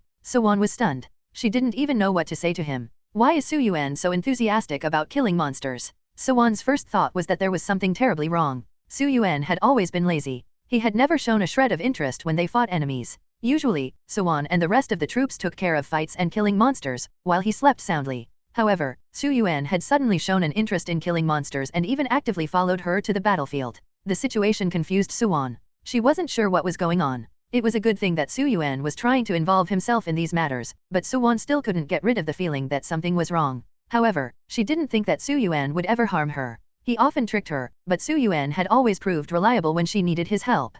Yuan thought about the situation for a while. If Su Yuan was being so active, it meant he had a request. She recalled the time when the territory core was updated to level 2. At that time, she had been angry at Su Yuan because she thought he had done so many useless things to the territory. She had not known he was paving the way to upgrade the territory. This felt like the same thing. Su Yuan was planning something and wanted Yuan to cooperate to succeed in it. If she asked him directly, he wouldn't answer her. So, she used another strategy. She set a condition to cooperate. Scammer Su, you are so eager to make me fight the Beastman alone. Are you plotting something? She asked. I will do what you want on one condition. She held one finger up in the air. You have to help me strengthen the troops. I am no match for the Beastman tribe alone. The grassland was far from her territory and the territories of the other lords. However, they could open a dimensional portal and summon their troops at any time. Yuan had guessed that it was Su Yuan who had been using buff on the troops to make them stronger, but she didn't have evidence. She framed her condition in such a way that implied that she already knew the truth and there was no use for him to keep hiding it. If Su Yuan agreed to her condition, it would mean that the previous transformation and mutation of the troops were all his doing. This would prove, once and for all, that Su Yuan indeed had a powerful auxiliary ability. 89 each with their own plan. Su Yuan understood Yuan's motive. He hadn't intended to hide the information forever, anyway. In the past, he was too lazy to tell her. He thought she might waste his time by demanding too many things. However, he now had a more efficient way to gain experience. He no longer relied on sleeping to gain experience points. He was willing to reveal a little of his ability to gain her trust. No problem. His answer was straightforward. He didn't even hesitate. Yuan knew that her guess had been correct. Scammer Su really has a powerful ability, she thought. Yuan was a bit concerned about his offer of a buff to let her kill the Beastman tribe. However, she was excited to know what kind of buff it would be. Su Yuan had already applied the ability to her, the Demon Dragon Symbiosis. Under the Demon Dragon Symbiosis effect, Yuan could transform into a creature that was half human and half dragon. Her attributes increased greatly, too. Su Yuan hadn't really lied to Yuan. It was indeed a sort of buff that he had already applied to her. It was just that she had never doubted that it was him behind her transformation. Yuan summoned the Golden Behemoth from the dimensional portal. With her current resources, she could create almost 10 golden behemoths. As for the black gold behemoths, Yuan didn't even think about it. The resources required to create one would be too much. The difference between golden behemoth and black gold behemoth was huge. Yuan's current plan was very simple. She wanted to create a few golden behemoths and then would ask Su Yuan to strengthen them into black gold behemoths. That way, she could have black gold behemoths for free. I tricked Su Yuan, and he doesn't even know it, thought Yuan happily. Little did she know that Su Yuan was also scheming against her. Scammer Su, hurry and strengthen them, said Yuan. Watch me lead the black gold behemoths to destroy those Beastman tribe. Yuan was bold, just like a general leading her army. Su Yuan didn't fail her. He applied the demonic dragon's blessing and transformed the golden behemoths into black gold behemoths. The golden behemoths were encased in black flames. They gradually changed into black gold behemoths. Yuan was euphoric. She had been right all along. The strange transformation of her troops was because of Su Yuan. Scammer Su, you can hide it all you want. I still discovered it, thought Yuan. With the black gold behemoth and the buff from Su Yuan, she was ecstatic. Let's go. Yuan led the black gold behemoths and Su Yuan. She had forgotten all about the other contestants. Su Yuan had already given a secret order to the black gold behemoths. He instructed them to pretend to fight the beastmen, but he ordered them to let Suan defeat them by herself. Otherwise, the beastmen would fall one by one at their hands and Su Yuan wouldn't be able to enjoy the experience points. Su Yuan rejoiced in his heart. They arrived near the beastman tribe area. Suan discovered that something was odd. There's someone there? Hide. She noticed someone at the front. She crouched down among the long grass. Wait, why do they look familiar? At first, Su Yuan didn't care about who it was. However, he was surprised to see a familiar face. Isn't that the troublemaker? A young woman was running towards them. It was really Xi Linglong? Why is she here? Asked Suan. She felt numb. The grassland was far from the territories of the lords. Without the dimensional portal, it would take them months and years to reach this place by walking. Suan had used the dimensional portal created by the academy to get here. How did Xi Linglong get here? Thought Suan. Don't tell me the troublemaker came here specifically to create trouble. Suan looked at Xi Linglong's sorry figure as she fled. She guessed that something might have happened to Xi Linglong again. It had been a few days since the incident where Xi Linglong was pursued by Ling Yun and Oscar. It was no longer strange for the enemy to notice Xi Linglong and hunt her. Linglong, this way. Suan waved at Xi Linglong. When Xi Linglong heard Suan's voice, her mouth opened wide in surprise. She couldn't believe Suan was here to help her again. Wan, she said. Is this an illusion? Why are you here? Xi Linglong ran to Suan, breathing roughly. Suan looked at Xi Linglong's miserable state, and her heart ached. Xi Linglong was the youngest in their group of friends. They all treated her like their little sister. Seeing her like this made Suan feel very sad. I should be asking you that, said Suan. Why are you here? This is supposed to be the venue for the mock tournament. Xi Linglong looked at Suan in shock. I was kidnapped. Those bastards brought me here, n/o/vel/b/in.c//om. After a while, Xi Linglong calmed herself. She told Suan everything that had happened. Everything was related to the dark screen that was still hunting them. Su Yuan had shattered the bracelets of the two members of the dark screen, Ling Yun and Oscar. The moment the bracelets had shattered, it had assumed that they were dead. So, the fragments had turned into dust and marked Xi Linglong from among the others present. Xi Linglong was on the hit list of the dark screen. When Suan and Su Yuan had gone to participate in the mock tournament, Xi Linglong had encountered the enemy. 90 cutting off the plane connection. Those B** stars tied me up and covered my eyes. I didn't know where they took me, said Xi Linglong, her eyes slightly red as she narrated her fearful experience to Suan. Suan hugged Xi Linglong and comforted her like she was a child. The flower fairy and Su Yuan stood at the side quietly. I waited for a few Nai to recover a bit of her power. She helped me get rid of my restraints. Then I ran away. I didn't know I was brought here by the Beastman tribe. I only managed to escape because of a few Nai, said Xi Linglong. Xi Linglong panicked. Wan, is this really the venue for the mock tournament? Yeah. What's wrong? Asked Suan. I just told you. Looking at Xi Linglong's face, Suan understood that something was wrong. At this time, Xi Linglong's troublemaking nature was apparent to all. Xi Linglong's face paled. Wan, I have something very important to tell you. It's very likely that we won't be able to return to the blue planet for the time being. We won't be able to return to the blue planet, thought Suan. She was confused. As an overlord, anybody could leave the overlord plane and return to blue planet at any given time. But Xi Linglong said they couldn't return. Were they trapped in the overlord plane forever? Although the overlord's foundation and territories were in the overlord plane, their homes were on the blue planet. Their friends, families, teachers, and classmates were all on the blue planet. It was difficult to accept this truth. Justifiably, Suan's first reaction was disbelief. She tried to return to the blue planet just to see if she could. However, the method she had used to return to her planet 100 times before failed her. How is it possible that our connection has been cut off from the blue planet, said Suan. This is just a mock tournament organized by the school. Suan didn't understand why this kind of thing had happened. She thought this was just a mock trial prepared by the teachers. Xi Linglong shook her head. It's the dark screen. The Beastman tribe is colluding with the dark screen. In order to stop the intercampus tournament, they have cut off the connection between the two planes. As far as Suan knew, there were 3 planes. First was the hero plane, where the toughest heroes gathered. The second was the overlord plane. This was also a battlefield where the overlords built their foundation. The third was the blue planet, where the overlords were originally from. The 3 planes also had a structure. The uppermost plane was the hero plane. The middle was the overlord plane, and the lowest plane was the blue planet. It was dangerous for the connection to be cut off between the overlord plane and the blue planet. So, the contestant for the intercampus tournament will be trapped here forever, thought Suan. According to the information she had so far, the venue for the final match of the intercampus tournament was a mysterious place on the overlord plane. If the connection between 2 planes were cut off, the dark screen could slaughter all the contestants in the overlord plane, and the blue planet would be unable to help. However, it was impossible to cut off the connection between the 2 planes completely. Maybe they only cut it off partially. I am afraid this place is within the surrounding area that has been cut off from the outside, said Xi Linglong. Shi Linglong told Yuan about the magic array set up to cut off the connection between the Overlord plane and the outside. In other words, if we don't get rid of those beastmen, we won't be able to return to our plane. Or we need to find an area that is not covered by the magical array. Yuan came up with several solutions. In the past, she would have taken time to think about which option sounded the best. But now she felt that she didn't need to think about it too much. There was only one choice. They had to destroy the Beastman tribe and the Dark Screen. Linglong, let's go. We need to destroy the Beastman tribe. Yuan thought of the black gold behemoths and Su Yuan's promise of applying a buff on her. She felt her confidence surge. Under Shi Linglong's confused gaze, Yuan led her toward the Beastman tribe from where she had just escaped. There was no need for Yuan to march into the Beastman tribe. However, the Beastmen had already discovered Yuan and Shi Linglong by then. Human Lord, roared the Beastmen. Kill them. Humph, just a bunch of clowns, muttered Yuan. Scammer Su, quickly apply the buff on me. She commanded the black gold behemoth to charge toward the enemy. Boom, boom, boom. The ground trembled as the black gold behemoth's aura surged like a rainbow. Su Yuan pretended to draw something in the air. I have applied the buff, he said. Transform quickly. Yuan nodded. She transformed. Ryip. A pair of dark dragon wings emerged from her back. Yuan's attributes increased exponentially. She flapped her wings fiercely. Suddenly, dust filled the air, and a storm arose. In an instant, she arrived at the center of the Beastman tribe. Wait, what kind of buff is this? Asked Yuan. She flew above the Beastman and looked down. Was I tricked? N/O/vel/B//jn.c//om. She realized that this was the same kind of transformation as before. She hadn't received any sort of buff. Did Scammer Su trick me again?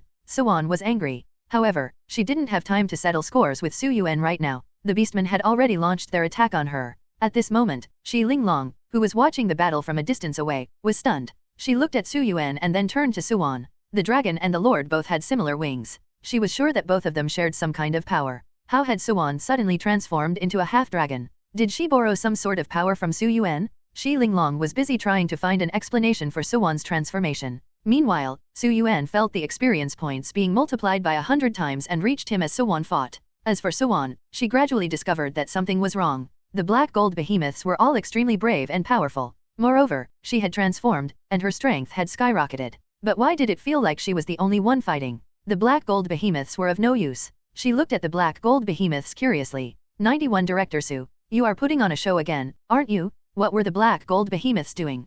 Yuan glanced at them and felt even more confused than before. The black gold behemoths were fighting hard. Yuan couldn't find anything wrong with them. However, Yuan felt that they were acting strange. Boom! A black gold behemoth charged and started fighting the beastmen in all directions. The beastmen saw the black gold behemoths charging aggressively. They were frightened and fled in terror. Everything seemed fine. However, when she observed the black gold behemoths carefully, she realized that their attacks didn't hurt the beastmen at all. They were just terrifying to look at, but they didn't hurt the beastmen. She didn't know how to describe what she saw. The black gold behemoths were fierce, but they didn't hurt anyone. They fought like a ferocious tiger, but their battle record remained 0. Yuan felt a sense of déjà vu. She was sure this had happened before. Yuan didn't have time to remember. At this time, the beastmen discovered that the black gold behemoths couldn't harm them, so they shifted their hatred and anger towards Yuan. Brothers, the black gold behemoths must be trying to help us despite being enslaved by the human overlord, roared the beastmen. We must kill the overlord and free the behemoths. The beastmen were excited, and they swore to repay the favor. Yuan felt anxious. This is despicable. I clearly have my troops with me, why do I have to fight alone? A beastman tried to knock into her. She flew up in the air, gasping for breath. Even with her current strength, she had no confidence to fight alone. She wondered why her own troops had deserted her. Yuan looked at the black gold behemoths. It didn't look like there was something wrong with them. They were still attacking the beastmen with all their might. The beastmen fled when they saw the behemoths approach. Yuan looked at the black gold behemoths anxiously. Shi Linglong and the flower fairy had just escaped from the beastmen and had not fully recovered their strength. They could only watch from a distance and cheer to encourage Yuan. As for Su Yuan, Yuan saw him hide behind Shi Linglong and the flower fairy, and watch everything. Start. Yuan was enraged. Although Yuan knew that Su Yuan wasn't very strong, he was more than enough to deal with a few beastmen. Even if his participation might not make a huge difference in the fight, it would have reduced the immense pressure that Yuan felt. She wondered what he was planning. He had no intention to move from his place. She even saw him smile. Is it that funny to watch our troops fail? Yuan was furious. Su Yuan wasn't smiling because he was glad to see Yuan in trouble. Instead, he was overjoyed that the experience points that Yuan gained were returned to him 100-fold. Moreover, Yuan leveled up in the process. Su Yuan would enjoy more increase in attributes as Yuan leveled up. How could he not smile when he was gaining so much? Su Yuan didn't know that his smile was interpreted in a negative way by Yuan. Scammer X, shouted Yuan. At this moment, the ability ran out and her attributes suddenly decreased. D*mn. Is this the end for me? Yuan realized that she might die here. There were countless beastmen all around her. She would be torn apart. It was at this time that she heard the black gold behemoth's roar. Boom! A black gold behemoth jumped up and smashed into the ground to create a huge pit. The surrounding beastmen were sent flying. One by one, the black gold behemoths surrounded Yuan to protect her. You guys. Yuan was speechless. These black gold behemoths were different from the ones moments before. They had charged into the beastman tribe, dealing 0 damage. However, they were extremely fierce now. This was because the current black gold behemoth was very different from the black gold behemoth just now. A few stumps sent countless beastmen flying backward. You are finally not faking it, thought Yuan. She remembered where this had happened before. Director Su, you are putting on a show again, aren't you? Said Yuan. Yuan almost cursed. She was furious. She finally realized why the black gold behemoths were so imposing, yet they hadn't posed much threat to the enemy. It had been a fake fight. Yuan had once before ordered the troops to fake a fight during the selection contest too. Yuan was sure that the same thing had happened here. In the face of her angry gaze, Yuan didn't seem to understand what he had done wrong. He stood there and looked at her innocently. Yuan was so angry that she could even choke on her wrath. Shi Linglong, on the other hand, was very worried about her friend. Wan, are you alright? Shi Linglong didn't understand what had happened. She was absolutely perplexed. Director Su, wondered Shi Linglong. What is Yuan talking about? Who is this Director Su? Under the protection of the black gold behemoths, Yuan finally returned safely. She pointed a trembling finger at Yuan. Director Su, are you not going to explain? Shouted Yuan. She wanted him to explain that the black gold behemoths had been faking their fight under his command. After all, who could order them around except Yuan? Yuan raised his head and looked at the sky, pretending to be unaware of her implications. Although Shi Linglong wasn't sure what was happening, she tried to be the peacemaker. Alright, settle down. Wan, don't be angry. What did Yuan do wrong? He was here all this time. I didn't see him do anything at all. Shi Linglong was bewildered. When Yuan was fighting, Yuan had been beside her and hadn't gotten up to any trouble at all. Why did Yuan blame Yuan? Yuan pointed at Yuan, huffing in anger. He's the one who's lying and tricking people.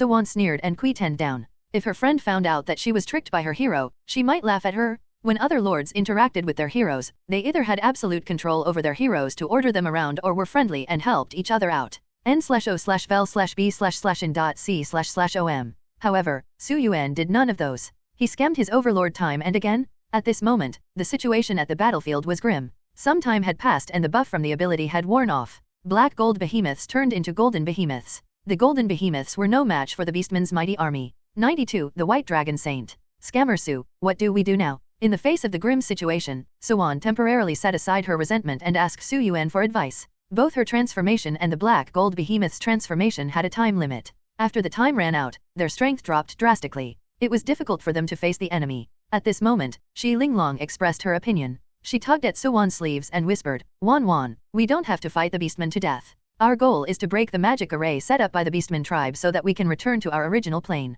We only need to find a way to destroy the territory core of the beastman tribe. When Yuan heard Shi Linglong's solution to the problem, she thought it might just work. She didn't need to fight the whole beastman tribe. Just as Yuan was about to ask Yuan, the hellhounds rushed over to them from behind. Scammer Su, when are you going to quit doing things without telling me? Said Yuan. She remembered summoning the golden behemoths from the dimensional portal. However, other troops shouldn't have been summoned without her permission. The area was surrounded by a magic array. The plane was cut off from the outside world. The dimensional portal couldn't be opened again. Yuan had already summoned troops through the portal without her knowing about it. When questioned, Yuan sheepishly looked at Yuan. I felt that your plan wasn't very reliable, so I kept my options open. When Yuan summoned the golden behemoths through the dimensional portal, Yuan felt that her plan might not succeed. So, he had summoned the hellhounds right after. Yuan gritted her teeth in frustration. D*mn. Why does he underestimate me? However, she was unable to refute it because Yuan had made the right decision. With the demonic dragon's blessing, the hellhounds were covered in dark flames. Their bodies were huge. They looked ferocious. With the hellhounds appearing right on time, the situation did not seem as dire as before. The beastmen were scared of the massive creatures. Yuan activated the dark fusion. The hellhounds fused together into one terrifying creature, the Cerberus. The three-headed giant dog was the size of a mountain. Yuan recalled seeing the Cerberus for the very first time. It was as big as a mountain, burning with flames. Its huge eyes burned. It had been shrouded in mist. This creature had once brought her fear and despair. The enormous Cerberus let out a roar that reverberated through the plain. Boom! The huge foot stumped down, and countless beastmen were trampled to death. Yuan felt euphoric. However, Yuan didn't look as happy. He lamented the loss of a significant number of experience points. If Yuan got rid of the enemies, he could have gained x 100 experience points. However, if Cerberus did it, he wouldn't gain many experience points. Doggy, well done. Yuan waved and cheered. Shi Linglong noticed that Yuan didn't look as joyful as Yuan. He looked as though the death of Beastman at the hands of Cerberus was a blow to his heart. What's going on? Wondered Shi Linglong. She realized that she couldn't understand Yuan and Yuan. On the battlefield, Cerberus was on a killing spree. The Beastman fell like harvested wheat. Just as Yuan was about to command Cerberus to destroy the Beastman's territory core to dismantle the magic array, a dragon roar resounded from the horizon. A dragon. Yuan and Shi Linglong's eyes widened. A dragon. Dragons had left a deep impression on both of them. The Dark Dragon King they had met recently had left them with an unforgettable memory. On the battlefield, the Beastmen were invigorated when they heard the roar. It's the White Dragon Saint. One of the 12 envoys of the Dark Screen organization. Lord Holy Envoy has arrived personally. These guys are dead for sure. The Beastmen were babbled. They had nothing to fear even in the face of the terrifying Cerberus, so they started to provoke it. In the sky, the wind and clouds surged. A gust of wind raged past, blowing away the dust and sand. A huge shadow covered the earth. It's a white dragon. Yuan and Shi Linglong raised their heads. When they saw the huge figure, they gulped in terror. Although the dragon in front of him could not be compared to the Dark Dragon King's huge physique, it was still massive. Welcome, White Dragon Saint. The Beastmen knelt down and worshipped the sky. Buzz, buzz. The sound of dragon wings flapping reverberated, and a strong wind swept through them. The giant dragon looked down from the sky. Who are you? Are you trying to destroy our organization's plan? The White Dragon Saint stared directly at Yuan. Is this my end? Thought Yuan. She hadn't expected the White Dragon Saint to signal her out. Did Shi Linglong jinx me with her bad luck? Yuan realized that the White Dragon Saint was not really looking at her, but at someone beside her. How interesting, said Yuan. You are the only one in the world who dares to talk to me in that tone, even if we are both dragons. Yuan spread his wings and rose to the sky. The White Dragon Saint looked at Yuan as though he had met his long-awaited enemy. Yuan realized that the White Dragon Saint had been staring at Yuan all this while. It had nothing to do with her or Shi Linglong. The White Dragon Saint had come here for Yuan. As a noble dragon, why do you bow to a human overlord? Roared the White Dragon Saint. My fellow kin, answer me. He believed that the noble dragons shouldn't have to bow down to anybody, let alone a human. He was of the opinion that their race was superior to all. They should live mightily after enslaving all living beings. Yuan found the White Dragon Saint's words ridiculous. Bow to a human overlord, muttered Yuan. Bah, when does Yuan ever listen to me? She had a strange relationship with Yuan. Although they were supposed to be a lord and a hero, she didn't command Yuan to make him do anything. Yuan did things as he pleased. If he was in a good mood, he sometimes listened to her. Otherwise, he just slept and ignored everything that happened in the world. Bow to a human overlord? What a joke. Yuan felt that the White Dragon Saint's words were too generous to even imply that Yuan ever listened to her. However, at that moment, the White Dragon Saint didn't know what she was thinking. He roared at Yuan in anger. n/o/vel/b/in.c//om. He thought that Yuan had humiliated the dragon race by obeying a human. My kin, it looks like I will have to teach you the dignity of the dragon clan. 93 You're the dark demon dragon? The whole atmosphere was tense. Nothing else mattered. Even the beastmen, the golden behemoths, and Cerberus stopped fighting. Everyone was watching the White Dragon Saint and Yuan. The situation was too intimidating for anyone else to interfere. The outcome of this fight was no longer dependent on others. The fight between the two dragons would decide the result. If the White Dragon Saint won the fight, the beastmen could consider themselves victorious. The human overlords definitely didn't have the strength and power to fight against the White Dragon Saint. If the Dark Dragon won, the beastmen would have to accept their defeat. They couldn't even fight against Cerberus, let alone a massive dark dragon. The outcome of the battle would determine who would give in. There was nothing the others could do except watch the two dragons fight each other. Buzz! Yuan flapped his wings, stirring up a terrifying storm. The ground cracked and rocks were swept away. Yuan is actually that powerful, thought Yuan as she shielded her face with her hand against the wind and dust. She was shocked. Yuan could bring up a storm by just flapping his wings. She wondered if this was the same lazy Yuan she knew. For the first time, Yuan felt that she didn't know Yuan at all. She needed to put more effort into finding out what exactly Yuan was. As expected of Lord Lupus, said the Flower Fairy. Her tone was full of admiration for the dragon. Yuan felt that the Flower Fairy already knew about Yuan's power. She glanced at Shi Linglong. Shi Linglong also didn't seem too shocked. Suddenly, Yuan felt that she was the only one who didn't know about Yuan's strength. While she was still in a daze, there was a sonic boom in the sky. Something exploded in the air. Without them noticing, the confrontation between the dragons was already over. Yuan didn't hide his true form. 12 dark energy balls floated behind his back. The profound array under his feet flickered. The flame at the end of its tail was swinging. With one look, his aura surged, becoming much more intimidating than the White Dragon Saint's. On the other hand, the White Dragon Saint remained ordinary apart from its huge physique. Oh, my fellow kin, why do you have to obey humans when you are this strong? Asked the White Dragon Saint. Yuan couldn't be bothered to answer such a stupid question. Which idiot would think he would obey humans? Yuan noticed her friend staring at her with wide eyes. Wan, said Shi Linglong. As expected of you, you managed to subdue such a powerful hero. Shi Linglong was a little envious. Yuan covered her face with a hand. She didn't even feel happy with her friend's envy because she felt like she didn't deserve the praise.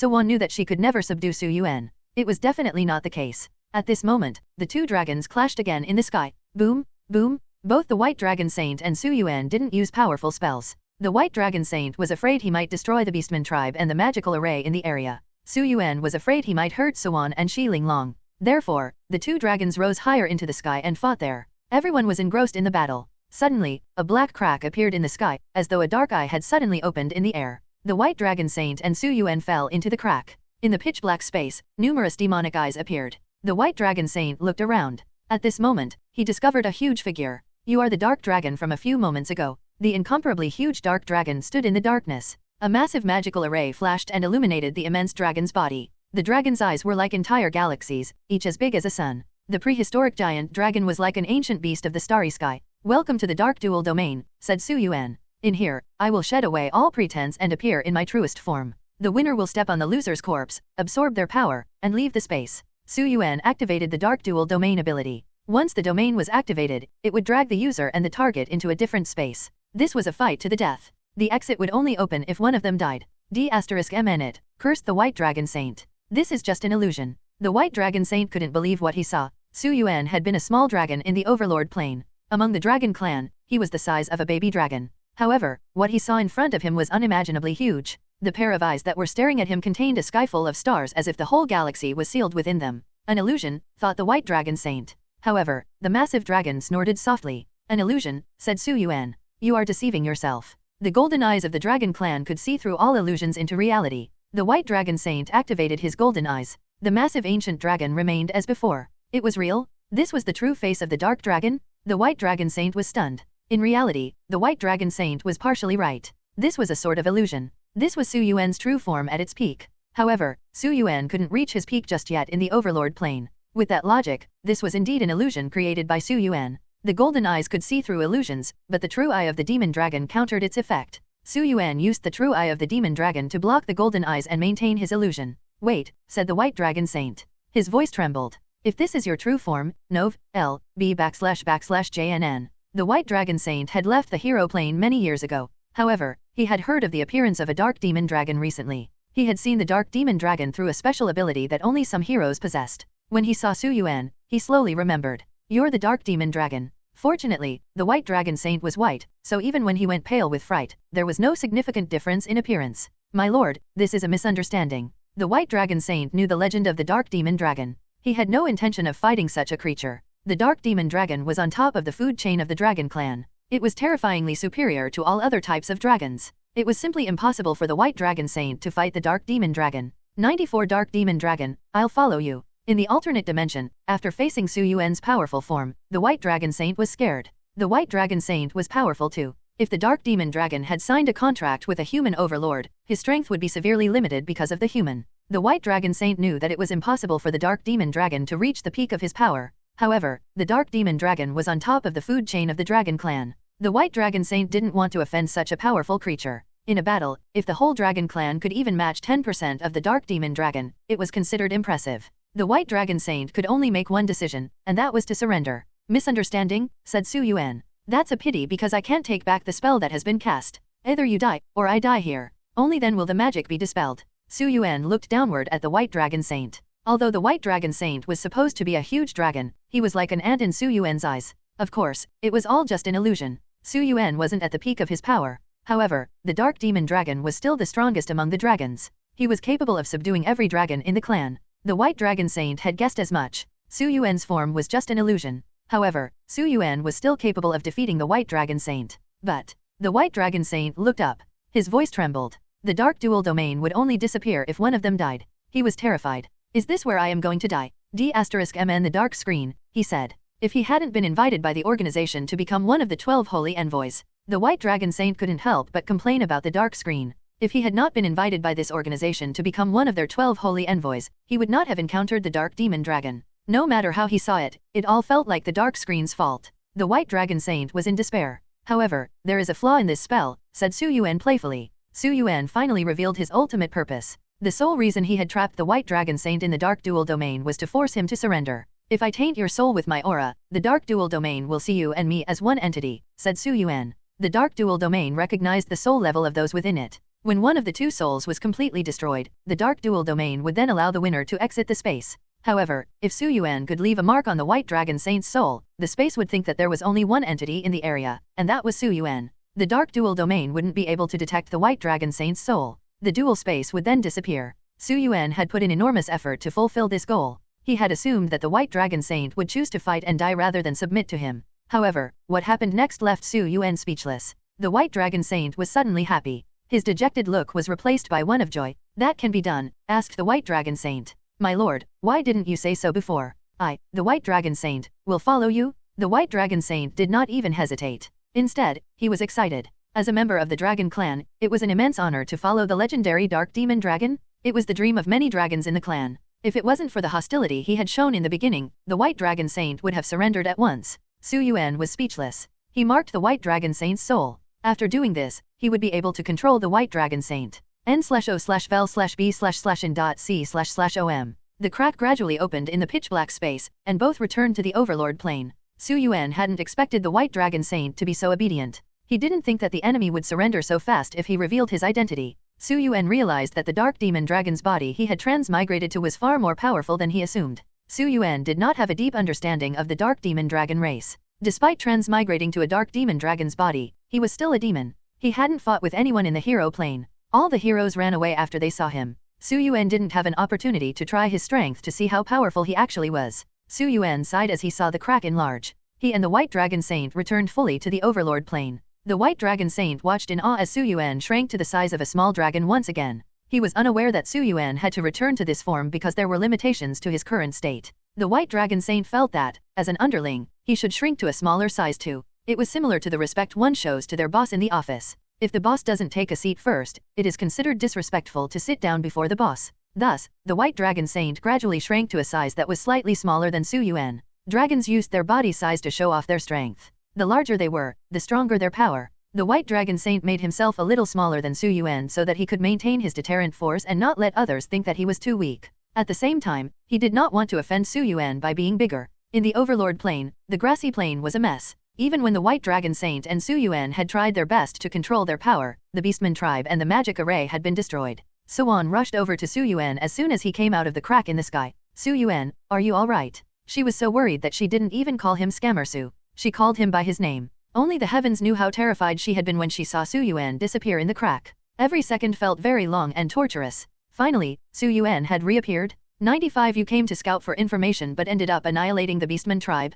Yuan didn't care about anything else and rushed to hug Su Yuan. She trembled. She was very worried. She thought she had lost Su Yuan. When Yuan hugged him, Su Yuan instinctively stretched out his claw to push her away. However, when he saw the tears in the corner of her eyes, he let her hug him. A lord and a hero remained in a strange atmosphere. However, a loud voice interrupted everything. "Wan, be careful!" Shi Linglong cried out. "The White Dragon is coming."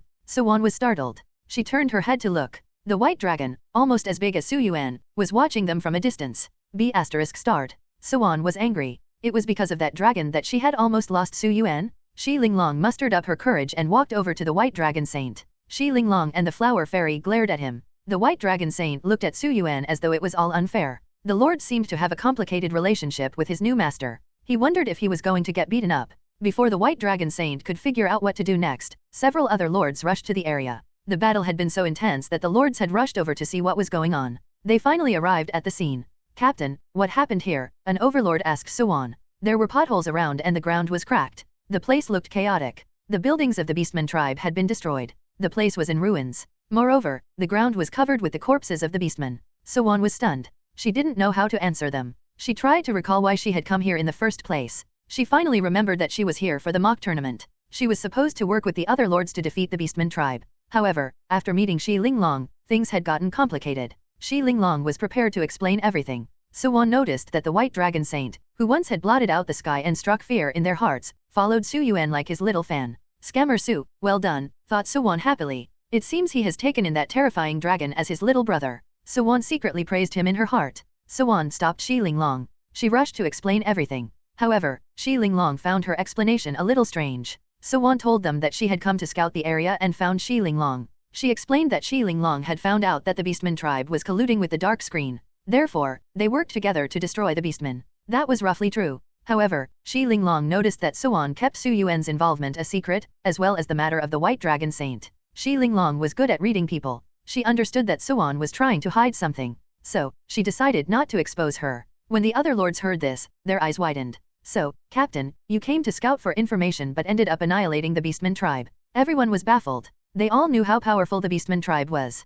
Yuan, who had gone to scout the area, had ended up killing them. It seems like there's no point in this mock tournament, said a lord. The purpose of the mock tournament had been to teach the lords to work as a team, but Yuan had destroyed the whole Beastman tribe by herself. This wasn't all me, said Yuan. Linglong's role was indispensable. Yuan was afraid that the whole thing would seem too unbelievable, so she credited Xi Linglong even though she had done nothing, except get kidnapped by the dark screen embers. Yuan, in her explanation, implied that Xi Linglong had discovered their scheme and had gotten captured willingly to put an end to their dangerous plan. When the enemy brought her here, Xi Linglong had discovered their stronghold. The junior's courage is commendable, said a lord. But don't take such risks in the future. Everyone praised Xi Linglong. Several lords had seen Yuan in action and even fought with her in the selection round. They knew that Yuan's level was nowhere near the battle that had taken place in this place. So, they assumed Xi Linglong had contributed a great deal to the fight. Xi Linglong was confused and embarrassed because everyone praised her. However, for her friend's sake, she tried her best to smile and thanked everyone. Since the Beastman tribe had been destroyed, the mock tournament was considered completed. The teacher appeared and announced the end of the mock tournament. The other lords didn't even get a chance to participate, and the mock tournament was already over. Beams of light illuminated the dark cave briefly. A human figure appeared in the light beam. Reporting to Lord Holy Envoy, said the figure. The array set up in the grassy plain has been destroyed. The figure was covered in a black cloak so tightly and completely that nothing could be seen clearly. A bat flew past and stopped in front of a light beam. The bat made some sounds. We already know the array in the grassy plain has been destroyed. The White Dragon Saint is also missing. What happened? The bat's eyes were bloodshot as it stared at the figure in the beam of light. The figure trembled in fear. I followed the plan and participated in the mock tournament with the other lords of the academy. There was a terrifying battle going on in the distance. When we arrived at the scene, everything was in ruins and the White Dragon Saint was nowhere to be found. I suspect a girl called Xi Linglong is responsible for everything. Xi Linglong, said the bat hoarsely. What a familiar name. That little girl. Why is she hellbent on foiling the organization's plan time and again? The bat recalled Xi Linglong's name. Her name was on the organization's hit list. The bat understood the situation briefly. From the information reported by the spy, Yuan didn't have much involvement in the battle. On the other hand, Xi Linglong had deliberately sabotaged the organization's plan. Go back and keep an eye on that girl. Our plan is about to enter a critical stage. Inform me about every move of that girl. Okay, n/o/vel/b//in.c//om.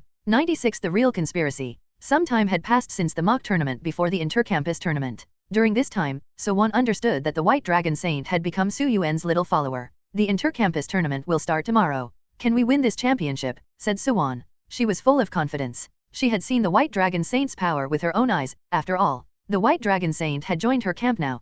Yuan had a lot of ideas about the intercampus tournament. The intercampus tournament? Asked the White Dragon Saint. He looked at Su Yuan in confusion. In his opinion, someone as powerful as Su Yuan definitely wouldn't be interested in something like an intercampus tournament. However, the White Dragon Saint thought about it. The Dark Demon Dragon might not be interested in something like that, but his overlord was still weak. The intercampus tournament would be of benefit to her. Yes, we are going to participate in the intercampus tournament, said Yuan. White, you are one of the 12 holy envoys of the dark screen, aren't you? You must know a lot about their internal workings. Tell us, what is their goal? The White Dragon Saint was one of the 12 holy envoys. He held a very important position in the dark screen. He would definitely know a lot about the organization and its ultimate goal. The White Dragon Saint hesitated. He wasn't sure if he should reveal such information. Yuan noticed his reaction. She had been just trying to trick him, but seeing how he reacted, he definitely knew more than he let on. Yuan glanced at Su Yuan. The only one who could command the White Dragon Saint was Su Yuan. However, Su Yuan didn't seem interested. Yuan could only rely on herself. She decided to take the matter into her own hands. White, if you have any information, you should just tell us now, she said. Do you wish to join the intercampus tournament with us? Yuan saw that her offer was enough to make White Dragon Saint interested. The matter involved the Dark Demon Dragon. If he didn't reveal the information, there would be a disaster. When the time came to settle the score, he would definitely be taught a lesson anyway. Hence, the White Dragon Saint told them what he knew. My lord, Dark Demon Dragon, he said. There is a problem with the location of the intercampus tournament. The White Dragon Saint was not sure about it. The dark screen had 12 holy envoys, after all. In terms of strength and hierarchy, the White Dragon Saint was ranked 12th. He wasn't considered the most important. The top 3 envoys were the ones who held the core secrets of the organization. The White Dragon Saint had only vague knowledge about the information. For the White Dragon Saint, they were almost close to legends. In the ancient past, there was a legendary expert known as the Earthcore Butterfly. It flew out from the sun's interior and created havoc in the world with the sun's scorching temperature. Numerous experts had to join forces to kill it. As far as the White Dragon Saint knew, that legendary beast had fallen into the Overlord plane. So, the final location of the Intercampus tournament is the place where the Earthcore Butterfly died, asked Yuan. The White Dragon Saint nodded. It's likely that the final showdown will take place on the back of that legendary beast. The organization's goal was to awaken the legendary beast once again. n/o/vel/b/in.c//om. The legendary giant beast, the Earthcore Butterfly, had not completely disappeared. The dark screen planned to awaken the legendary beast. From the information I have, the final battleground for the Intercampus tournament has something that can help the Overlord become a mythical Overlord. Maybe the dark screen is afraid a human Overlord might become a mythical Overlord, so they are trying their best to stop them. Yuan raised the doubts she had. This was the information she had gotten from the Dark Dragon King's consciousness. The secret to achieving the mythical Overlord level was hidden in a mysterious place. The object was hidden by the Dark Dragon King's Overlord. The White Dragon Saint nodded. That might be so, he said. The dark screen indeed wants to prevent a human Overlord from obtaining the secret object and becoming a mythical Overlord. But that is just a smokescreen. The dark screen was afraid of a human Overlord becoming a mythical Overlord. They wanted to prevent a human Overlord from becoming a mythical Overlord. However, that was just a cover-up for what they were actually planning. There was another problem. After obtaining the secret object, would the human Overlord be qualified to accept it and then become a mythical Overlord? Even if all conditions had been met and the Overlord was qualified to become a mythical Overlord, the Overlord would need time to become stronger and to grow into the new power. There were various factors affecting the progress. The mysterious place was controlled by the powerhouses of human Overlords and powerful heroes. It was not easy to enter the area. The dark screen's true goal was to use this opportunity to hide from the Overlords. The Overlords assumed that the dark screen was afraid of them, and it tried to sabotage the Intercampus tournament. The dark screen pretended to sabotage the Intercampus tournament so that the Overlords would be motivated to hold it no matter what. Eventually, the Overlords fell into the dark screen's trap. So, the dark screen is just waiting patiently for the Intercampus tournament to start, asked Yuan in astonishment. Yuan finally realized the sinister intentions of the dark screen. The White Dragon Saint nodded. Yuan lazily opened his eyes. Mythical giant beast. Yuan was now very interested in that mysterious place. If there really was a legendary giant beast in that place that was severely injured, I will use the Dark Dual Domain.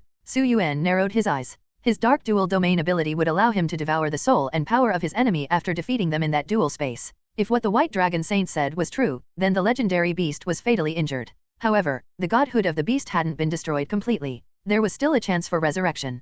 Yuan thought about it. He was suddenly enthusiastic about the Intercampus tournament. Even if Yuan didn't want to participate in the tournament, he decided he would trick her into doing it. 97 troop type, ever-changing monster. The time flew by and the day for the Intercampus tournament finally arrived. According to the rules, the entire arena was divided into 10 regions. Each region's key colleges would send a representative to participate in the competition. The school that won first place would advance to the next round and participate in the final contest. On the teleportation platform, the teachers of the academy were explaining the rules to the students. Remember, the trump card of the commander-in-chief cannot be easily revealed.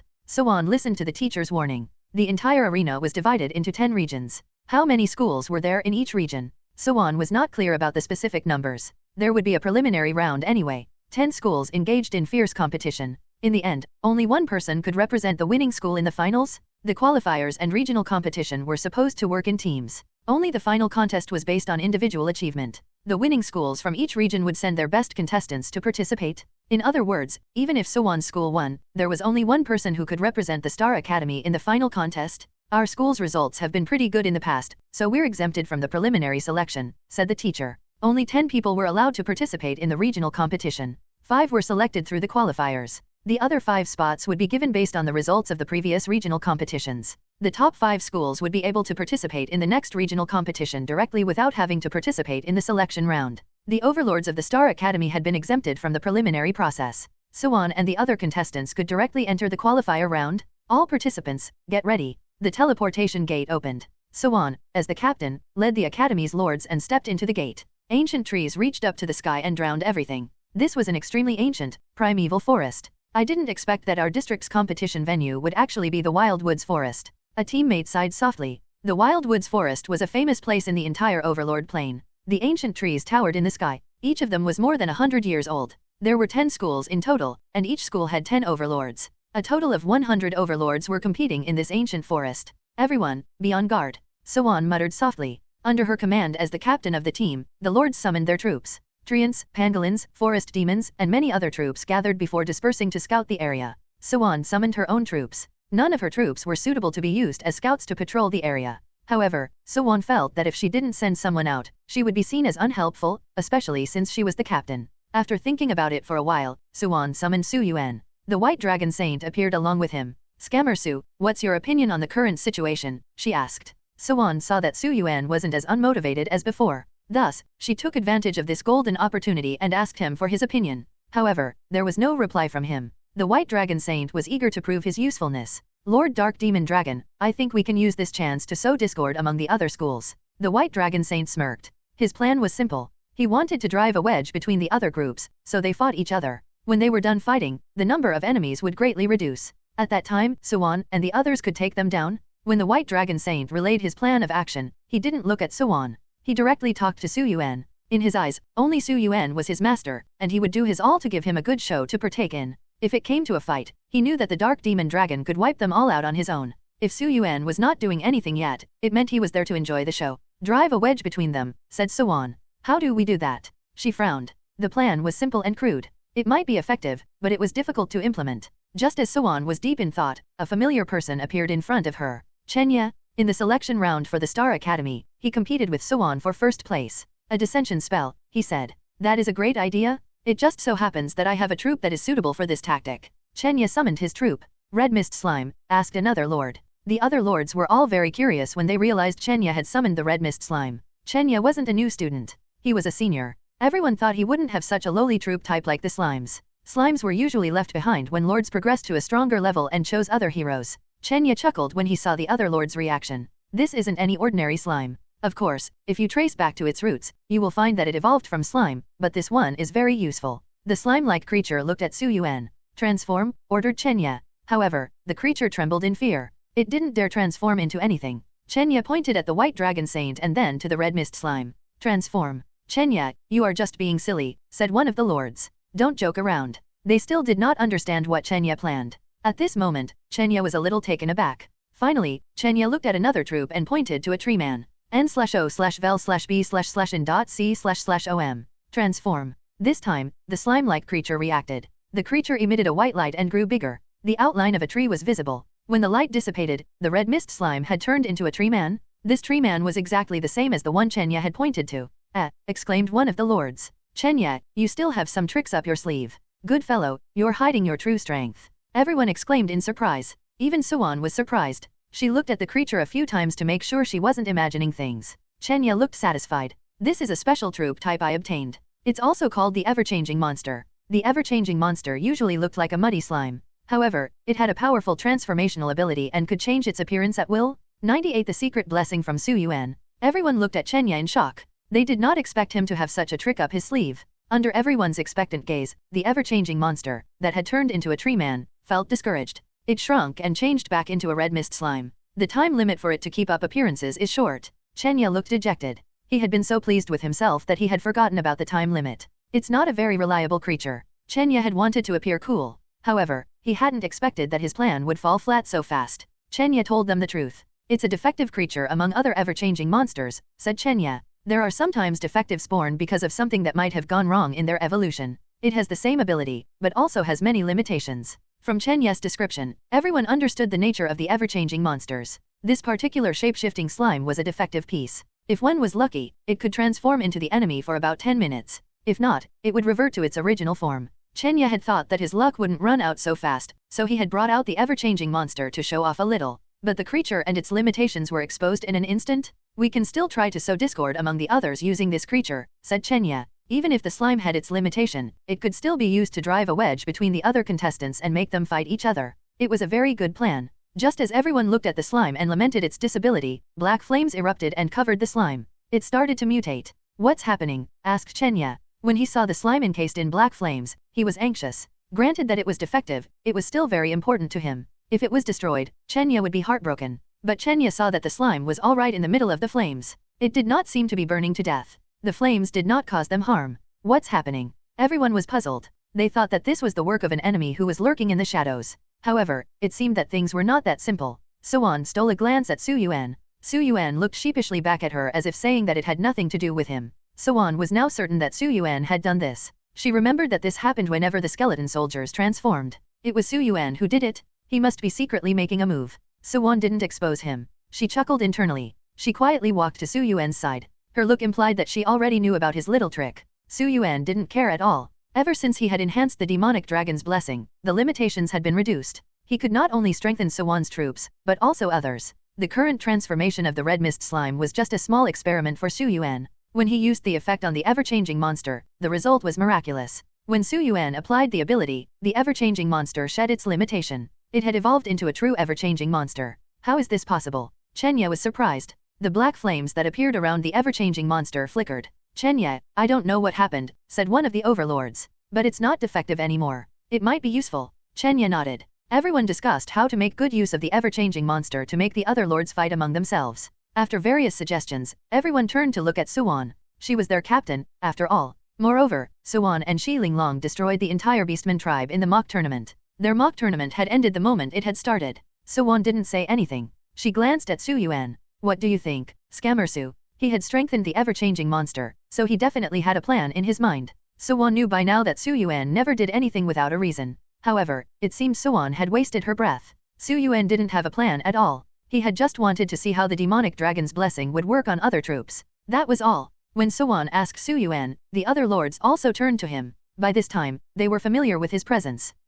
Why does that hero look familiar? It's the hero who tricked Captain Yuan. Everyone recalled the incident. When Yuan struggled to fight with another competitor in the selection contest, her hero slept peacefully in a corner. Everyone remembered that moment. However, they noticed that Su Yuan looked different from before. He was bigger. He even had dragon wings and horns now. The other lords hadn't recognized him at first. When Yuan asked Su Yuan a question, they noticed him only then. Everyone gradually remembered the selection contest. It is no wonder Captain Yuan calls him Scammersu. The White Dragon Saint was displeased. He couldn't watch the puny humans underestimating his master. N/O/vel/b/in.c//om. He snorted and was about to take an action when Su Yuan's claw struck out and smacked him. If he hadn't done that, the White Dragon Saint might have wiped out the lords. Su Yuan had prevented a tragedy from happening. Of course, not everyone could not sense the danger. The Blood Dominator glanced at the White Dragon Saint in terror. Seeing the White Dragon Saint being so obedient in front of Su Yuan, he was even more scared of Su Yuan. 99 The White Dragon Saint's sinister plan. The Blood Dominator had fought Su Yuan before. He had a deep fear of Su Yuan. Others might not sense it, but the Blood Dominator could clearly perceive the White Dragon Saint's power. If the powerful White Dragon Saint was this obedient in front of Su Yuan, he couldn't imagine how much more powerful Su Yuan must be. The others couldn't feel this. They all looked skeptically at Su Yuan. However, they respected Yuan's opinion. If she held him in high regard to the extent that his opinion was important, then they would do the same. What kind of suggestion would a scammer have? Maybe Captain Yuan's hero is an intelligence-type hero. Although he might not be very powerful in combat, he must be good with strategies. Some of the lords speculated about Su Yuan's ability. Su Yuan didn't care. Master, since we have the ever-changing monsters, why don't we go ahead with my plan? Asked the White Dragon Saint. His plan was simple. First, they would scout for information about a certain troop type of the enemy lord. Then, the ever-changing monster would transform into a creature from that troop and sneak in to cause trouble among the lords from other schools. When they chase after the ever-changing monster, it would lead them to another group of lords who were already provoked in a similar manner. After the White Dragon Saint finished explaining his plan, the others raised their questions. The main issue was that if the two groups calmed down enough to communicate with each other, the problem would be solved without a fight. That doubt was in everyone's mind. The White Dragon Saint smiled sinisterly. My plan is not that simple. We will make things so bad for them that they would fight to the death even after knowing it was all a misunderstanding. Yuan shivered when she heard the White Dragon Saint's plan. As expected of a member of an evil organization, even if the White Dragon Saint had given up on the evil organization and joined them, his mind still worked in crooked ways. He came up with a sinister plan. Under his arrangements, the troops were mobilized. Some troops returned from scouting the area and informed them about a lord from another school who was lurking nearby. That's the Nine Rivers Academy, said one of the lords. Their troop types are mainly water type. Yuan nodded. She looked at the White Dragon Saint. It was obvious that Su Yuan didn't want to get involved in this matter. Therefore, she turned to the White Dragon Saint. Water element, said the White Dragon Saint. Do they have a giant crab army? The lord nodded. The White Dragon Saint helped the ever-changing monster turn into a crab soldier. A huge crab appeared in place of red mist slime. The crab was the size of a small car. Are there any other lords from other schools nearby? Asked the White Dragon Saint. One of the lords replied, the southeast side has the lords from Yanxi Academy. The white dragon saint's claws hit the ground enthusiastically. All right. Everyone was confused by his excitement. What do you little brats know, said the white dragon saint. Water and fire elements do not match in the first place. The white dragon saint revealed his plan. Although there were more than one lords participating from each school, there was always one leader chosen from among them. If the captain from the school fell, the lords from the same school could be eliminated very easily. The captain of the Nine Rivers Academy mainly worked with water elements. If the Yanxi Academy predominantly used fire elements, there would be animosity between them. If you were the captain of the Nine Rivers Academy, what would you do? Asked the white dragon saint. Mu Qing, one of the lords, answered. I would attack and get rid of the lords from the Yanxi Academy as soon as possible. If I can, at the least, restrain the captain of their group, others could be eliminated. That way, we would have gotten rid of at least one other competitor. Hearing Mu Qing's answer, the other lords all nodded. Although everyone wanted to let the other academies kill each other while making sure their own group reached the finals, they wouldn't let go of an opportunity to get rid of a group if it was an easy target. There's no time to waste, take action. Under the white dragon saint's guidance, the ever-changing monster turned into a giant crab and arrived near the lords of another academy. N/O/vel/b/jn.c//om. The white dragon saint asked Mu Qing to be an actor. There was a loud bang and the surrounding trees fell to the ground. The huge crab shot out columns of water in every direction with a lot of force. Who is it? The lords from the Yanxi Academy were angry. They all rushed to check. A huge crab attacked madly. Not far from the crab, a lord struggled. The D*Ned Nine Rivers Academy, cursed the lord. What? Is it really the Nine Rivers Academy?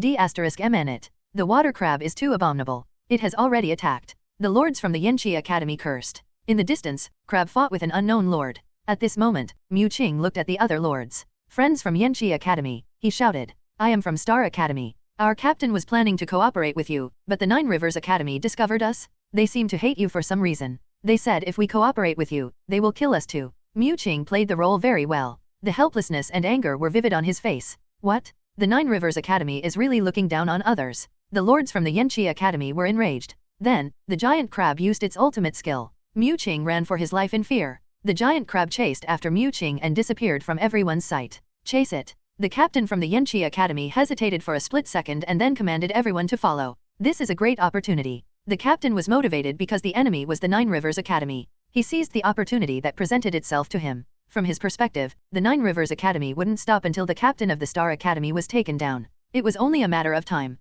When that happened, they would target the Yanxi Academy. By then, they wouldn't have a chance to retaliate. So, the captain of the Yanxi Academy thought that the chance was now to attack the Nine Rivers Academy while the Star Academy kept them occupied. The Yanxi Academy wanted to launch a stealthy attack to wipe out the Nine Rivers Academy. 100 the last three academies. While the Yanxi Academy plotted to overthrow the Nine Rivers Academy, the latter was facing a similar situation on the other side. A pillar of fire shot out and set the forest ablaze. D*Mn it. What's going on? The lords from the Nine Rivers Academy cursed. They immediately put out the fire. After searching for a while, they found the culprit. It's a fire rat. The fire rat was the main troop type of the Yanxi Academy? Not far from the fire rat, a lord struggled. D*Mn it. It's the Yanxi Academy, shouted Chenya. Our captain from the Star Academy wanted to form an alliance with the Nine Rivers Academy, but they attacked us out of the blue. On the other side, Chenya was the actor. He looked extremely disheveled. A few paces away, the fire rat spewed out more flames. Brothers from the Nine Rivers Academy, please help us, said Chenya.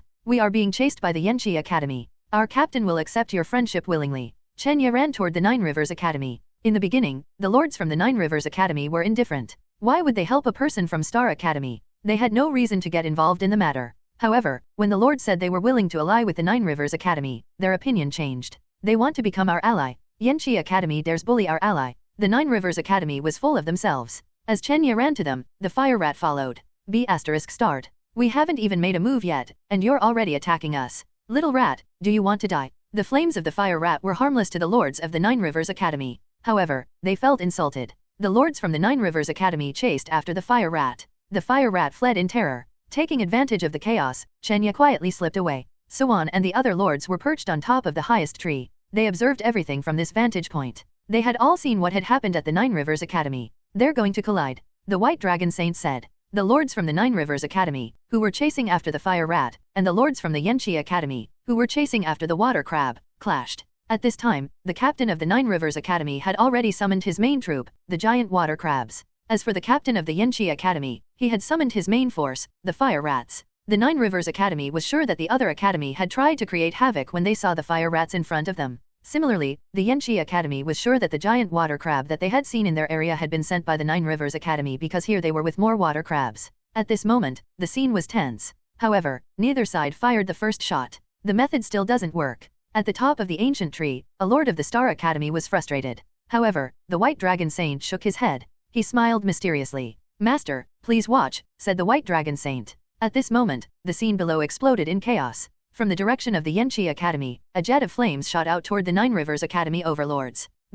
Start. The lords from Nine Rivers Academy cursed. At the same time, from the direction of the Nine Rivers Academy, a water pillar shot toward the Yanxi Academy overlords. The flames caught the Nine Rivers Academy off guard, and some of the lords were injured. Likewise, the high-pressure water pillar injured the lords from Yanxi Academy. The two captains both knew that they had not given any orders to attack. However, their abilities were apparent to them. They assumed one of their team members had lost their temper and attacked. The two sides clashed and fought. Yanxi Academy, you have a death wish, don't you? I spit on you, Nine Rivers Academy. Everything erupted in chaos. Everyone fought. It was difficult to see if they were heroes or lords fighting with each other. However, that was not what concerned Yuan and the other lords. They thought about how they could use this opportunity to pull the other lords into the fight. This is a great opportunity. While the Yanxi Academy and Nine Rivers Academy fight, we can drag the other schools into this war. The White Dragon Saint, who has the evilest mind, made plans and arrangements for that to happen. It seems that the White Dragon Saint is Captain Yuan's military advisor, said a lord. Is the Dark Dragon here just to be useless? N/O/vel/B//jn.c//om.